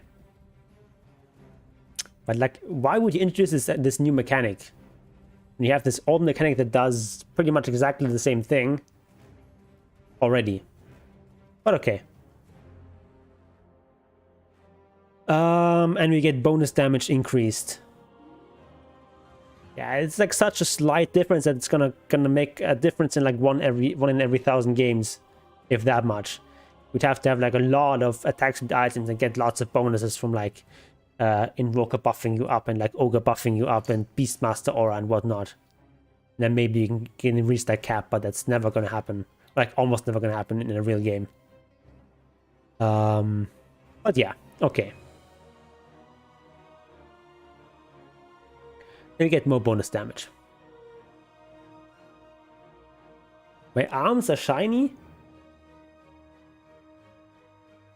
Okay. If you say so. Alright.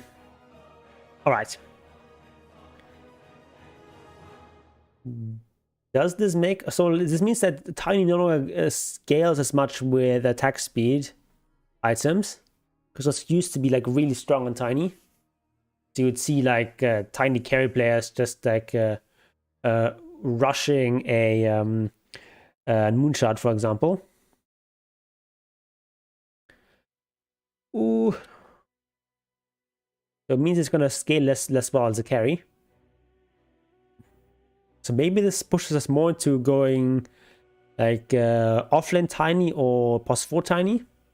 Because this is a pretty big deal for these positions. The toss changes. Huh. Dream Protector. Agility gain decreased. Who cares? Such an irrelevant nerf here. It's like, oh, at level 11 I have like 1/3 of an armor less. Ooh. Living Armor, tooltip change to display heal per second instead of total heal, okay. Provides 3, 4, 5, 6 health per second, bonus armor increased.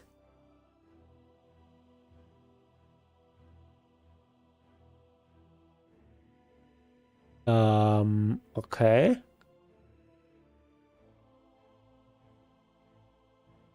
What are the previous values? What? I'm a bit confused. Let's move on. Nature Skies. Movement speed bonus decreased by 3 percentage points. Okay, so a bit of a nerf to Dream Protector. This looks like a buff, but I'm not sure. Troll Warlords, Berserker's Rage, Ensnare now pieces spell immunity. That's super important for Troll. So important for him. But one thing that's important to notice that Troll is one of the heroes that really is hurt by the BKB change because he doesn't have that much mana and he needs a BKB to really function. So, but this is a big buff though. So this maybe may put Troll Warlord back on the map. Tusk, base health region increased slightly. Mana region also 0.5 extra. That's gonna help him a lot. Snowball stun duration increased. Okay, that's a nice buff as well. And Walrus Kick is now blocked by Length Sphere. It wasn't previously? Are you serious? Dota's such a weird game. Where, you know, Impale is blocked by Lincolns, but Walrus Kick is not blocked. So strange. But okay, now it's consistent. Okay. Underlord, Firestorm max health, burn damage rescaled. So less damage late game. Strong at the start. Cooldown increased at low levels. So what's it? It's enough.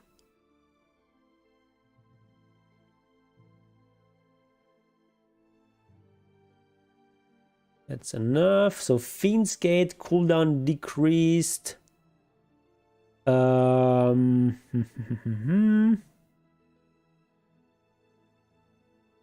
Incoming damage reduction increased.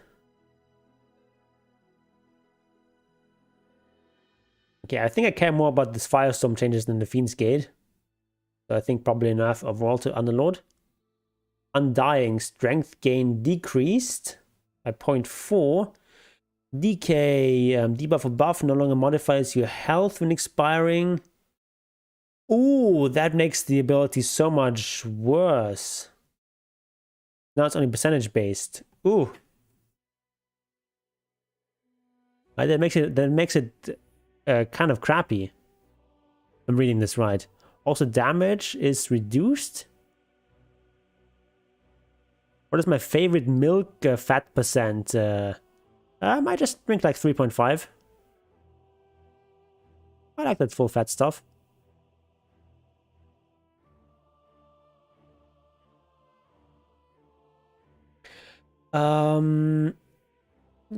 So isn't decay now freaking awful? Sometimes I think you only want me for Maybe I'm not reading this right.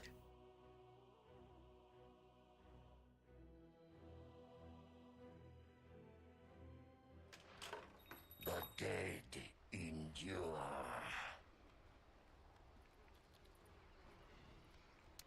Yes. Prepare for battle.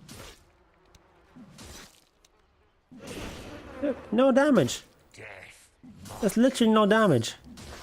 What a fucking bad ability. Whoa. Undying is garbage now. Look, it doesn't heal me either.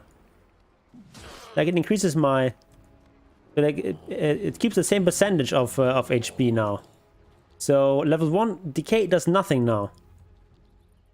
Like, I'm in 450 now, now I'm in like 530. Okay, it heals like a little bit, I guess. But it does no damage, so... This makes decay like a million times worse. So I understood that correctly. It's like better cast point, like wow. So important. Like literally no damage level 1. Soul Rim cast point improved. Wow. Incredible. Better cast points, but we do no damage. Tombstone mana cost increased by 30 at max level. Okay, we actually get a worse cast point for Tombstone. Okay, like why would anyone pick this hero? What the fuck? Like the one thing that Undying is super strong at is like laning. That's like his biggest advantage. The decay is just a broken ability level 1. But now it's just kind of garbage. Like whoa. What? Like, Tombstone is still going to be a strong teamfight ability, don't get me wrong. But, like, this hero is just crap now. What? What were they thinking there? Like, I'm fine with them making this change. But then they need to give him some buffs to compensate. And, like, there's almost nothing here. Like, little bit of, like, cast point improvements, fine, but... What? Okay, never play this hero until they buff it. Ursa. Urshock mana cost increased. That's gonna hurt a bit. Also the fact that casual Morbid Mask is much worse now. It's gonna hurt Ursa.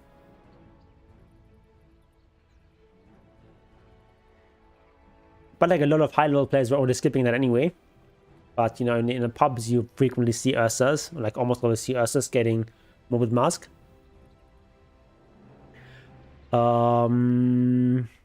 Venge.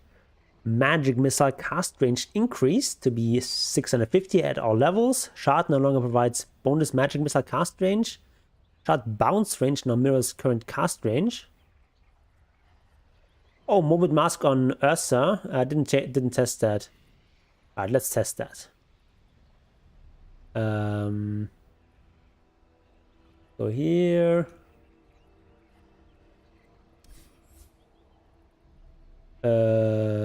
Here, and the demo.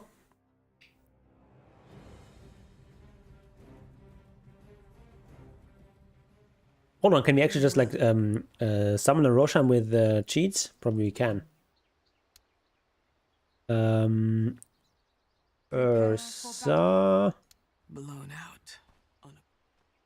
Set upon them. Okay, grade 0 Ursa neutral. Not Ursa, but Roshan neutral. Roche neutral.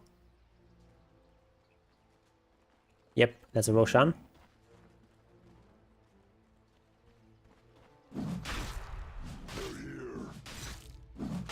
Oh, we can't attack it, right? Okay, okay. Never mind. That's not gonna work.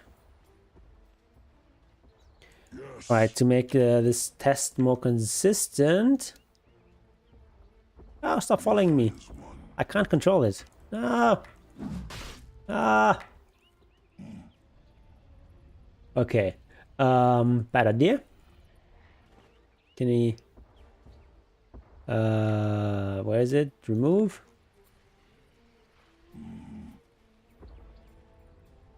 There's 2 of them now. I can't remove it. What? Join with me. Spare my Oh, it's still there. Okay, we're just not gonna read it. Let them see our teeth. Game's still in beta. Okay, now we get this, and we'll get this, so we have exactly 100 damage. For some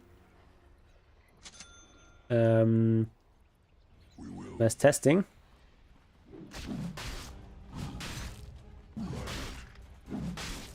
Okay, I want to wait until I have 500 HP. No, no, don't hit me. Okay, no, don't hit me. Stop hitting me. 200 HP now. Okay, and I go up by like 6 or something. So yeah, this guy has 20, which is how much reduction? Like a bit more, 50% reduction. I did like 49 damage or something and got I think like 7. So like how about we do this with like a bunch of talismans of evasion so we don't get stunned the entire time. Tracks of intruders. Hold on, we'll get a butterfly. Butterfly. Well, let's just get a bunch of butterflies and see how much we get then. So we'll be like unhittable. Yes. How much damage? How much damage do we have? It's like 350-ish. For the forest. 350-ish. We're gonna hit him now once with when you have 300 HP. Yes. Got about 15. Fangs bared. So we do 350-ish damage, which with armor reduction is like 150. So 18% of that is let me do some pull up Google here. So like 150 times 0.18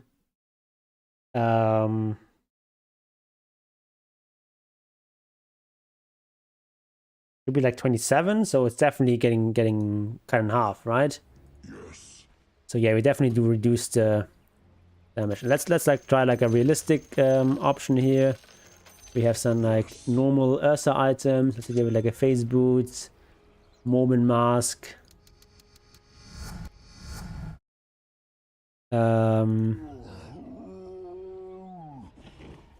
Yeah, demo and check combat lux would also be good.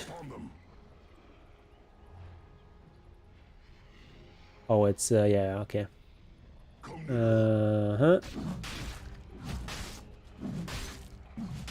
Heals for 3 health. And Fangs bared. we have 70, 80, like what, 40 damage. Yeah, that's definitely the reduced value here. Let them see our teeth. So let's do like a realistic thing. We like level 8. You got all this stuff, whatever. Level 9, that's level 9. Okay, we have like 1 point here. Whatever. We'll have like some items. I don't know.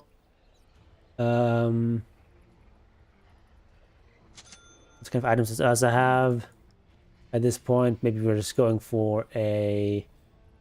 Why do we do this? Because we're going for a Diffu Blade, something like that. Fight as one.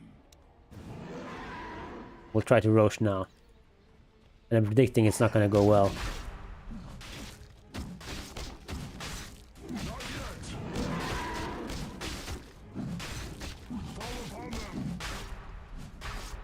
It's actually possible.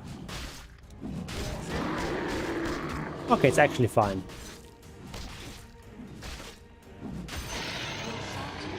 Okay, so this is like a little bit more items than we would need before, but we like wait a little bit longer, but the Roshan can still do it with Ursa, so it's fine.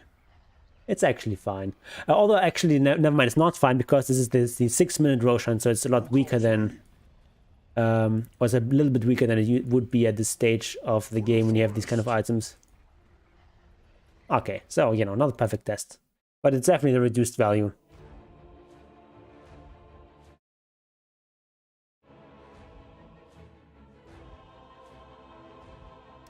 Definitely the reduced value here. Okay, so, Venge, damage on Terror increased. So, some buffs to Venge, I guess. Makes sense, we don't really see her anyway. So it makes sense to get her buffed a bit. Venomancer, Plague Ward mana cost increased. Oh, that's gonna hurt a bit. +1, +3, +3, +4. Those are kind of weird steps to have. Okay. I mean, I guess the new steps also make sense, like 21, 24, 27, 30. Okay. Latent Toxicity, rework the shard, grants a new ability. Latent Toxicity applies a weak poison that slows by 10% and deals 20 damage per second to its target for 7 seconds. If this poison is dispelled in any way, the target will receive 300 damage and be stunned for 2 seconds. What? Mana cost 75, cooldown 20 seconds. Okay.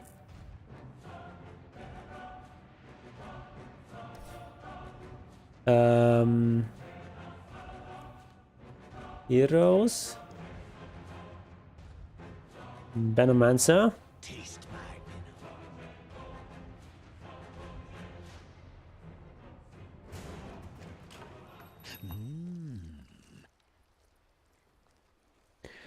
venom. So enemy. My venom flows. We get our shard. Single target. Okay, now I'm a very smart player. I know that I can dispel. And I get a... What happens if I use this to dispel?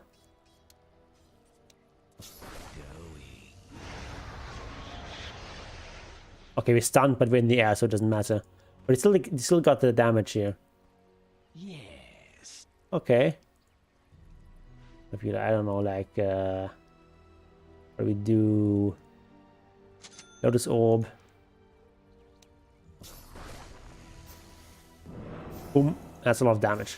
Okay. That's kind of a neat ability. And it's 20 DPS for 7 seconds. So it's like only 140 damage. It's not that much. Not yet. Single target. So, I mean, it's kind of like a funny interaction with the 300 damage and the stun. But if it's not dispelled, then it just doesn't do that much. Like 140 damage over 7 seconds. And 10% slow is also pretty minor. Is it attack speed or movement speed? Just movement speed, right? Impaled. I don't think attack speed is reduced. Yeah, it's not. Quick as venom. So this is like kind of like a trap, like you're applying all your stuff that's mostly dispellable, and then if they dispel it, then they get this stun here. It's like an insurance against the spell, basically. This ability. Yeah, because like if it gets dispelled every time, like a shard that does like a 2-second stun and 300 damage is actually amazing.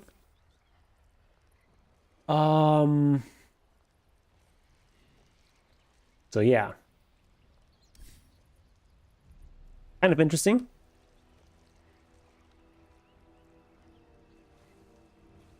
But this is gonna hurt a bit. Extra mana cost. What's the old chart for Venomancer? I don't think I remember. I'm not gonna look it up now. This stream has gone on for long enough. Viper, poison attack. Mana cost increased from 18 to 24 at all levels. That's also gonna hurt for Viper. He is low mana. Another toxin, duration decreased. Oh, Summon Plague was on Q. That was actually quite strong. I think that old shard is stronger than this. I think I prefer the old shard. So then Venomancer is just across the board worse. So another toxin, less duration, which is like a big deal because the damage is like backloaded. So most of the damage is at the end when someone stays in for a long time. This duration reduction makes your farming quite a bit worse. But at max level it's the same anyway.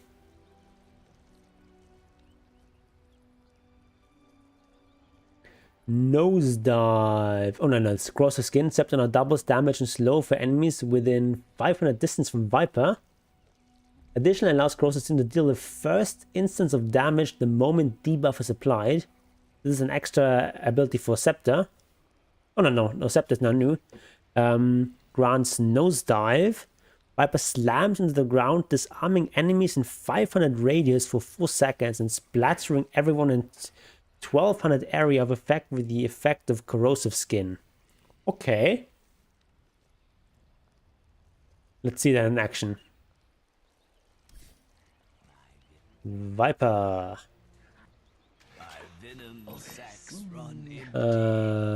Shard? No, sorry, it's Scepter. Leveling up stuff.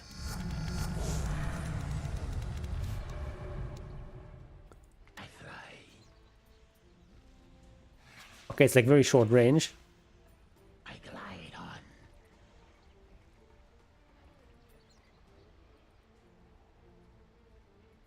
Cast range 300, velocity 500, mana cost 75. Also not that long of a teammate. I'm reading chat here. Not that long of a cooldown. Okay, so it has like a really large area of effect.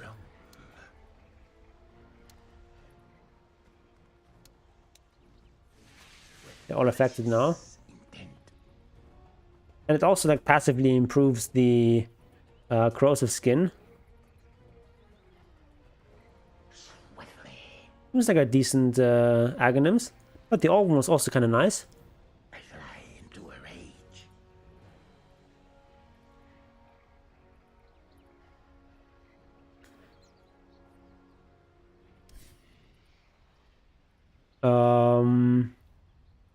So like in total, Viper is definitely gonna be weaker now, I feel like, with these changes. Level 10 talent, 20 attacks will be replaced with 5% poison attack, magic resistance reduction. What? So it's only magic resistance against poison? Old Axe was boring though? Kind of. But it was strong. Especially against certain like melee heroes that have like BKB or have like innate magic resistance or like innate magic immunity, like Lifestealer, for example. You can just Viper striking over and over again, it doesn't do anything. No, it wasn't just cast range, it was extra cast range and much reduced cooldown as well. That made the ability much stronger. It had like 12 second cooldown or something with the Aghanims. And like cast range much higher.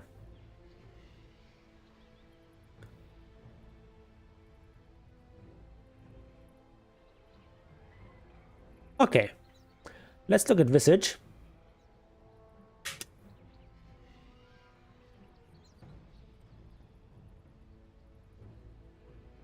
Playing with my orbs? No, this is the water bottle here.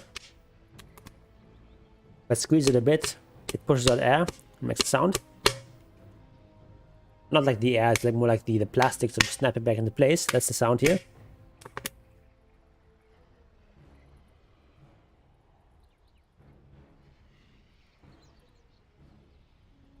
Okay, so Visage. Mana cost on Soul Assumption increased by 10. Still less mana cost than it used to have. So I'm fine. Total nerf on Visage. It's not actually bad. Like, look, here's a buff. Familiar attack range increased from 160 to 180. It's a buff. Stone Form. Stone Radius increased from 350 to 375. Another buff. Silent as the Grave, so that's the Aghanim's ability. Bonus damage decreased. So that's a nerf, but honestly the bonus damage is not the main point of the Aghanims. And it's really more about the extra mobility and initiation and so on. Easy to avoid familiar stunts because of the range of attack. It's like both of them are getting buffed. What are you talking about?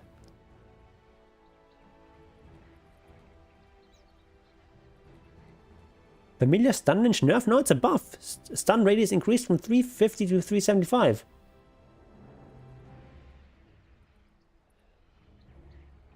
Both the attack range and the radius are being increased.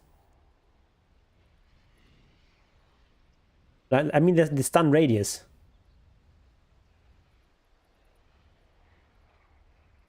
Stun radius is up by 25. And the attack range up by 20. Talents are getting nerfed a bit though. So level 10 talent, Visage Familiar attack damage decreased from 8 to 6. I don't understand this nerf at all. Like most people were taking the right hand side talent anyway, the Grave Chill cooldown. That was the better talent in most cases. So it's really weird that they nerf the talent that's already weaker. Leave the other one in place. No idea what's happening there, but this is basically not going to affect Visage at all. You just always take the right hand side talent, it's fine. And then level 15 talent, Armor Corruption to Visage and Familiar is decreased from 1.5 to 1. But this one is going to hurt.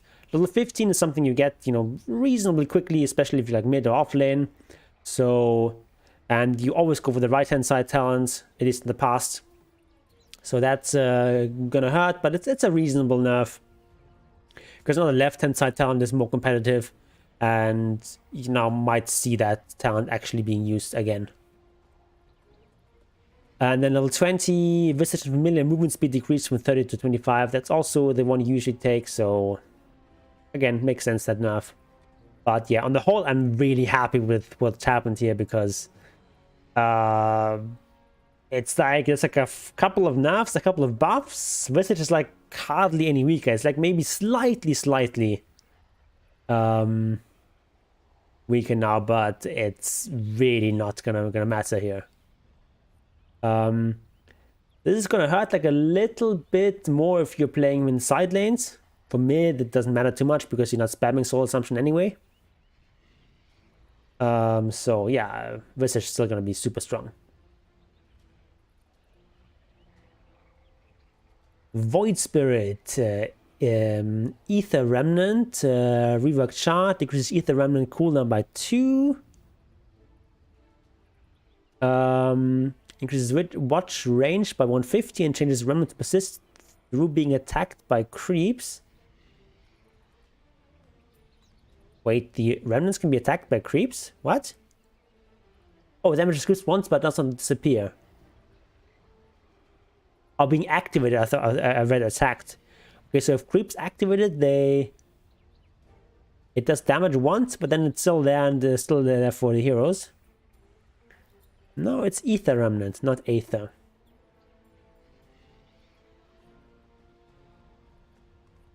Now affects the closest unit to the Remnant rather than the one closest to the center line. What? Didn't it just grab whatever the first unit was? Maybe if 2 units walk into range at the same time? No longer interrupts effects that displace a unit, so Flaming Lasso or Pulverize. Really?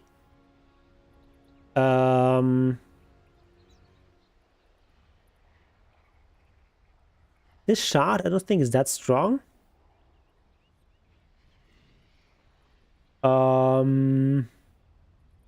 These changes, other changes are rather marginal, so it doesn't change too much. So yeah, I don't think these changes matter very much for Void Spirit. Warlock, Shadow Word, heal and damage decreased at the start, but at top it's the same. Shard no longer provides movement speed modifier. Okay.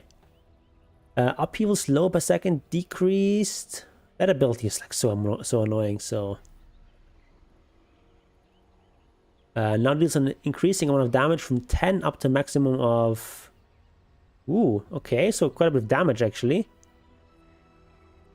but less cast range. Okay, so more of a traditional ability now. Does damage, not just a slow. Cast range not that high. So okay, I think that's a reasonable change. Weaver Shard is now Shokuchi puts a mark on enemies that damages that lasts 6 seconds. When Geminate attack procs, enemies with a mark within 1200 range will also be attacked with a secondary attack. Ooh, that's kind of fun. Is it very strong? I'm not sure.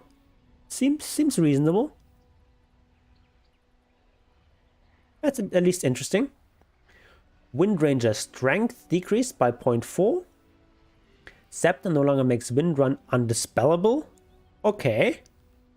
Now grants invisibility that doesn't break attacking casting spells? Question mark? No, question mark does nothing. It just puts me somewhere else. Great question mark there.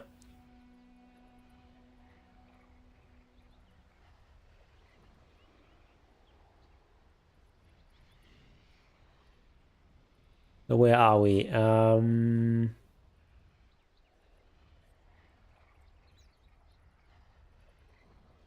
Light Wind Run, which I guess is the new ability or something. Effect is created around the Wind Ranger position whenever she attacks from invisibility. Slow and blind no longer lingers when the enemy becomes magic immune. Okay, let's test this.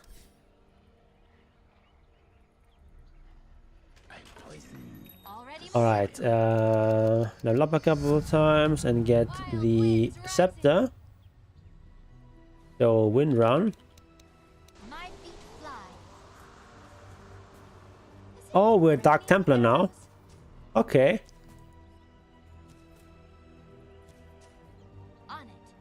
Interesting. You have 6-second duration and 12-second cooldown. That seems really strong. Wind runs. Wind runs? Enemy debuff has increased slow? What? What is that sentence? Wind runs, enemy debuff has increased slow, blinds enemies. Okay, so the debuff from Wind Run is... Okay, I understand it. Has increased slow, blinds enemies, and grants invisibility that is not broken. Okay. Okay,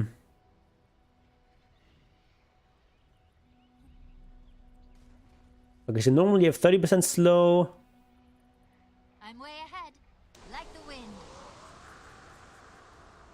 Okay, this is slowed by... a lot now. This seems really strong, Scepter.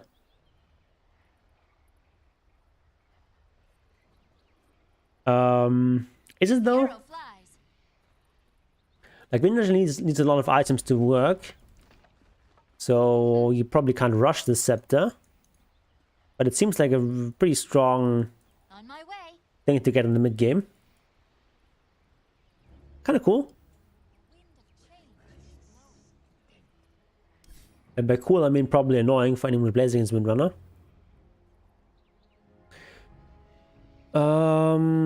Okay. Winter Wyvern. Removed from the game? No? Strength decreased from 24 plus 2.6 to 22 plus 2.5. Okay, at least it's a nerf. Arctic Burn flight duration decreased at lower levels. Okay, nice. Cold Embrace cast range decreased. Alright, some nice nerfs to Winter Wyvern. I like it.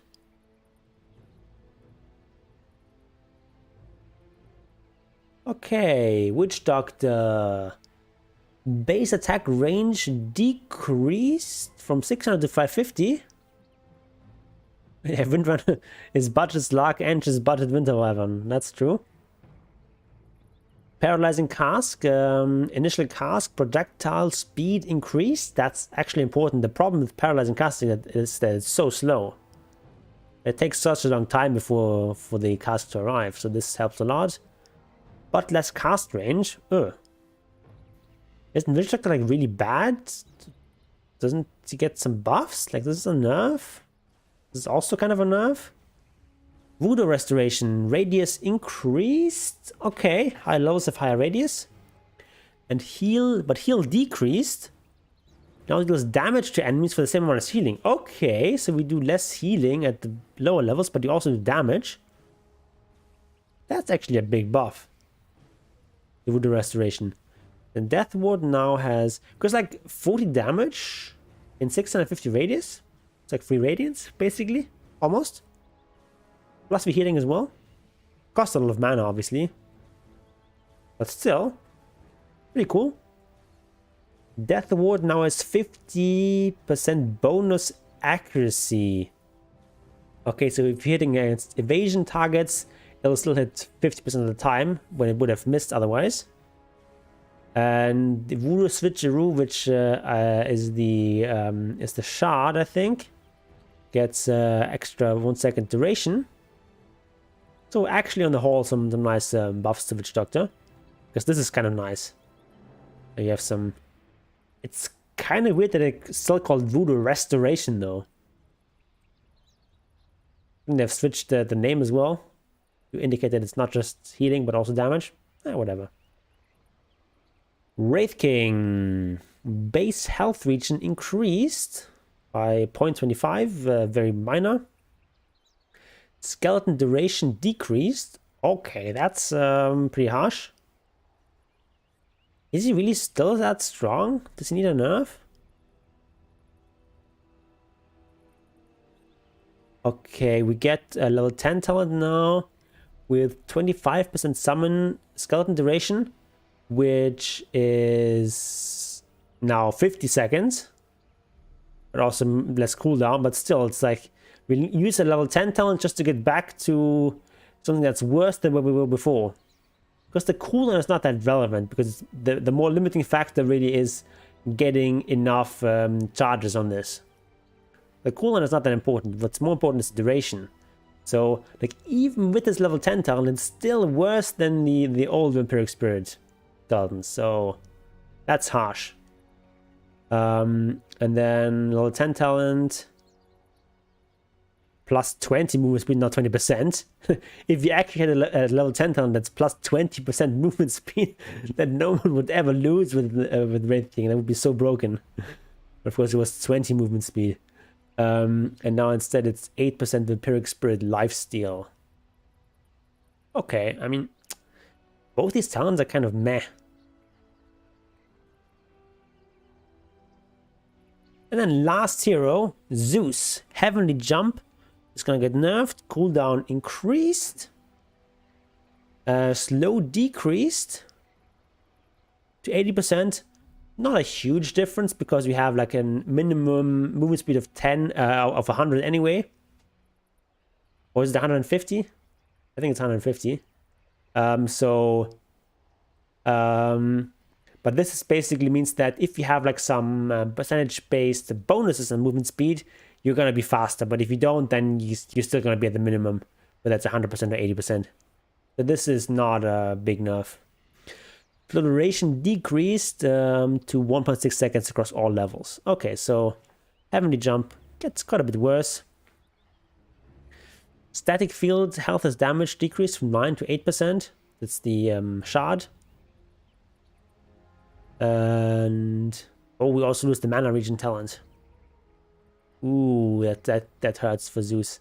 I think Zeus is much worse now. Alright, that is gonna be it for this patch. We talked quite a while here. It's already 10.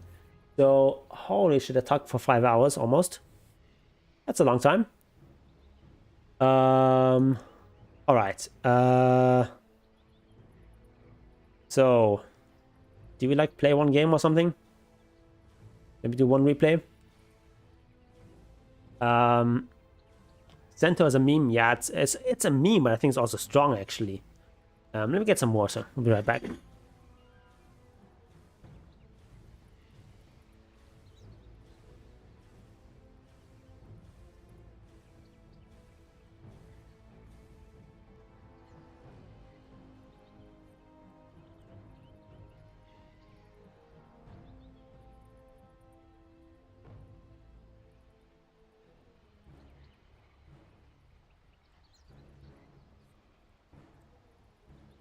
Wait, let me get the game.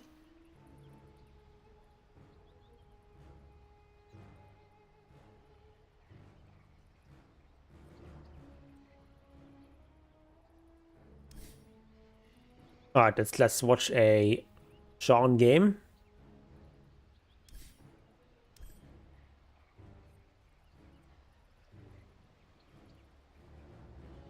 Six, 7 is a new patch game. 6721 301610. Oh, nah, that's the wrong place.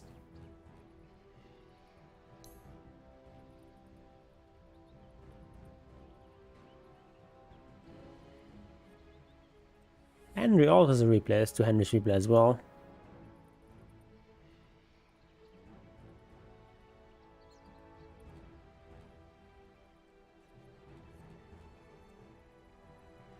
Not sure if new patch.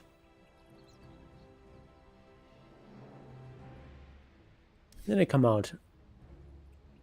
Doesn't say what time, but probably it's new patch, I would assume.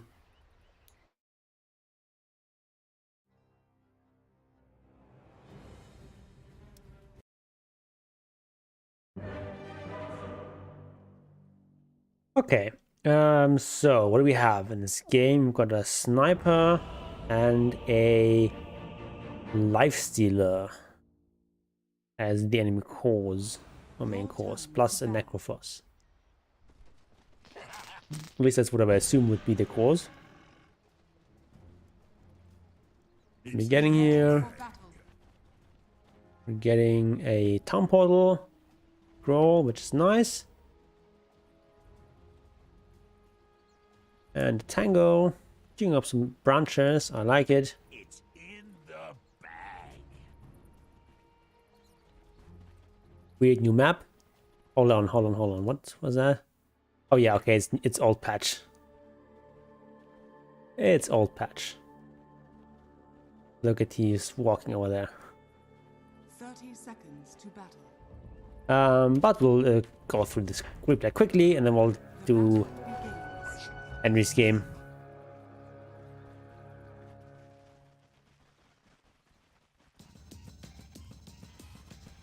So, I mean, like, laundry didn't really change in the patch anyway. Any appreciable amount. So, it doesn't really matter.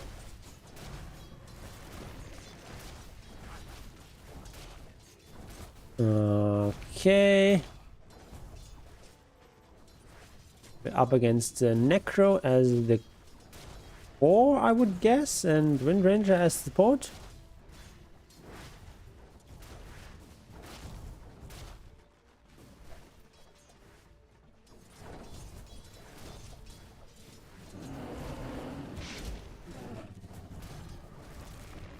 Alright, that's a lot of branches.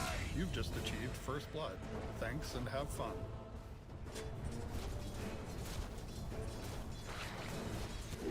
We do live in a society. Dire's middle tower is under attack. Okay.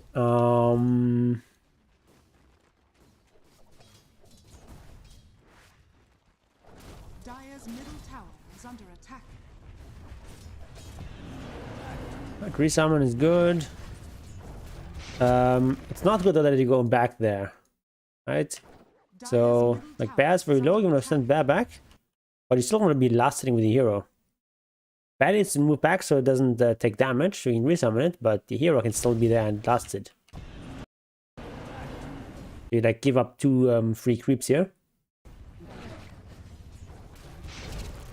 Or not, you give it.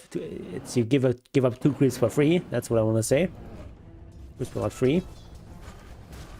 We've got Venom now.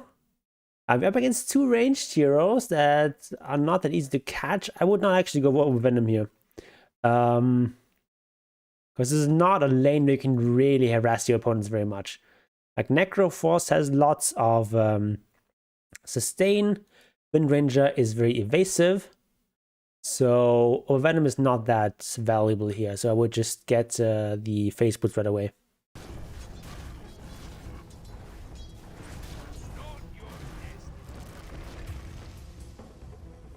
But normally in Sideline this is fine build.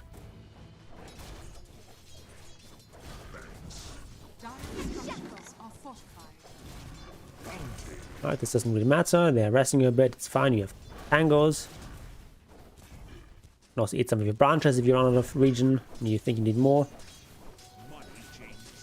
Especially if you have this many branches, that's a good thing to do.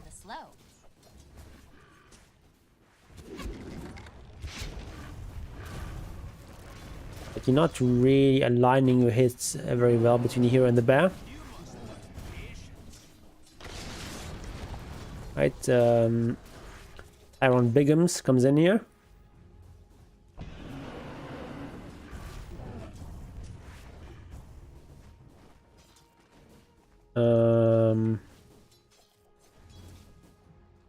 Yeah, what he's doing is actually kind of good here. You don't need very much babysitting this lone druid. That's fine. Got that last hit, nice. Oop. Those are the kinds of last hits we should not lose.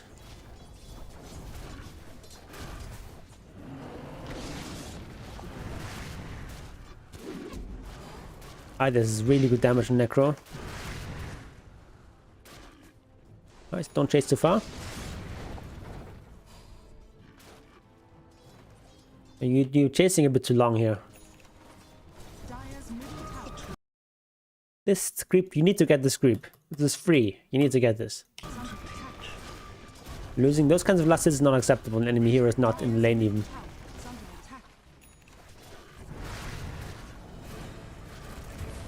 I actually got a kill there.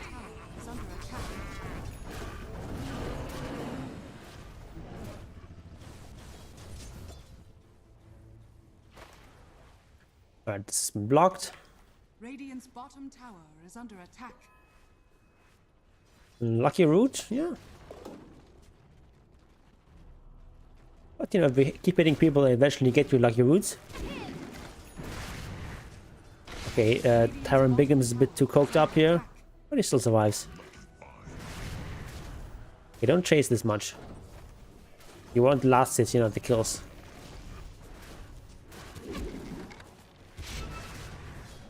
Oh, get denied. Double damage empowers me. Oh, you need to get those last hits. And it's just only the tower hitting the creep. It's very easy to get last hits. You just need to wait for the creep to get low and attack with hero and the bear. It's quite simple. Now, of course, when lots of creeps are there as well, it can sometimes be a bit more complicated. But if it's just only the tower hitting a creep, it's very easy with Lone Druid to get last hits. Just need to actually try and last hit, not just like randomly right click. And these you shouldn't waste as much time on these trades. Get these last hits instead.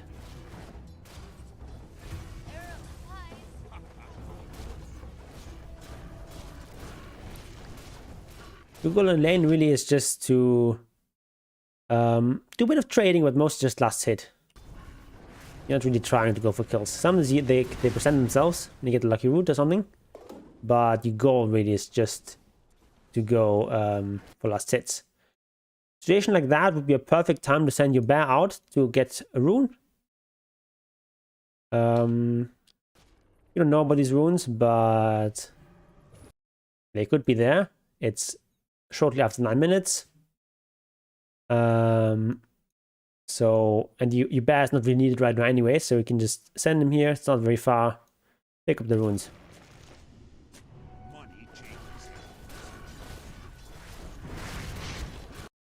In this case, our lion gets them.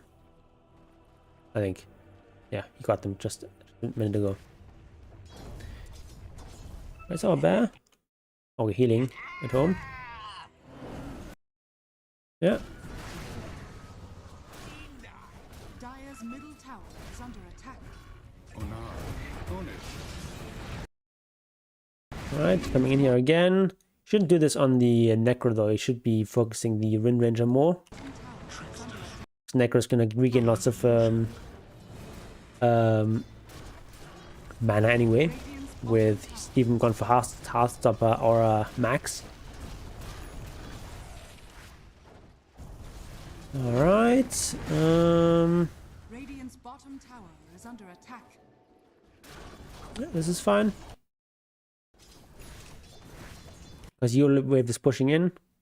Actually, no, it's not fine. You're losing so many lasteds now. That's not actually a good trade. And they're still level 5 both, so you don't really fear being killed. You should be in the lane here. You're also level 8, so you're just much stronger than them. I like the boots on the hero. Actually, no, we already have phase boots. Never mind. I don't like the boots on the hero. Thought we didn't have phase boots yet. This is too early to get boots normally. You want boots like after your first big damage item usually, even slightly later.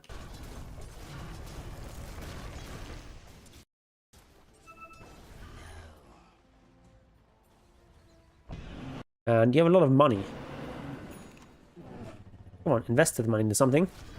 You know, interest rates are low, basically 0. Inflation is high. Need to use that money.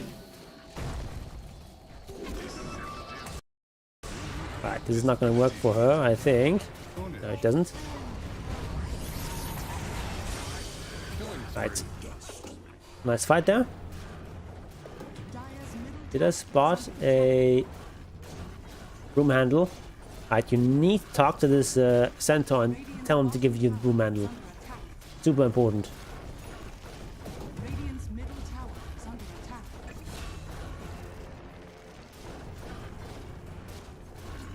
The shovel is okay, but we really want the broom handle. You asked him. Okay. If he doesn't want to give it to you, then there's nothing you do. Yeah. Don't just eat the mango, you don't need that mango. You can just put the mango on the bear and then just give it to your teammate. Or just hold on to it for a while. No waste of a mango.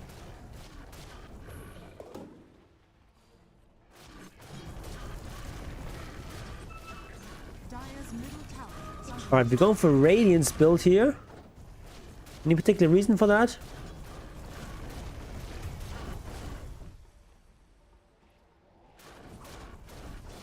Don't really see a compelling reason for Radiance build.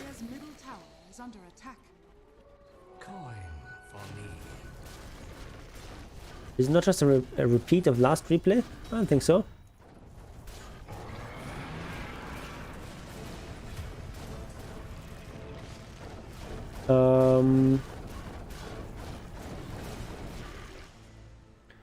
Lifesteal I'm missing on bear hit. I mean, it's only 10% since this is 732. 731 rather.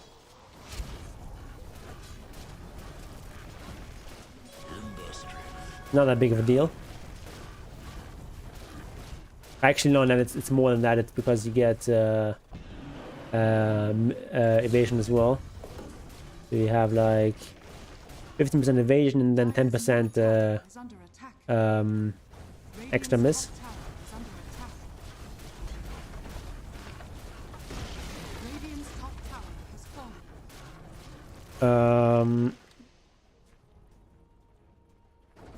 Yeah, I mean the evasion, it's kind of okay, but I mean lifesteal doesn't really mind going for MKB either.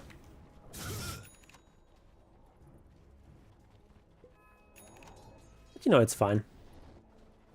You got Radiance at a pretty good timing. You stack this? Yep.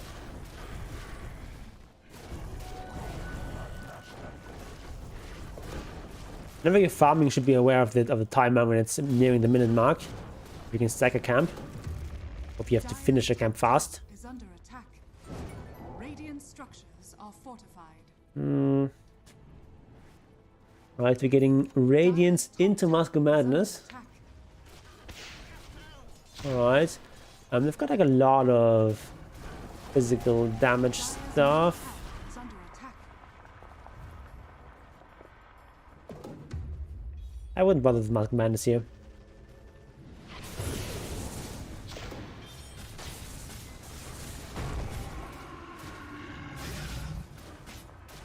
Okay.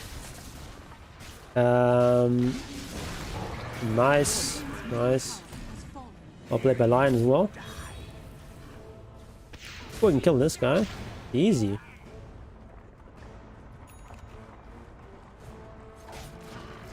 Alright.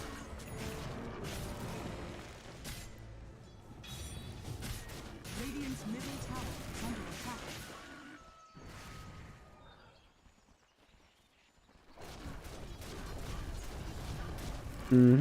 Killing spree. So right now you've got like a really huge lead, so it's good that you're just forcing stuff, but this is not good. Like, you want to be with your team now, not split pushing. Split pushing is a strategy that you can use if you're behind, or if you're desperate, or if you have to buy time or something. If you are a stronger team, you want to team up with your teammates. A lot of team in that sentence. Because right now they can just like pick you off. They just ignore this and kill you.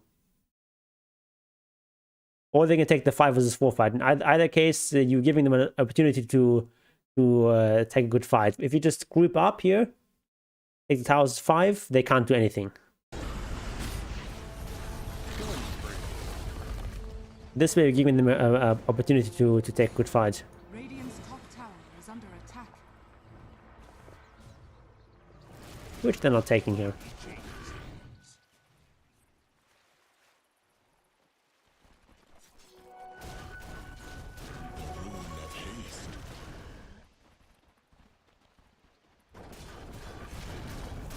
Radiant's bottom tower is under attack. Okay, we go off corrosion now.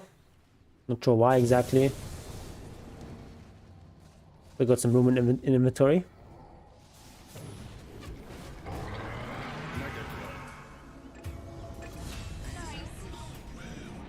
You're playing on your own too much. So the idea with the Radiance build is that you want to farm a lot while you're going for Radiance. But once you have Radiance, it's go time. Then it's, you just want to fight with the team, because then you are super strong. Dire's top tower is under attack. You're sort of paying back your team for all the time where you just didn't fight with them. Once you've got the Radiance, you just want to fight as much as possible with your team. Because at this stage of the game, people can't really kill a Radiance bear very fast. Right? It's got 3.5k HP. Hard to kill this guy. And like this 60 damage is still very strong at this stage of the game. So you want to just fight now and not just do the split pushing stuff. The split pushing stuff is what you want to do when you're farming your Radiance, not when you have it.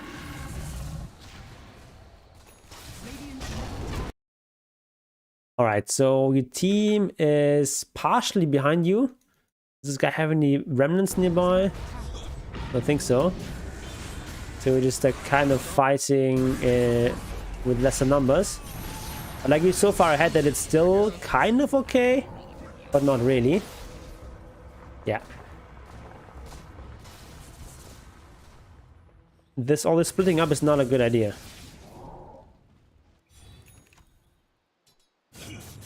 Just need to fight as 5. Then you can just take down all the objectives. Regeneration.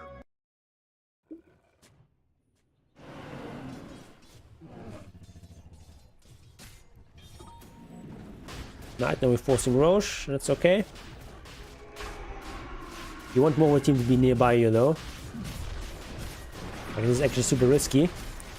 Doing this with so few people when your team is so spread out.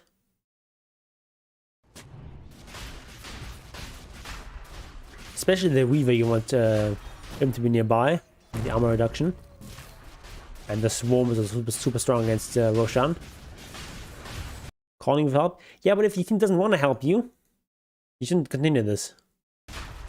Because like you're so far ahead, you don't want to be taking these big risks. Because now, like, if you get jumped now, they're gonna kill you. They're gonna take Roche for free, and then the game is even. You could just like go with your teammates now. They're all there.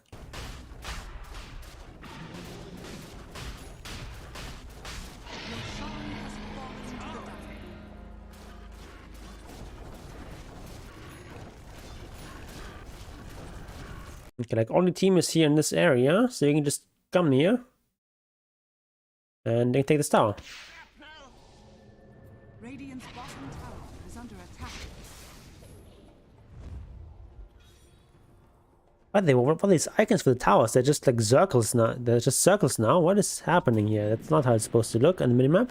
Radiant's top tower is under attack. Radiant's middle tower is under attack.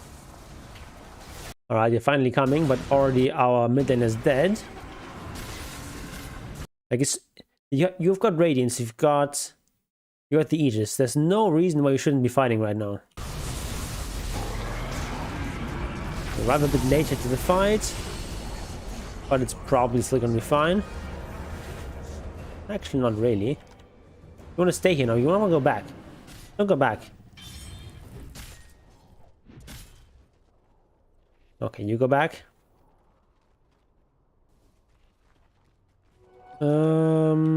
You're farming quite in a forward position.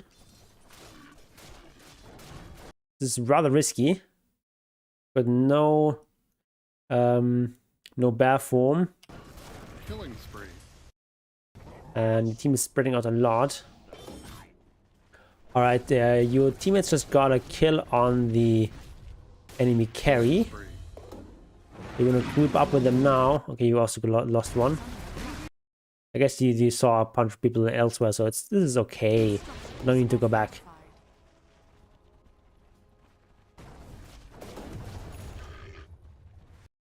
Alright, what item do we have on the bear?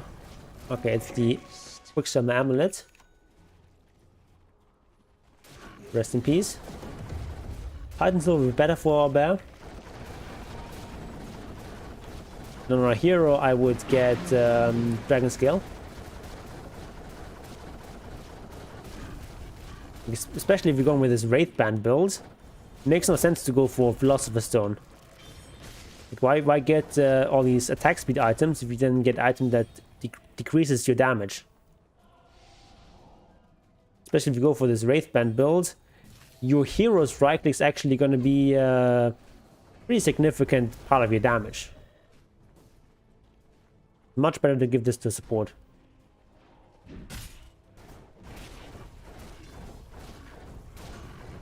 Okay, now 17k ahead. And you've got double bag. We can just start forcing high ground here.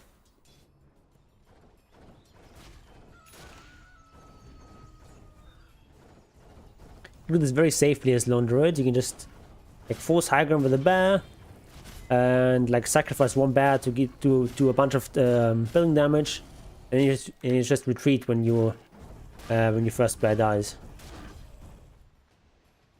Or ideally you retreat before it dies. You can just pull it back at low HP and then you TP it back. Alright, we're going for a smoke. That's also a good idea. When you're smoking, it's best to turn off Radiance. Okay, you're not interested in smoking. Because if you smoke and have Radiance still turned on, it's going to give away your position. You need to remember to turn it back on when you're fighting.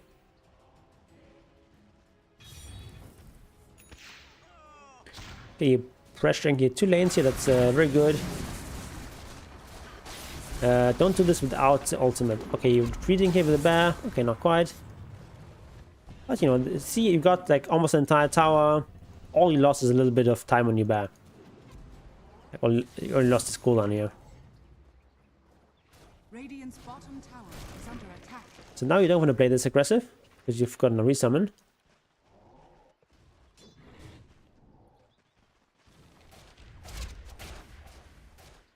Right now, the next objective is going to be Roshan.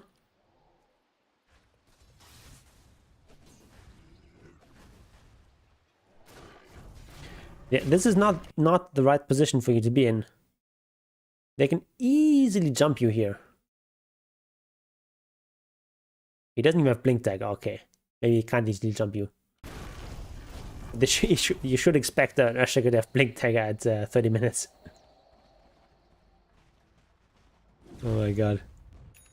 But yeah, normally they can easily jump in this position, and your team is too far away to help you. No reason to play this aggressive. There's like all the farm in the world available here. Free for the taking.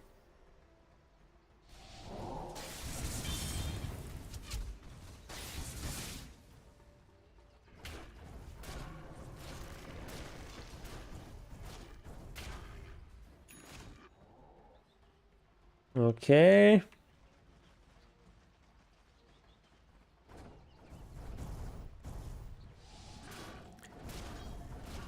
AC on the way, that makes sense. I would actually just like buy a plate mill now. Never refuse gold given. As you've got this Mask of Bandits build, so armor is super important. And Radiance also already deals a good amount of its damage just to staying alive. The armor is also very important there. Radiant's top tower is under attack. You've got resummon now in 3 seconds, so we can just... I would just like... It would be best just to group up with your team. You don't need to be in 2 lanes at once.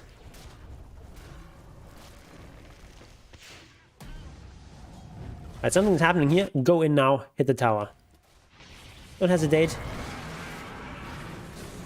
Radiant structures are fortified. When you're about to fight, I wouldn't just use this Semitro for casual attack speed. It for the actual fight.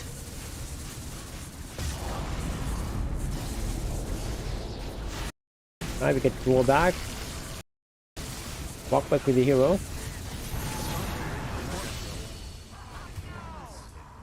Alright. What was this Viva doing? No, Ember Spirit? What? That's just a strange fight.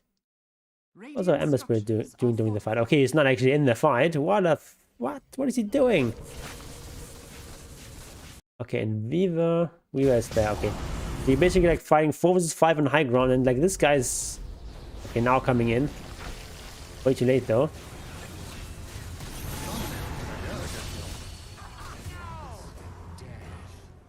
Alright, kind of a disaster this fight.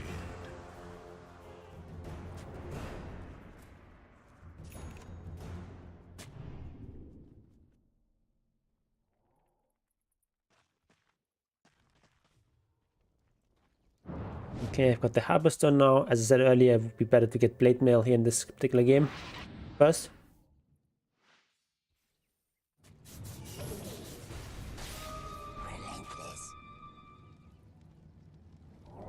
Okay. What is this build? 5 Blink Dagger into Radiance. What? Okay, let's skip towards you being alive.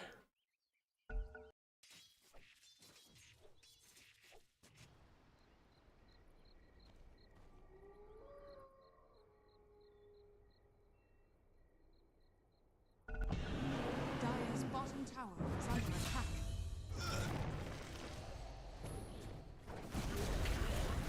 Also, by the way, this melee Rex would have been dead if you hadn't had the Philosopher's Stone.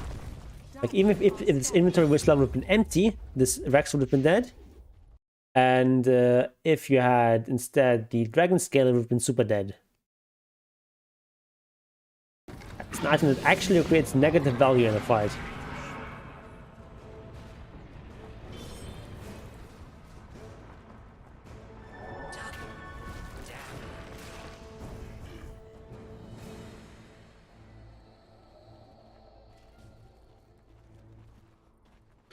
Why are you buying this buckler when you can't use it anyway? there with the blade mail? Just getting like blade mail inventory over corrosion makes sense, but not for buckler. A golden thread. Definitely more valuable than the over corrosion. No, not definitely, but I think it's more valuable. Probably. Like you really desperately need some armor. Alright, Roshan is up. Roshan is not called a spider, right? Okay. A very small selection circle. They're unstoppable.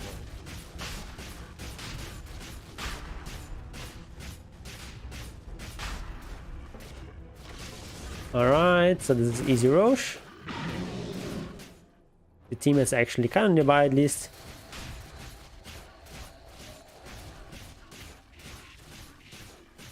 Spiders as well. Or not spiders, but what do they call the bugs? Dire's middle tower has fallen. Right, gets a nice shard for the lion. Okay, now we just want to finish AC and then we're gonna go high ground again. You really love the Philosopher's Stone, don't you? So many better items here. Is this 4 out of 5 because of update? It's not displayed properly, or are you actually not? Have you actually not found all the items here? Yeah, it's like 8 GPM. It's not that much.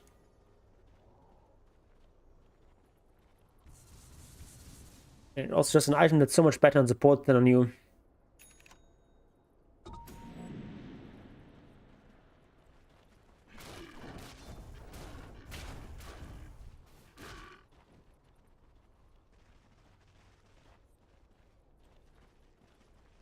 Okay, the Leveler is a very strong item on the bear. For now.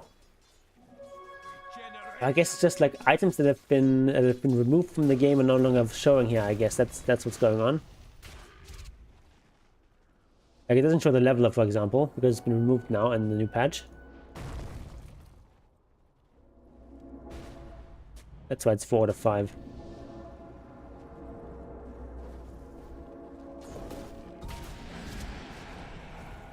Okay, yeah, hit grew from like 3 seconds ago.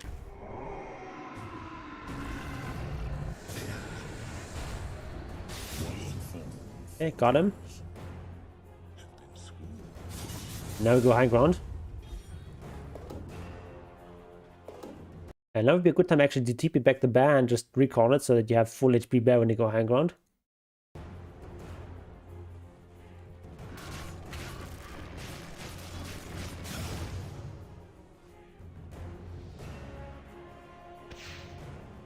Because you're missing almost 2k HP.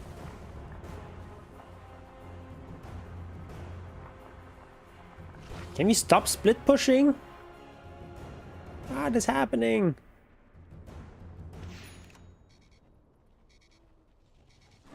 You're splitting up so much. Radiant's top barracks has fallen. Radiant's top Okay, enemy team doesn't know how to deal with it though. barracks has fallen. Radiant structures are fortified. Okay, so if they engage in a team like that, go ahead and hit the buildings. That's fine. Killing spree. Radiant's middle tower. Hit those buildings. Radiant's middle Hit that building. Got Aegis, got resummon. Maybe try to get out of there somehow, but you're not gonna get out of there. But it's fine, you got 2 lanes. Rest of the team is just like ignoring this. Lol. This is actually like the rest of the team just playing way stupid. Like they're only missing 1 support. The rest of them is just like full HP, full mana. They're not caring. If you were a Okay. millennial, I'd say wicked sick. Speedy rune of haste. Plus 60. You're there. Class is finished. Nice. Welcome to the stream, Noggin Logger.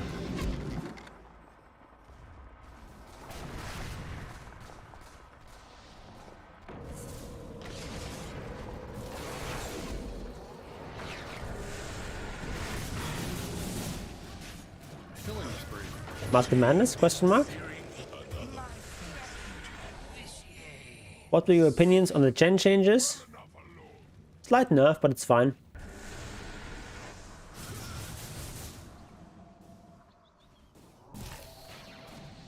You can cut him off here and go like this. Yes, anyway, it's fine. Lifesteal dies, and now the game is over. Alright. So, this is gonna be the last 7:31 game I'm gonna watch.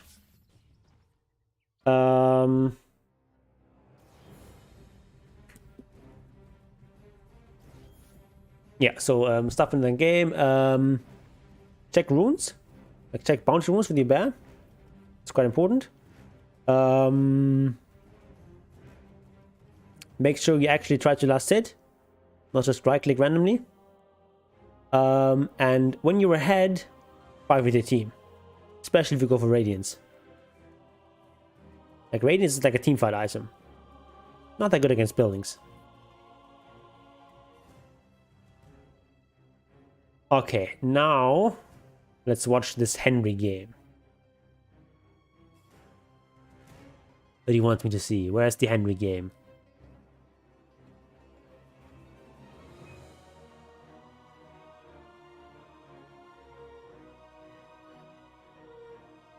No Henry game?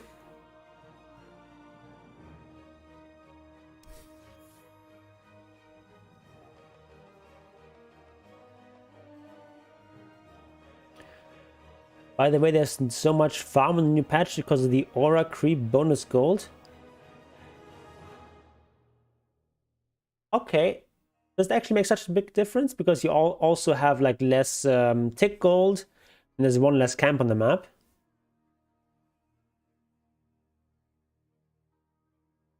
I'm not sure that actually makes a huge difference. I think it just compensates for the other changes.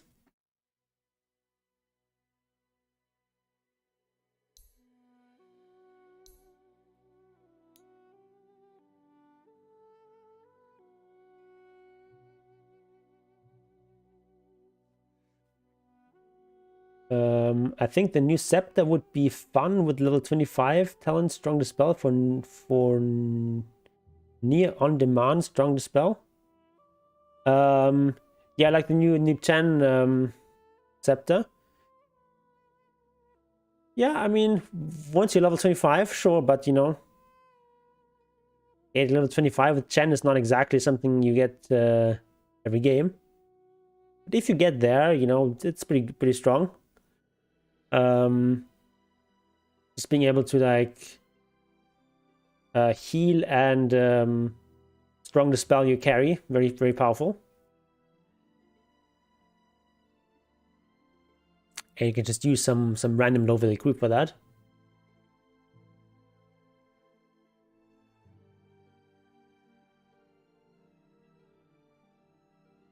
Did Henry post the game earlier? Something. He kind of equivocated about which game he wanted me to watch, I think.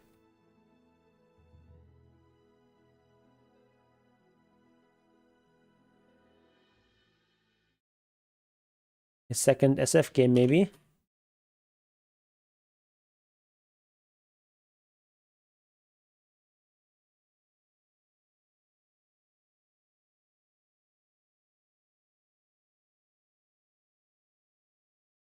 Let's watch that, I guess. See if we can use copy paste here.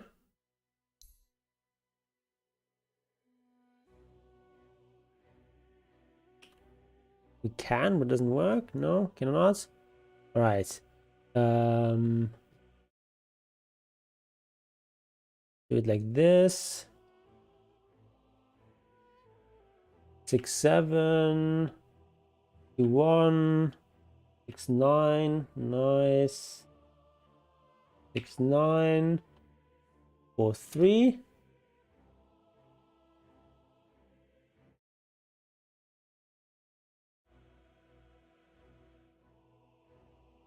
Alright, let's watch Midland Shadow Fiend.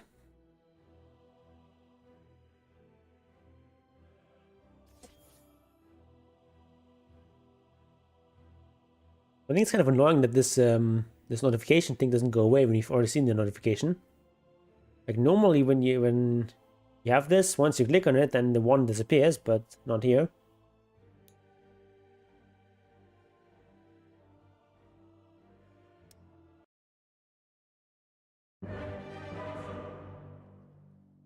Seems like bad UI design.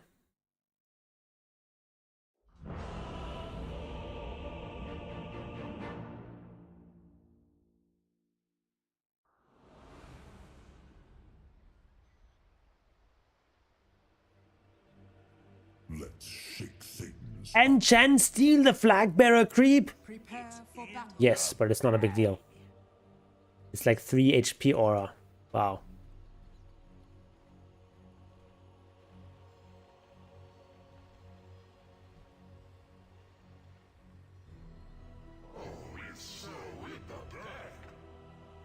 Okay, we're going Shadow Fiend mid. Or at least I assume you can steal the creep. I haven't actually tested it, but I just assume that would be possible. But like, it's not a big deal. It's just 3 HP aura and like a slightly tankier melee creep.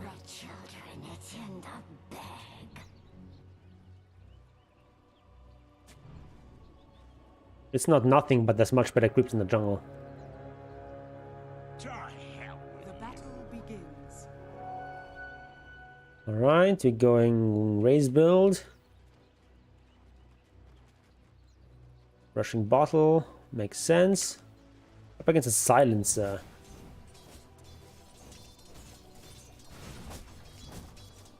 I think we should be able to dominate this guy in lane as soon as we're like level 3. At level 1 we have to watch out. Not take too much damage. Definitely stronger than us level 1. But level 1 raises are not that great. Has been killed.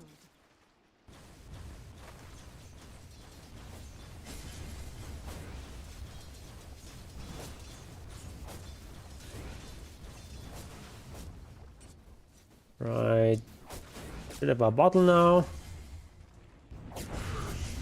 I don't... Okay, it's... No. Okay. Yeah, this is not a good idea. So, like level 1 raises, it's hard to get a kill with them. It's just not that much damage. And like this is like so close on the tower, and by casting all these spells, you're getting so much damage from Arcane Curse. It's like, it like almost works. I'll give you that, but First blood. not really what you want to do. Blood, last word. Wait, you were level 3? Hold on. Were you level 3 the entire time? Oh, I saw it wrong. I thought you were still level 2. You used level 3 time, which actually is good. And he's only level 2. You can see that, right? But yeah, this is forcing a bit too much. Hello. Yeah, I'm Gabe Newell. unfortunate. Achieved first blood. Thanks and have fun.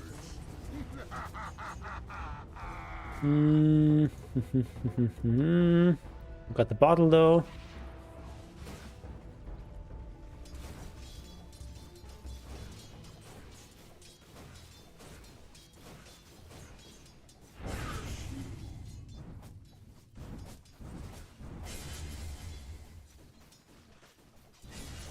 Alright, so we want to make sure that we get high HP. Can actually take these kinds of fights. We don't want to force this raising too much. Most important thing is still to get the creeps. I don't like this trip up there. We have no boots. We have not that fast.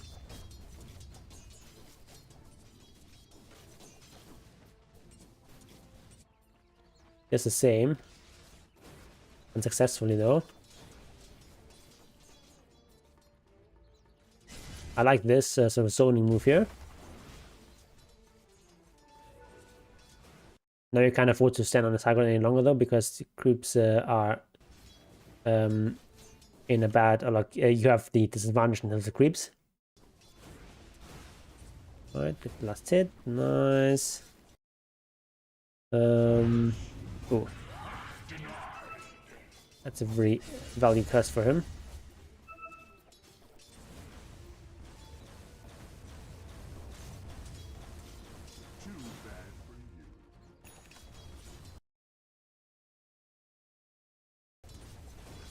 Okay.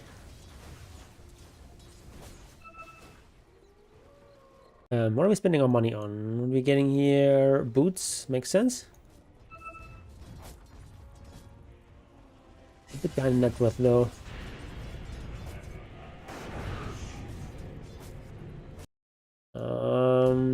Dire's middle tower. Still ahead half a level though. Dire's top tower is under attack.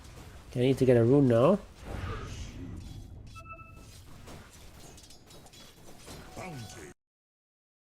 And he gets lucky. Like at this stage, you're forced to go for bounty rune. Go home? I don't like that. You have too much HP to go home there.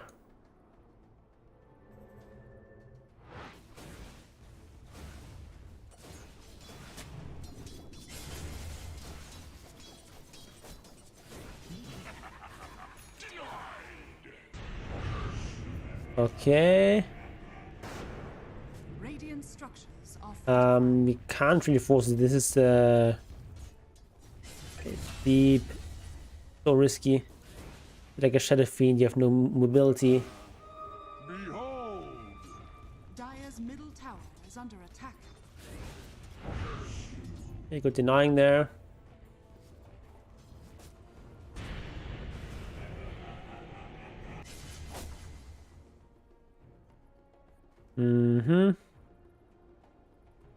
So really the kind of fight we want to take is where we can get short range raise off and then we get double raise off and then we can sort of chase him down because then he's going to be slow. He hasn't really given us an opportunity for that yet. Ooh, juicy rune here. We are up almost a whole level. That's good. I think it's mostly down to denies. But 10 denies extra.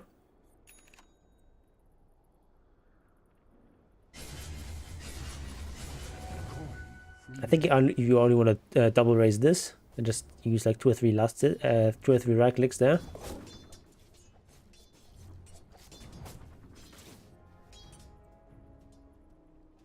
Alright, so you see this guy. Kind of reveals your ward, but you kind of have to. I go up here.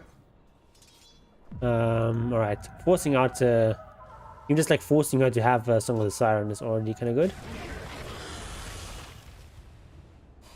Don't spend too long here though. Like, nuke this wave and get out of here. Oops. Wrong raise. Radiant's middle tower is under attack. Bounty. We spent a bit too much time up here.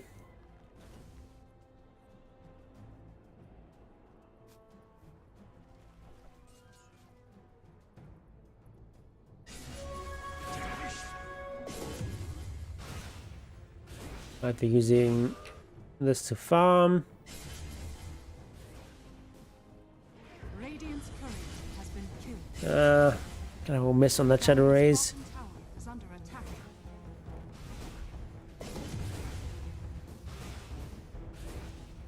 Hit this guy a couple times. Radiant's middle tower Okay. is under attack. Not the most efficient raising here. Also used quite a bit of time there.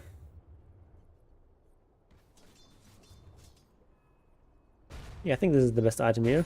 Occult Bracelet. Radiant's bottom tower is under attack. Really hate 5 vs 5. Why do we play it then?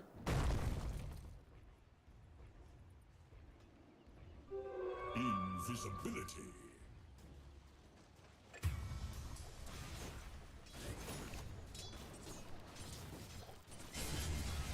First new patch. Okay.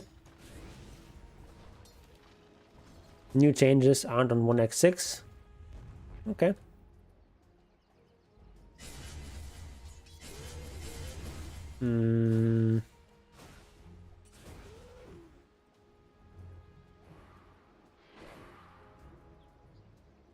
Seems so strong.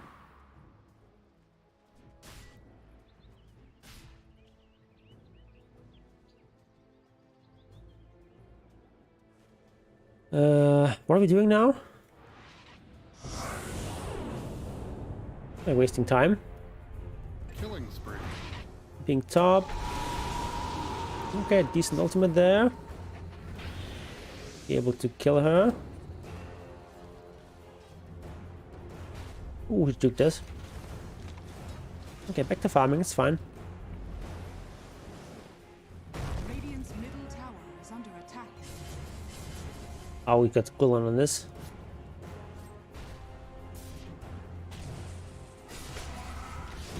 Ooh, kind of outplayed there. Dire's bottom tower.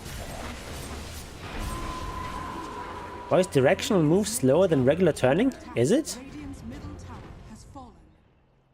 Dire's top tower is Wasn't aware of that. I don't really use directional move because I don't really play heroes that benefit from that. Like something you want if you're playing like Shadow Fiend or Dire's bottom Mirana, tower is basically. under attack.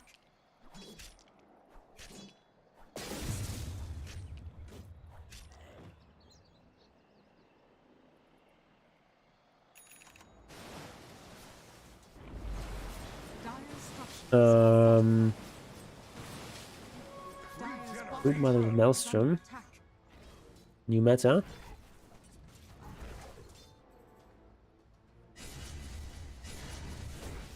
Dire's Hate the Qs, why can't it just be a ground targetable ability like Pugna? Yeah, it's a bit awkward to use. Ownage. I guess it's part of the skill of Shadow Fiend.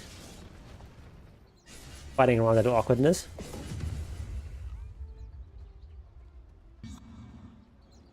Okay, doing pretty good as well. Probably better if you're playing this caster build. Not axe.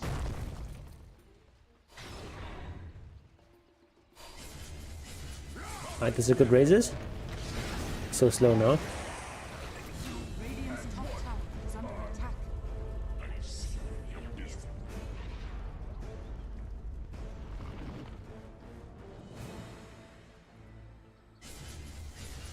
Radiant's top tower Ah, that was is good. under attack.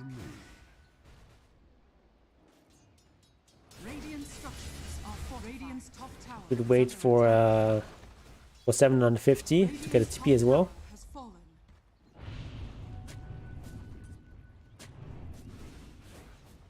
A dominating performance. That's a very good rune on Shadow Fiend. Invis. You know that we just dewarded this, so I would just use it from Invis. Okay, it's fine. Radiant's top tower is under attack.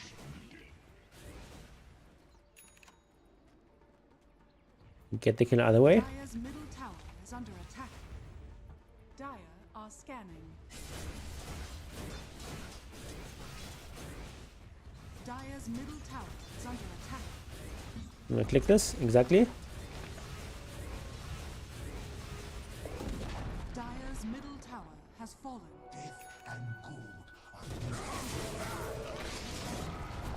Alright, get some nice raises there. Probably gonna get Boots of Travel now. Next item. We can be everywhere on the map, exert our strength.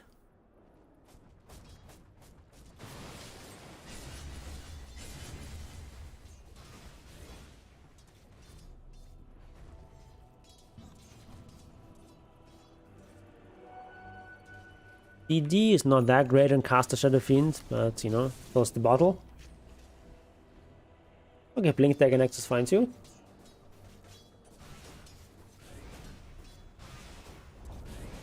Dire's bottom tower has fallen.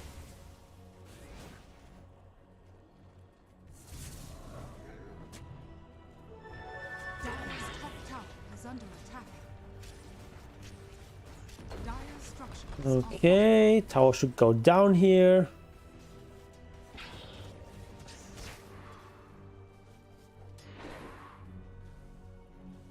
Radiant's bottom tower is under attack. Dire's top tower is falling. Took that tower down. Nice. What are we buying now? Oh. Double TP. Radiant are scanning. Where'd he go? I'll click this as well.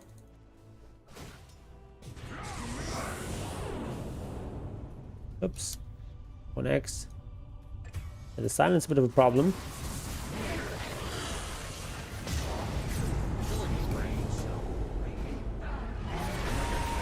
Ooh, that's ugly.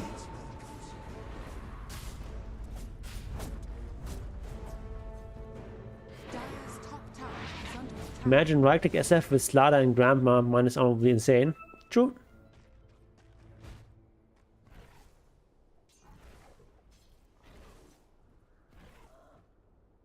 But I feel like the changes in the patch sort of push us more towards magic SF.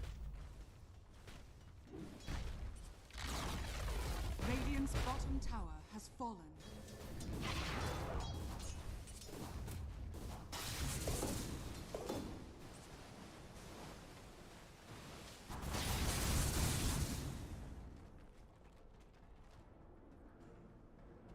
BKB next. Yeah. Where's our Blink Dagger? Did we not buy that? I guess we just invest in the BKB now.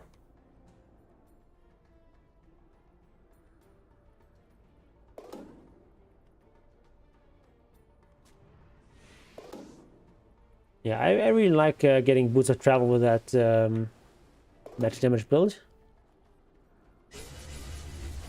Radiant's middle tower is under attack. Dire's top Just the tower movement speed is actually super nice on Shadow Fiend. Having global map presence helps a lot.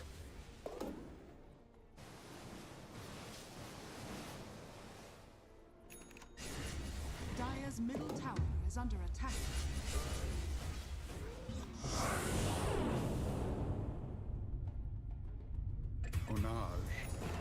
And Blaze and Brewmaster? You can do that, I guess.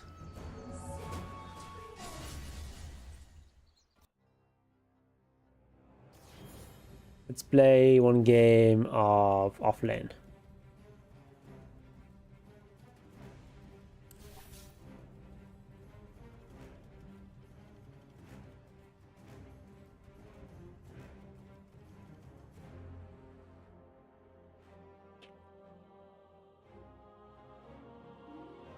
Alright, last game for today.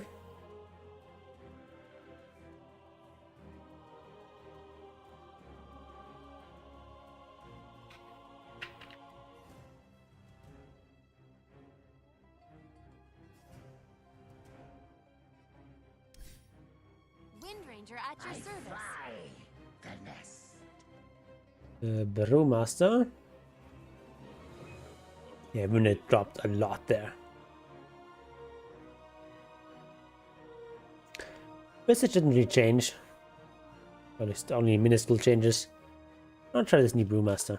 In a straight line. The spirit. So, what do we buy as starting items? Just a bit.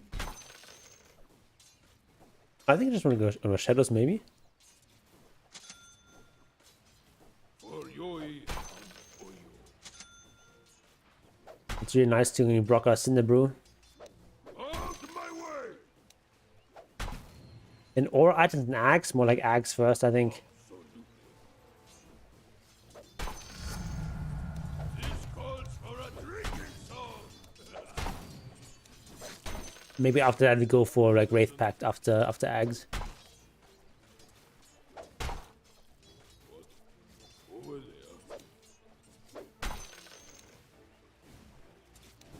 I'm a bit in my cups.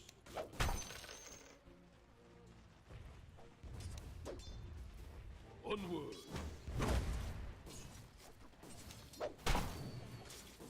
Third one down.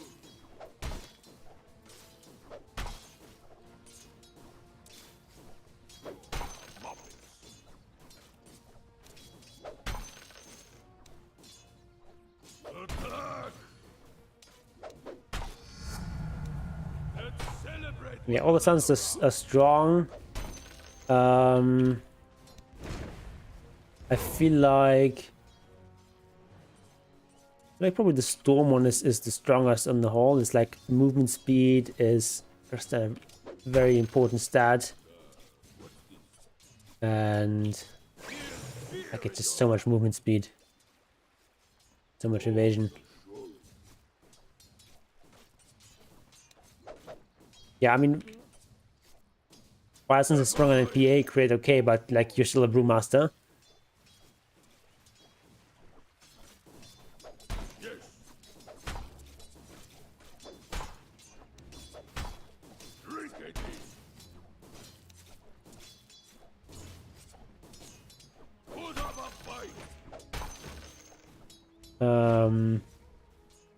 When this is like armor, like 15% evasion is actually like amazing.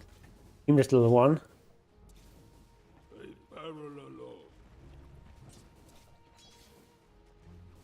Like the fire one is a bit like mediocre. Like crit is not that strong, I think. Like 15% evasion, that's so much, right? And the movement speed, I think that's like the best one usually. But like I guess if you're just like doing jungle camp or something, then fire makes sense. Speed things up a bit, it's more important than not being hit. Probably want to max Cinder Brew.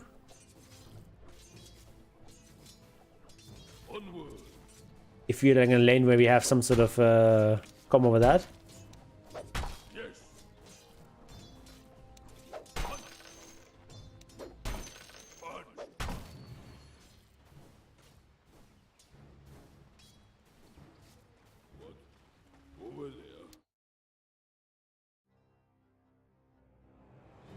The markswoman of the wood.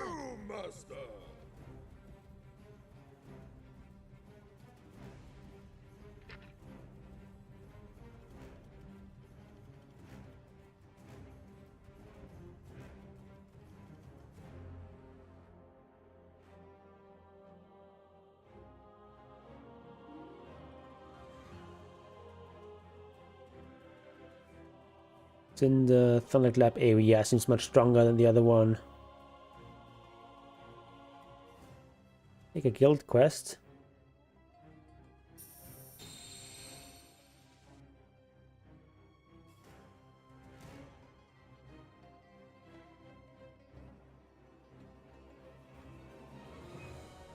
And what else do we do?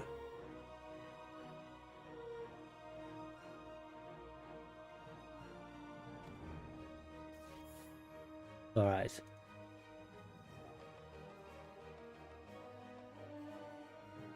What's that under my arm? That's a massive bruise.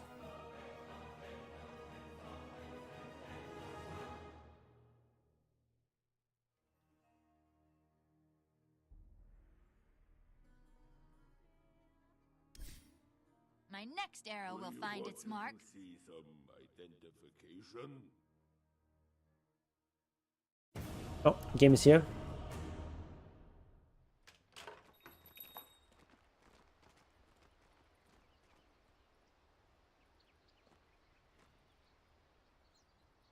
Prepare for battle. What do we ban here?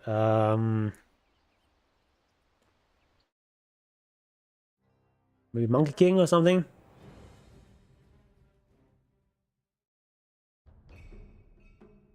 Your turn to ban.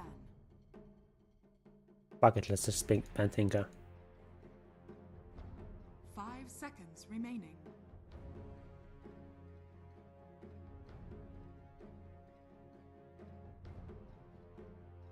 I was gonna pick Brewmaster and then head to the loot real quick because I actually have to pee. Too much water to drink. I drink too much water here because my throat gets dry. Be right back.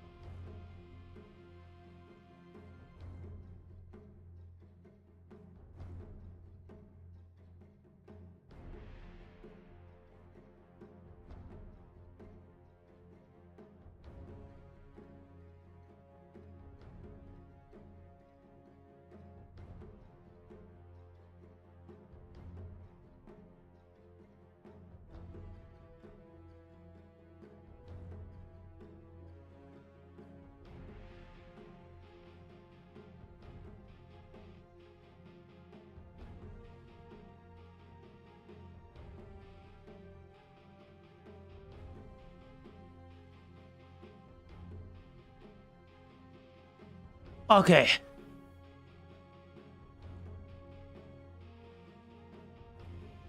I don't think we need Soul Ring. We've got Maiden Aura as well.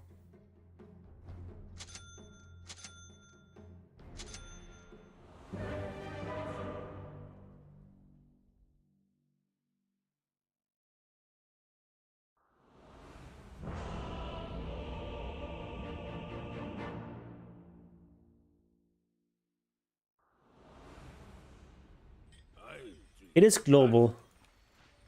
It just does more if you're close by.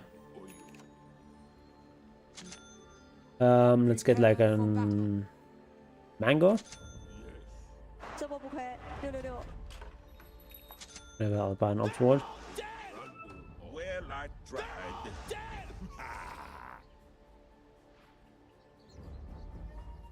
I'm betting this one's in the bag. This one, my friend, is in the bag.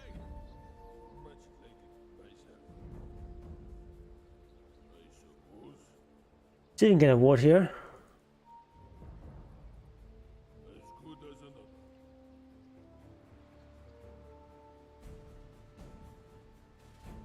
Voy a hablar español por mis viewers. What is viewers? I don't know. Españoles. 30 seconds to battle. Might not be best positioning for the ward. Yes.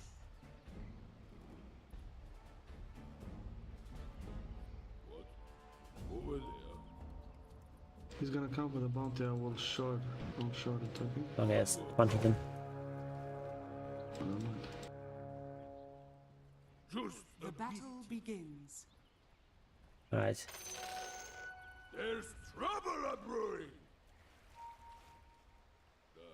What's this?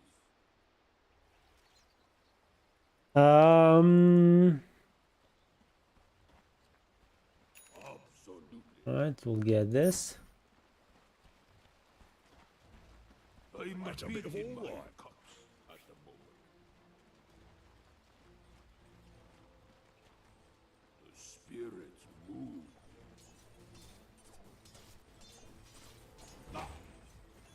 They barrel along. Shit, so little damage.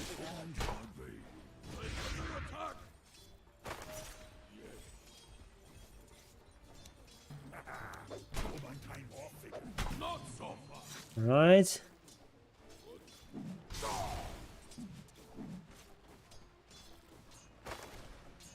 Yes. Shit, that was really bad. We got this.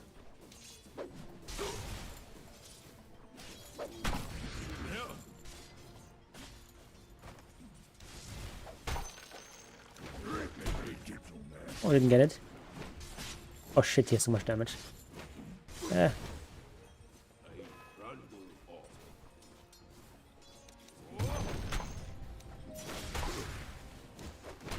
a bit in my cups at the moment. Oi, oi, I have no region anymore. so bubbly. Probably need to get stick before finishing that other stuff. In the Also need more region. Let's get this stuff. just a I think I'd actually just go for the brawler here.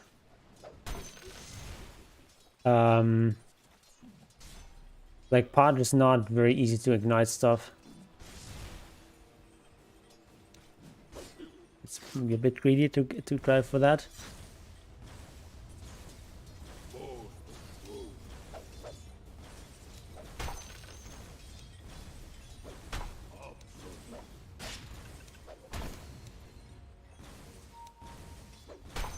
good as another. The spirits move. Why is this patch not here? Onward.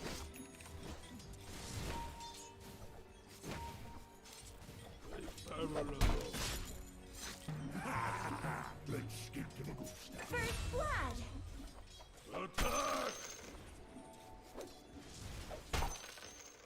Ooh.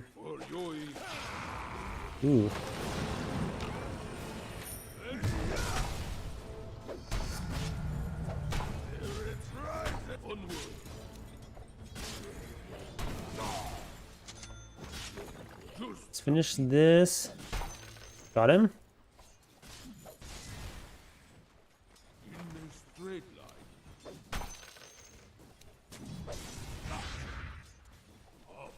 Alright.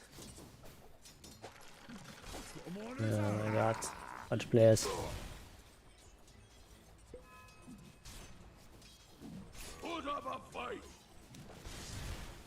Actually takes so little damage here with this aura. With his passive rather.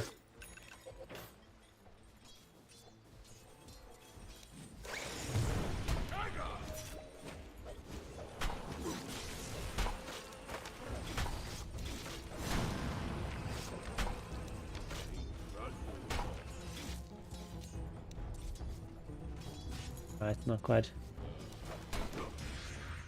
Watch. Backing off. Ah!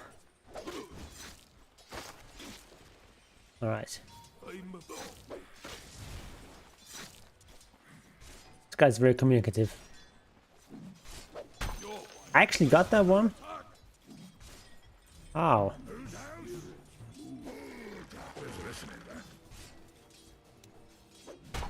Oh my god.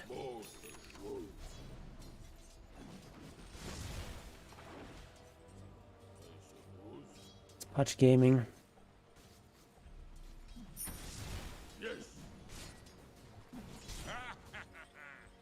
It was a buying 0 region.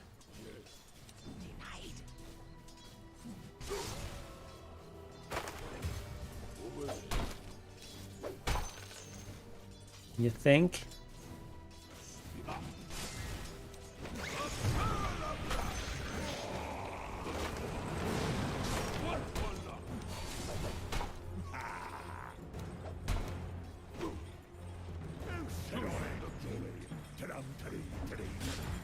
Nice to have some region on my support.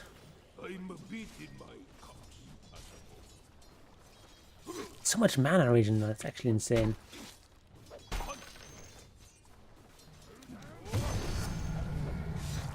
Right, Tangos.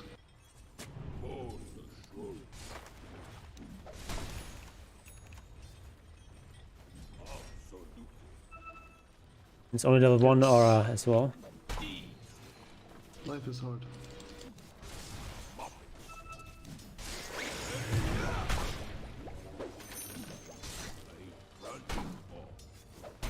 I'll leave the bounties though.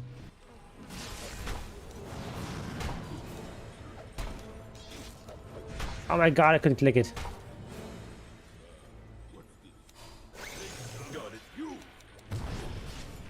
Your middle tower is under attack. I'm here. Alright, no tango.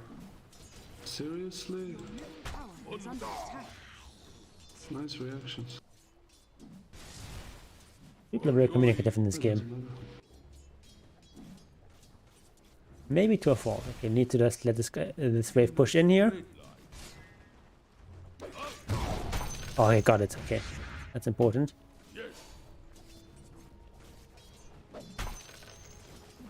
Oh my god. Yeah, this is much more important than range creep.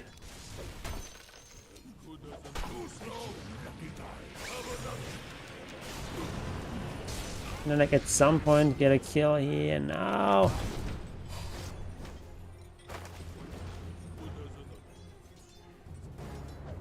Radiance courier has been killed.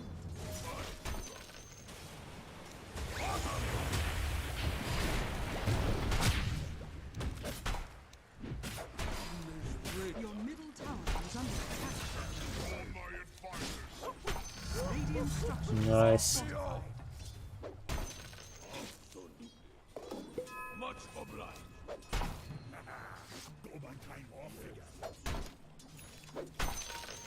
Actually got something from our support. I like it.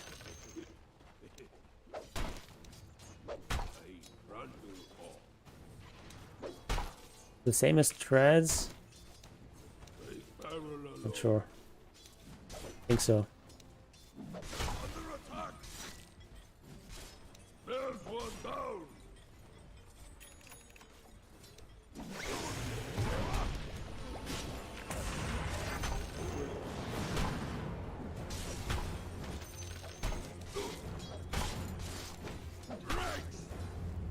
Okay, 6 now.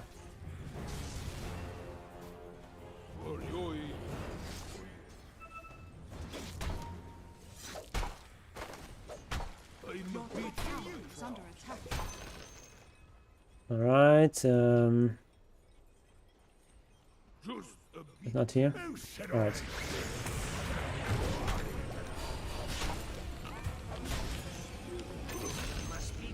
Right. Got the unjudges.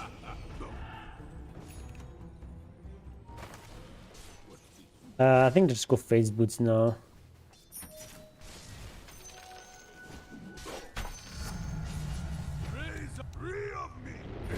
I'm on my way. Kill him.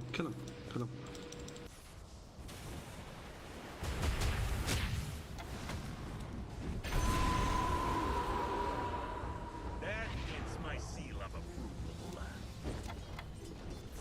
Guys, go get more. Yes. We'll get this and we'll get a Windlace and then we go for Aghanims. There you go.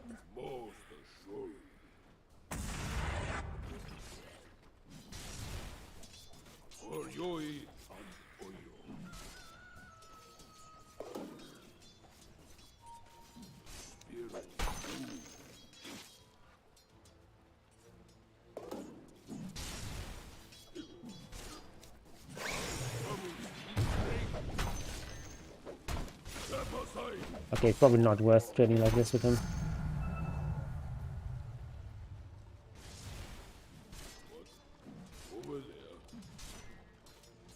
He's still like a Wraith King, but Amulet now. Maybe we can get this this camp. Oh, he sees me.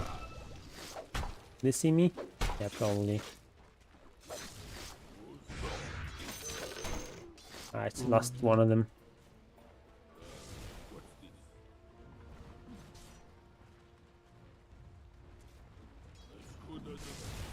Why does everyone have to be so toxic? If I just exist in this lane a little bit longer, it's fine. Just need to defend my tower. It's fine. I'm on my way top.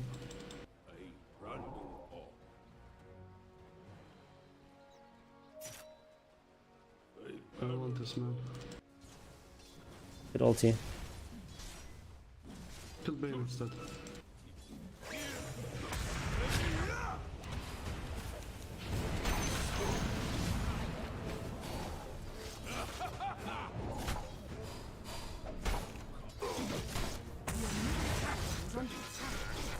Oh my god.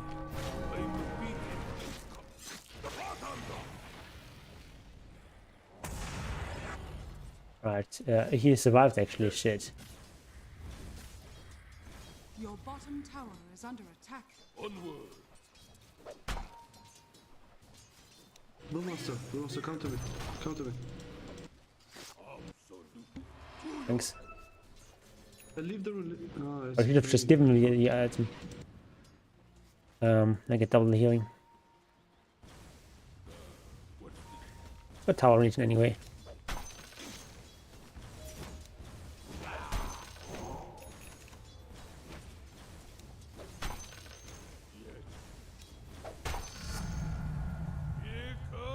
I think I'll go with this first, maxing it out.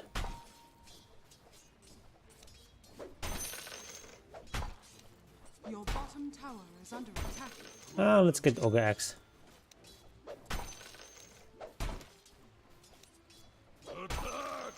Your bottom tower is under attack. In a straight line.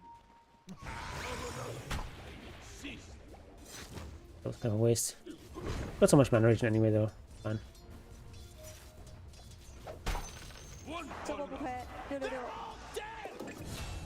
It's fine. Your bottom tower is under attack.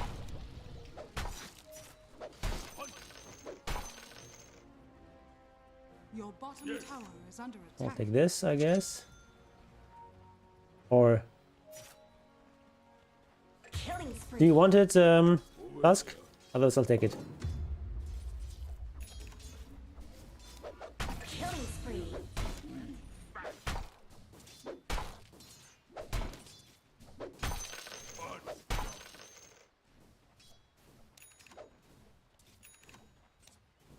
Now, nobody wins. Your bottom tower is under We have attack. one item at least somehow. Waiting for this to return. Radiant structures are fortified. Dire structures are fortified. That's a bit of all right. Now I'm feeling it. The Just living my enemy's best life middle up here. tower has fallen. Your bottom tower is under I'm attack. a beating my cups.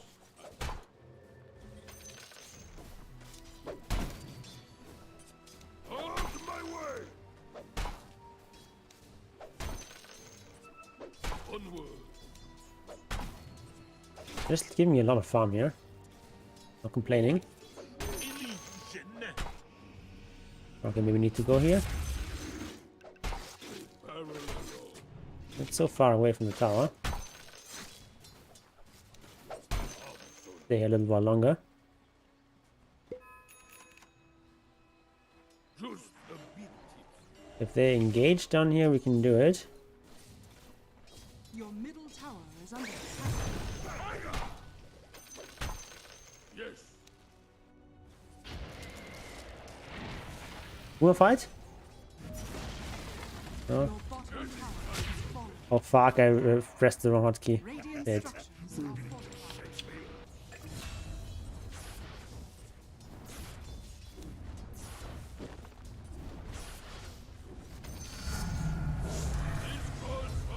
Attack me, attack me, attack me, attack me, attack me, attack me. Attack me, mate. Alright, Maintenance overlord. Dire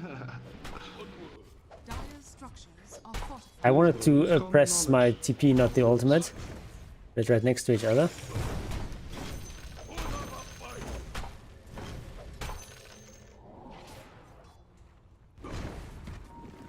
Take this arcane rune. There's an arcane rune right there.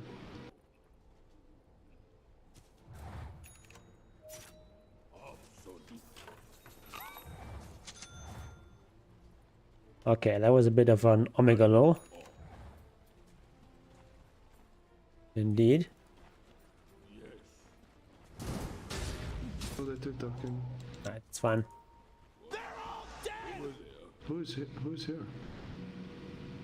Not sure, it's maybe just Mars. Your top tower is under attack. Shit. Like a crown bit, I think, was that.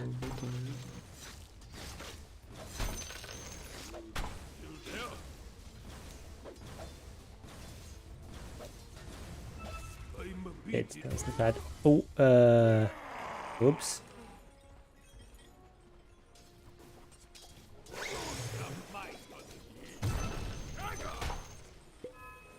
Afraid.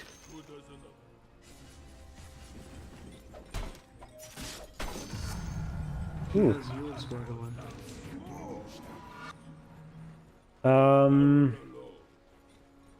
Alright, let's get this one. Yeah, we're just hitting creeps, we should fire stuns, that's true. Yeah.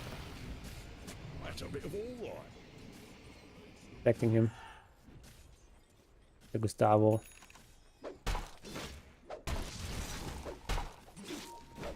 Wait, this one is fire. Your middle tower is under attack. Your middle tower has fallen. Killing spree. Going off.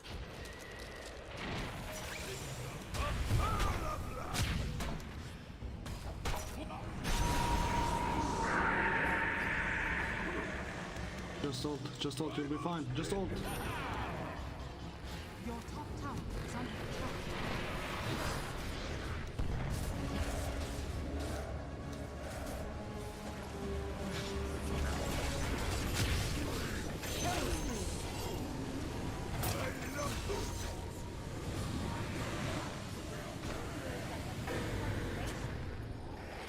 Oh shit.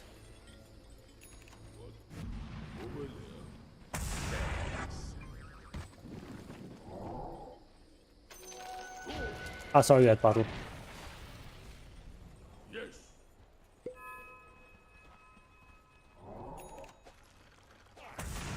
The beat tips. Thoughts on Germany's reliance on Russian energy? Should be building more nuclear power plants Let's celebrate instead of shutting them down. onward. Just be dumb.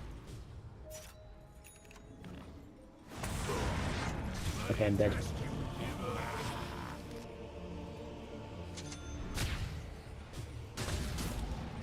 Double kill. They want this over Wind days, probably.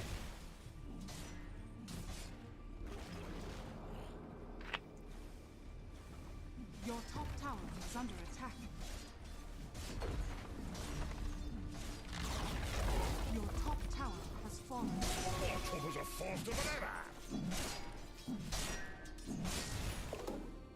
You want a wand? I'm at 10 charges. Now we need to finish our axe first. I guess we'll get bullwhip. It's happy hour. That was very predictable.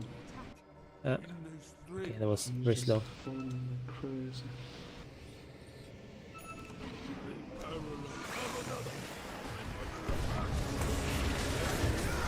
Okay, this is like everything is there still. Okay, I'm actually dumb.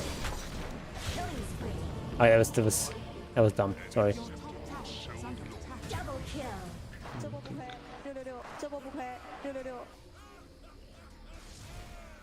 Okay. Let's mute this guy.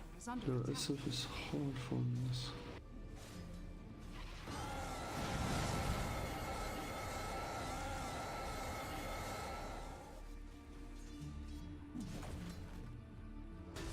Radiant structures. Lusa doesn't have bad farm. Your top tower is under attack. Hydro's involved in the same bad position. Yep.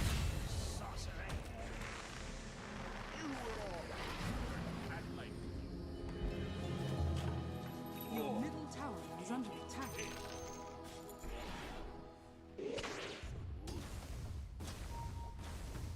Oh, Your middle need tower the stance. is under attack. Oh my god.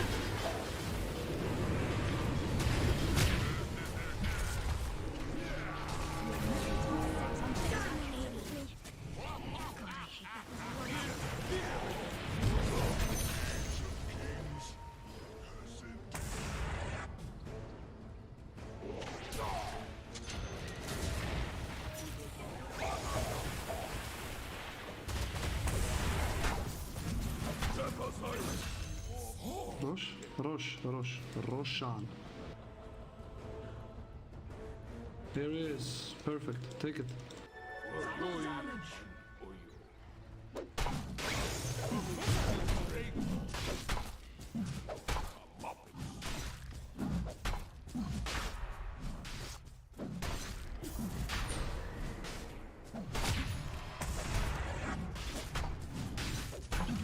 Oh my god, he just like pass aggro here.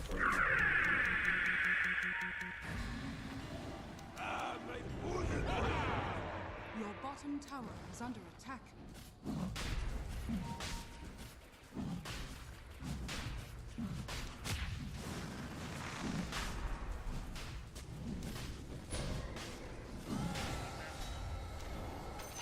Roshan has fallen to the Radiant. Right.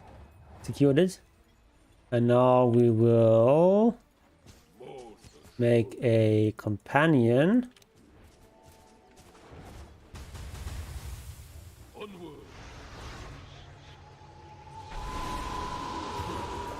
Okay. Attack! I don't know. Fear in your god. Alright. My companion dies too. He's Lone Dread, man.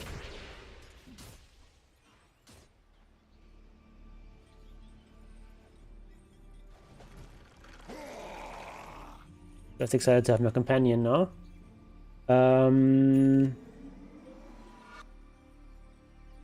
What do we get now? Wait for Skadi before we fall. Deuce doesn't want this, I'll just take the Ring of Aquila, I don't care. I don't care. What do we want now? Let's get Vlads. Seems reasonable. We're coming, let's fight.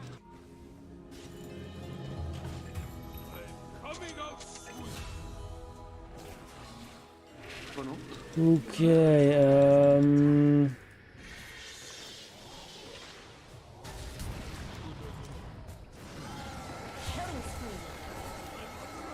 Ult, please. okay. Not ideal.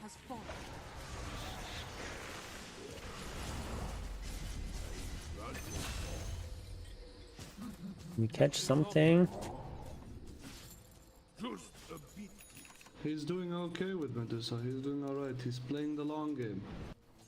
Very good.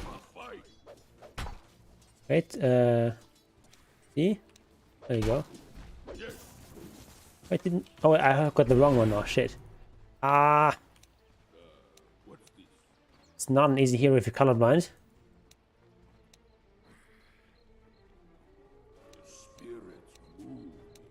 Why didn't they just make them nice primary colors? Wait, is it still Earth? Now we have fire, right? There we go. In a straight line.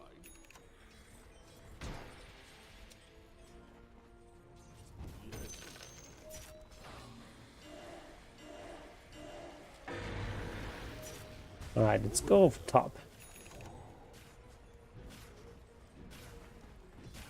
Is there colorblind setting for Dota 2? Yes, there is, but it's incredibly hideous. Like, it's the most hideous thing you've ever seen. Everything is like blue. The enemy's top tower has fallen. It's not really very clear either.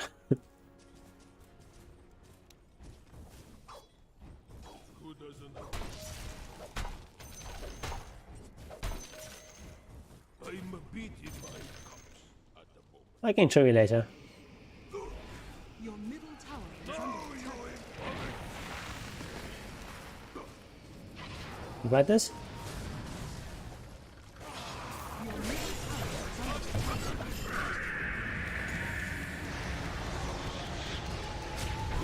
I just want to use my ult. My god.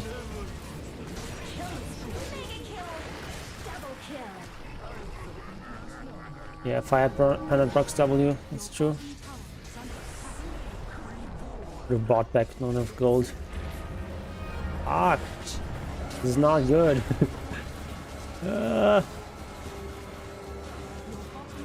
Alright, actually terrible.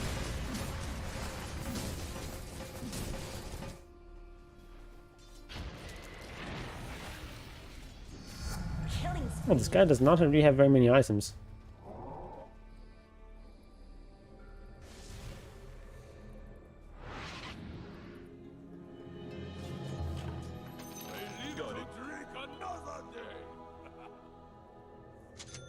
Oh, whatever. No, let's actually not do that. This is actually more important.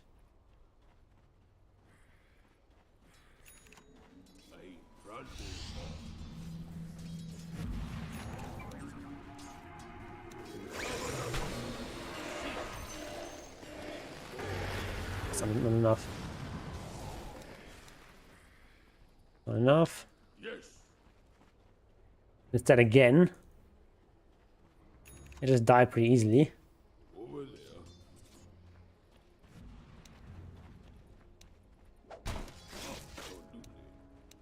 Right, this is fire.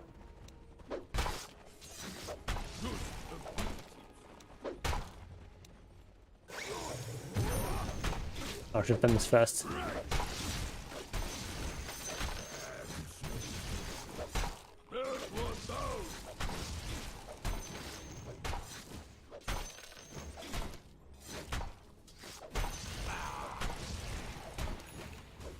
Maybe I'll do this and return instead. It's fine. We don't take that much damage anyway.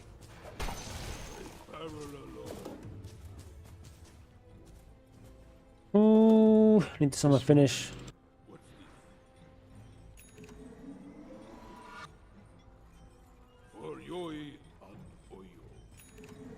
But I can do so. Lakim should out carry.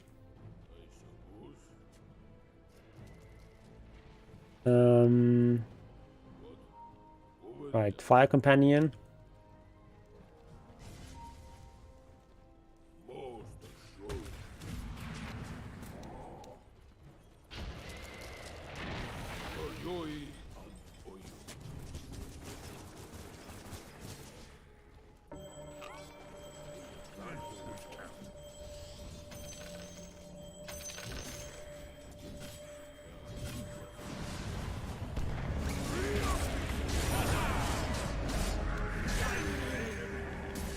Wow, the combo.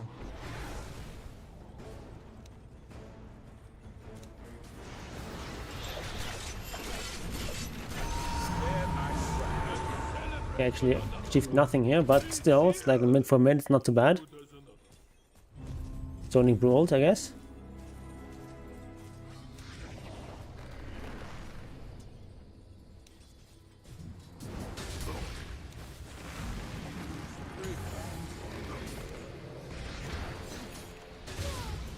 Right, alright, we did everything wrong here.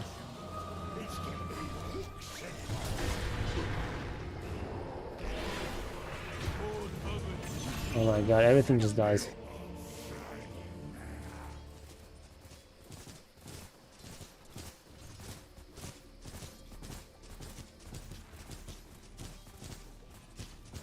Yeah, Wraith King is like #1 target for Cyclone, that's true.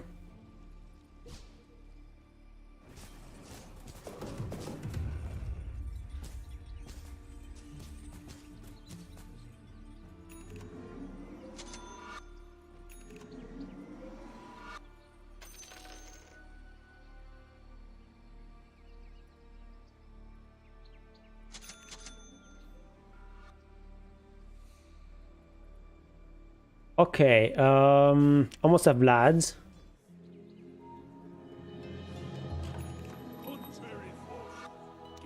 The 70 seconds is actually kind of an annoyance.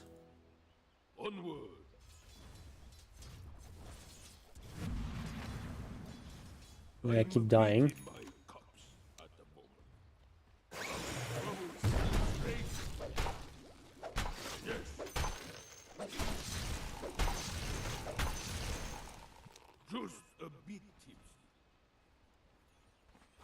Standing down here.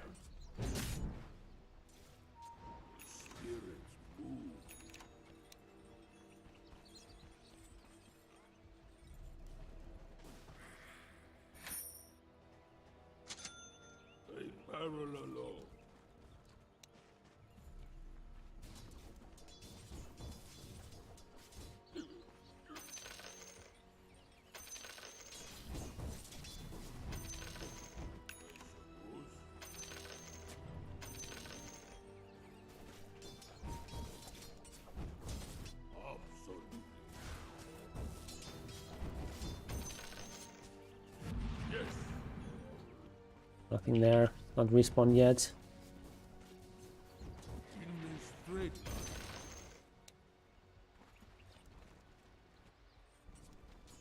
I need to.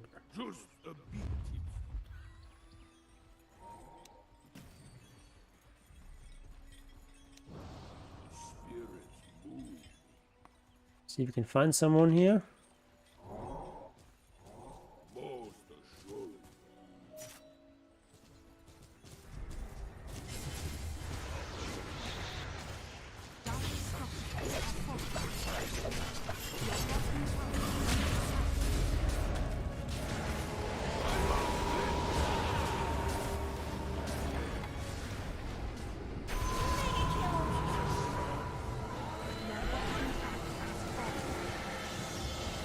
All right.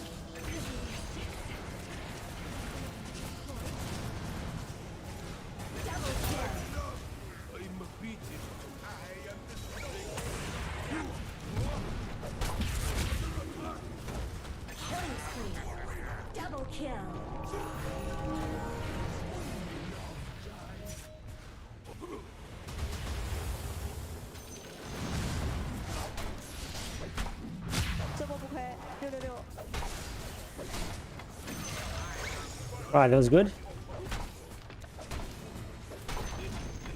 The enemy's middle tower has fallen.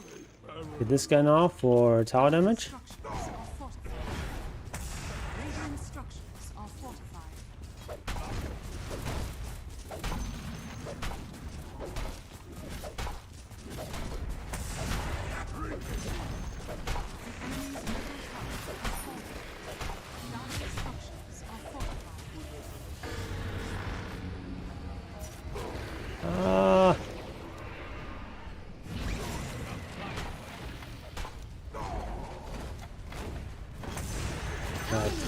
Got her.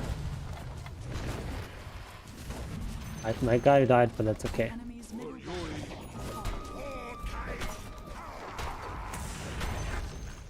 The enemy's middle barracks has fallen. Alright.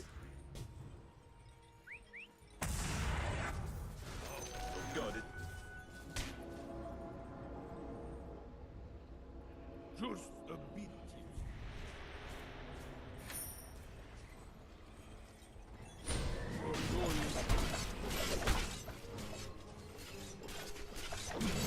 Alright, I guess. Start without any damage dealers. Needs them anyway. I can tank a bit here.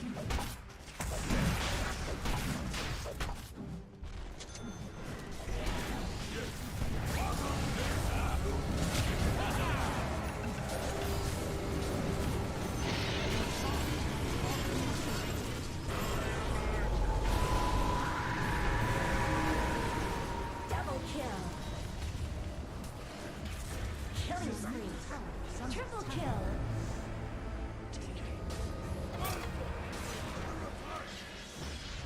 Oh no, that was bad, that was bad.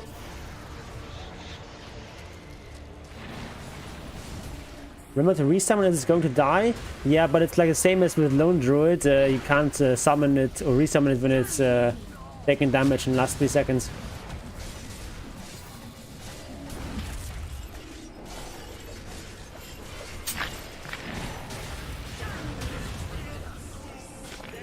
But it's not like Lycan Wolves, you can just summon them anytime.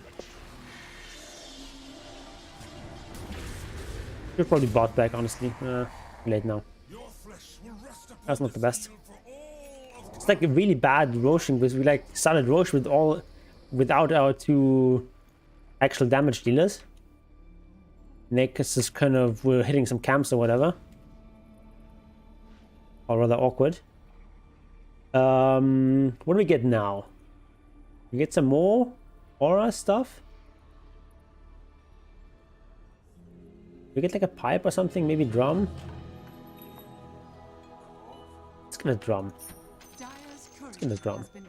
Drum of endurance. Yeah, we want our fire guy. Where I tried. He was gonna get a refresher, and I killed I killed him, the courier.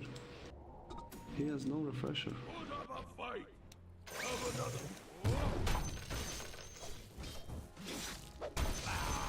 another. Alright, fire guy doing stuff. Lotus Orb is high value, that's true. Yeah, let's make it Lotus Orb. What is BKB?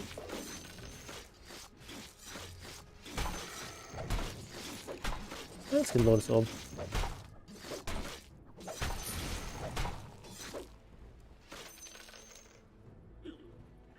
I get the Lotus Orb.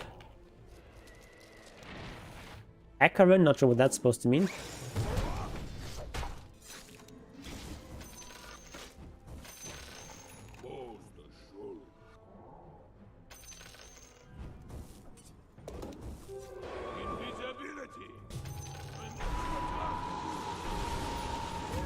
Oh my god. Octarine? I don't think Octarine is good.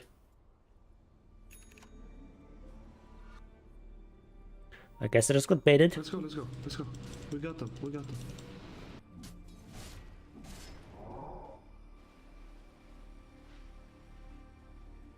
Don't go there.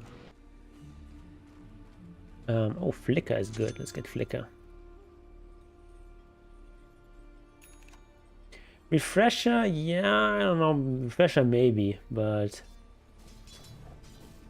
not nearly as high value as it used to be. That was Bane up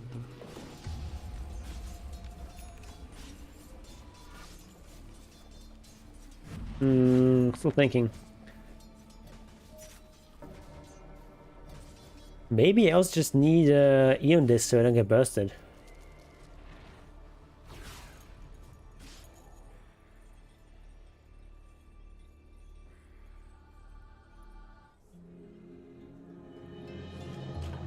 I'm not in fighting. Yeah, that would be excellent.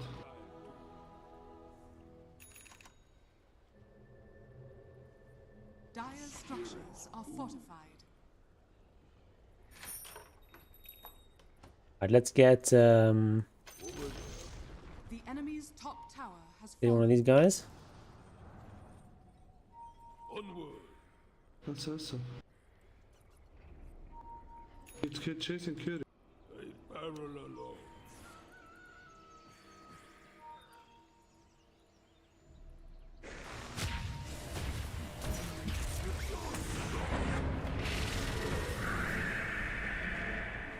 I'm getting ulted here. He died.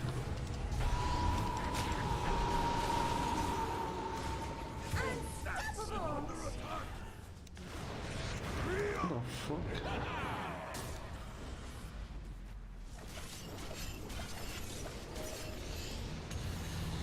Medusa, where are you running, mate?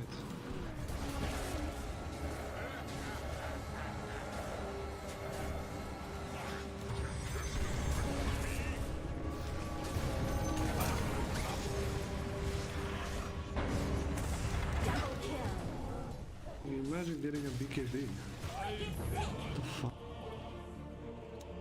Oh my god. Disaster. How am I useless when I took Bane ulti, Dark Willow ulti, Mars stuff, and we Alright, fucking saved everybody, me and let me just like Monster. mute this You guy. guys are useless actually. Your middle tower is under attack. Holy shit, man. Middle tower has fallen. Radiant structures Everyone's are constantly fortified. complaining. Your middle tower is under attack.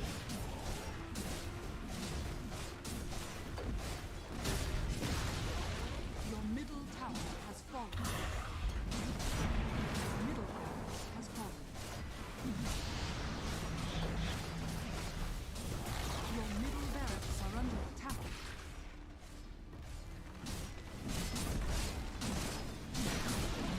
Your middle tower has fallen.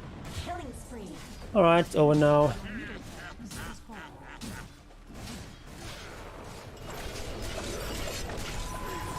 Alright, but it's still a fun hero. I still think it's not as good as the old Boo. Victory. Just being able to have the same ultimate over and over again is just so powerful.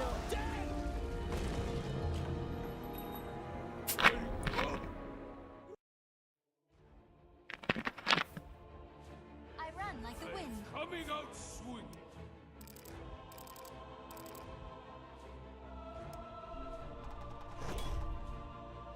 Okay. It was fun though. That's gonna do it for today. It's almost midnight. We streamed for like, what is it? It's forever. Streamed for almost 7 hours. So yeah, that's gonna be it. Some more Dota on Friday. Hopefully see you there. And have a good rest of your Wednesday. Short as it may be. Good night.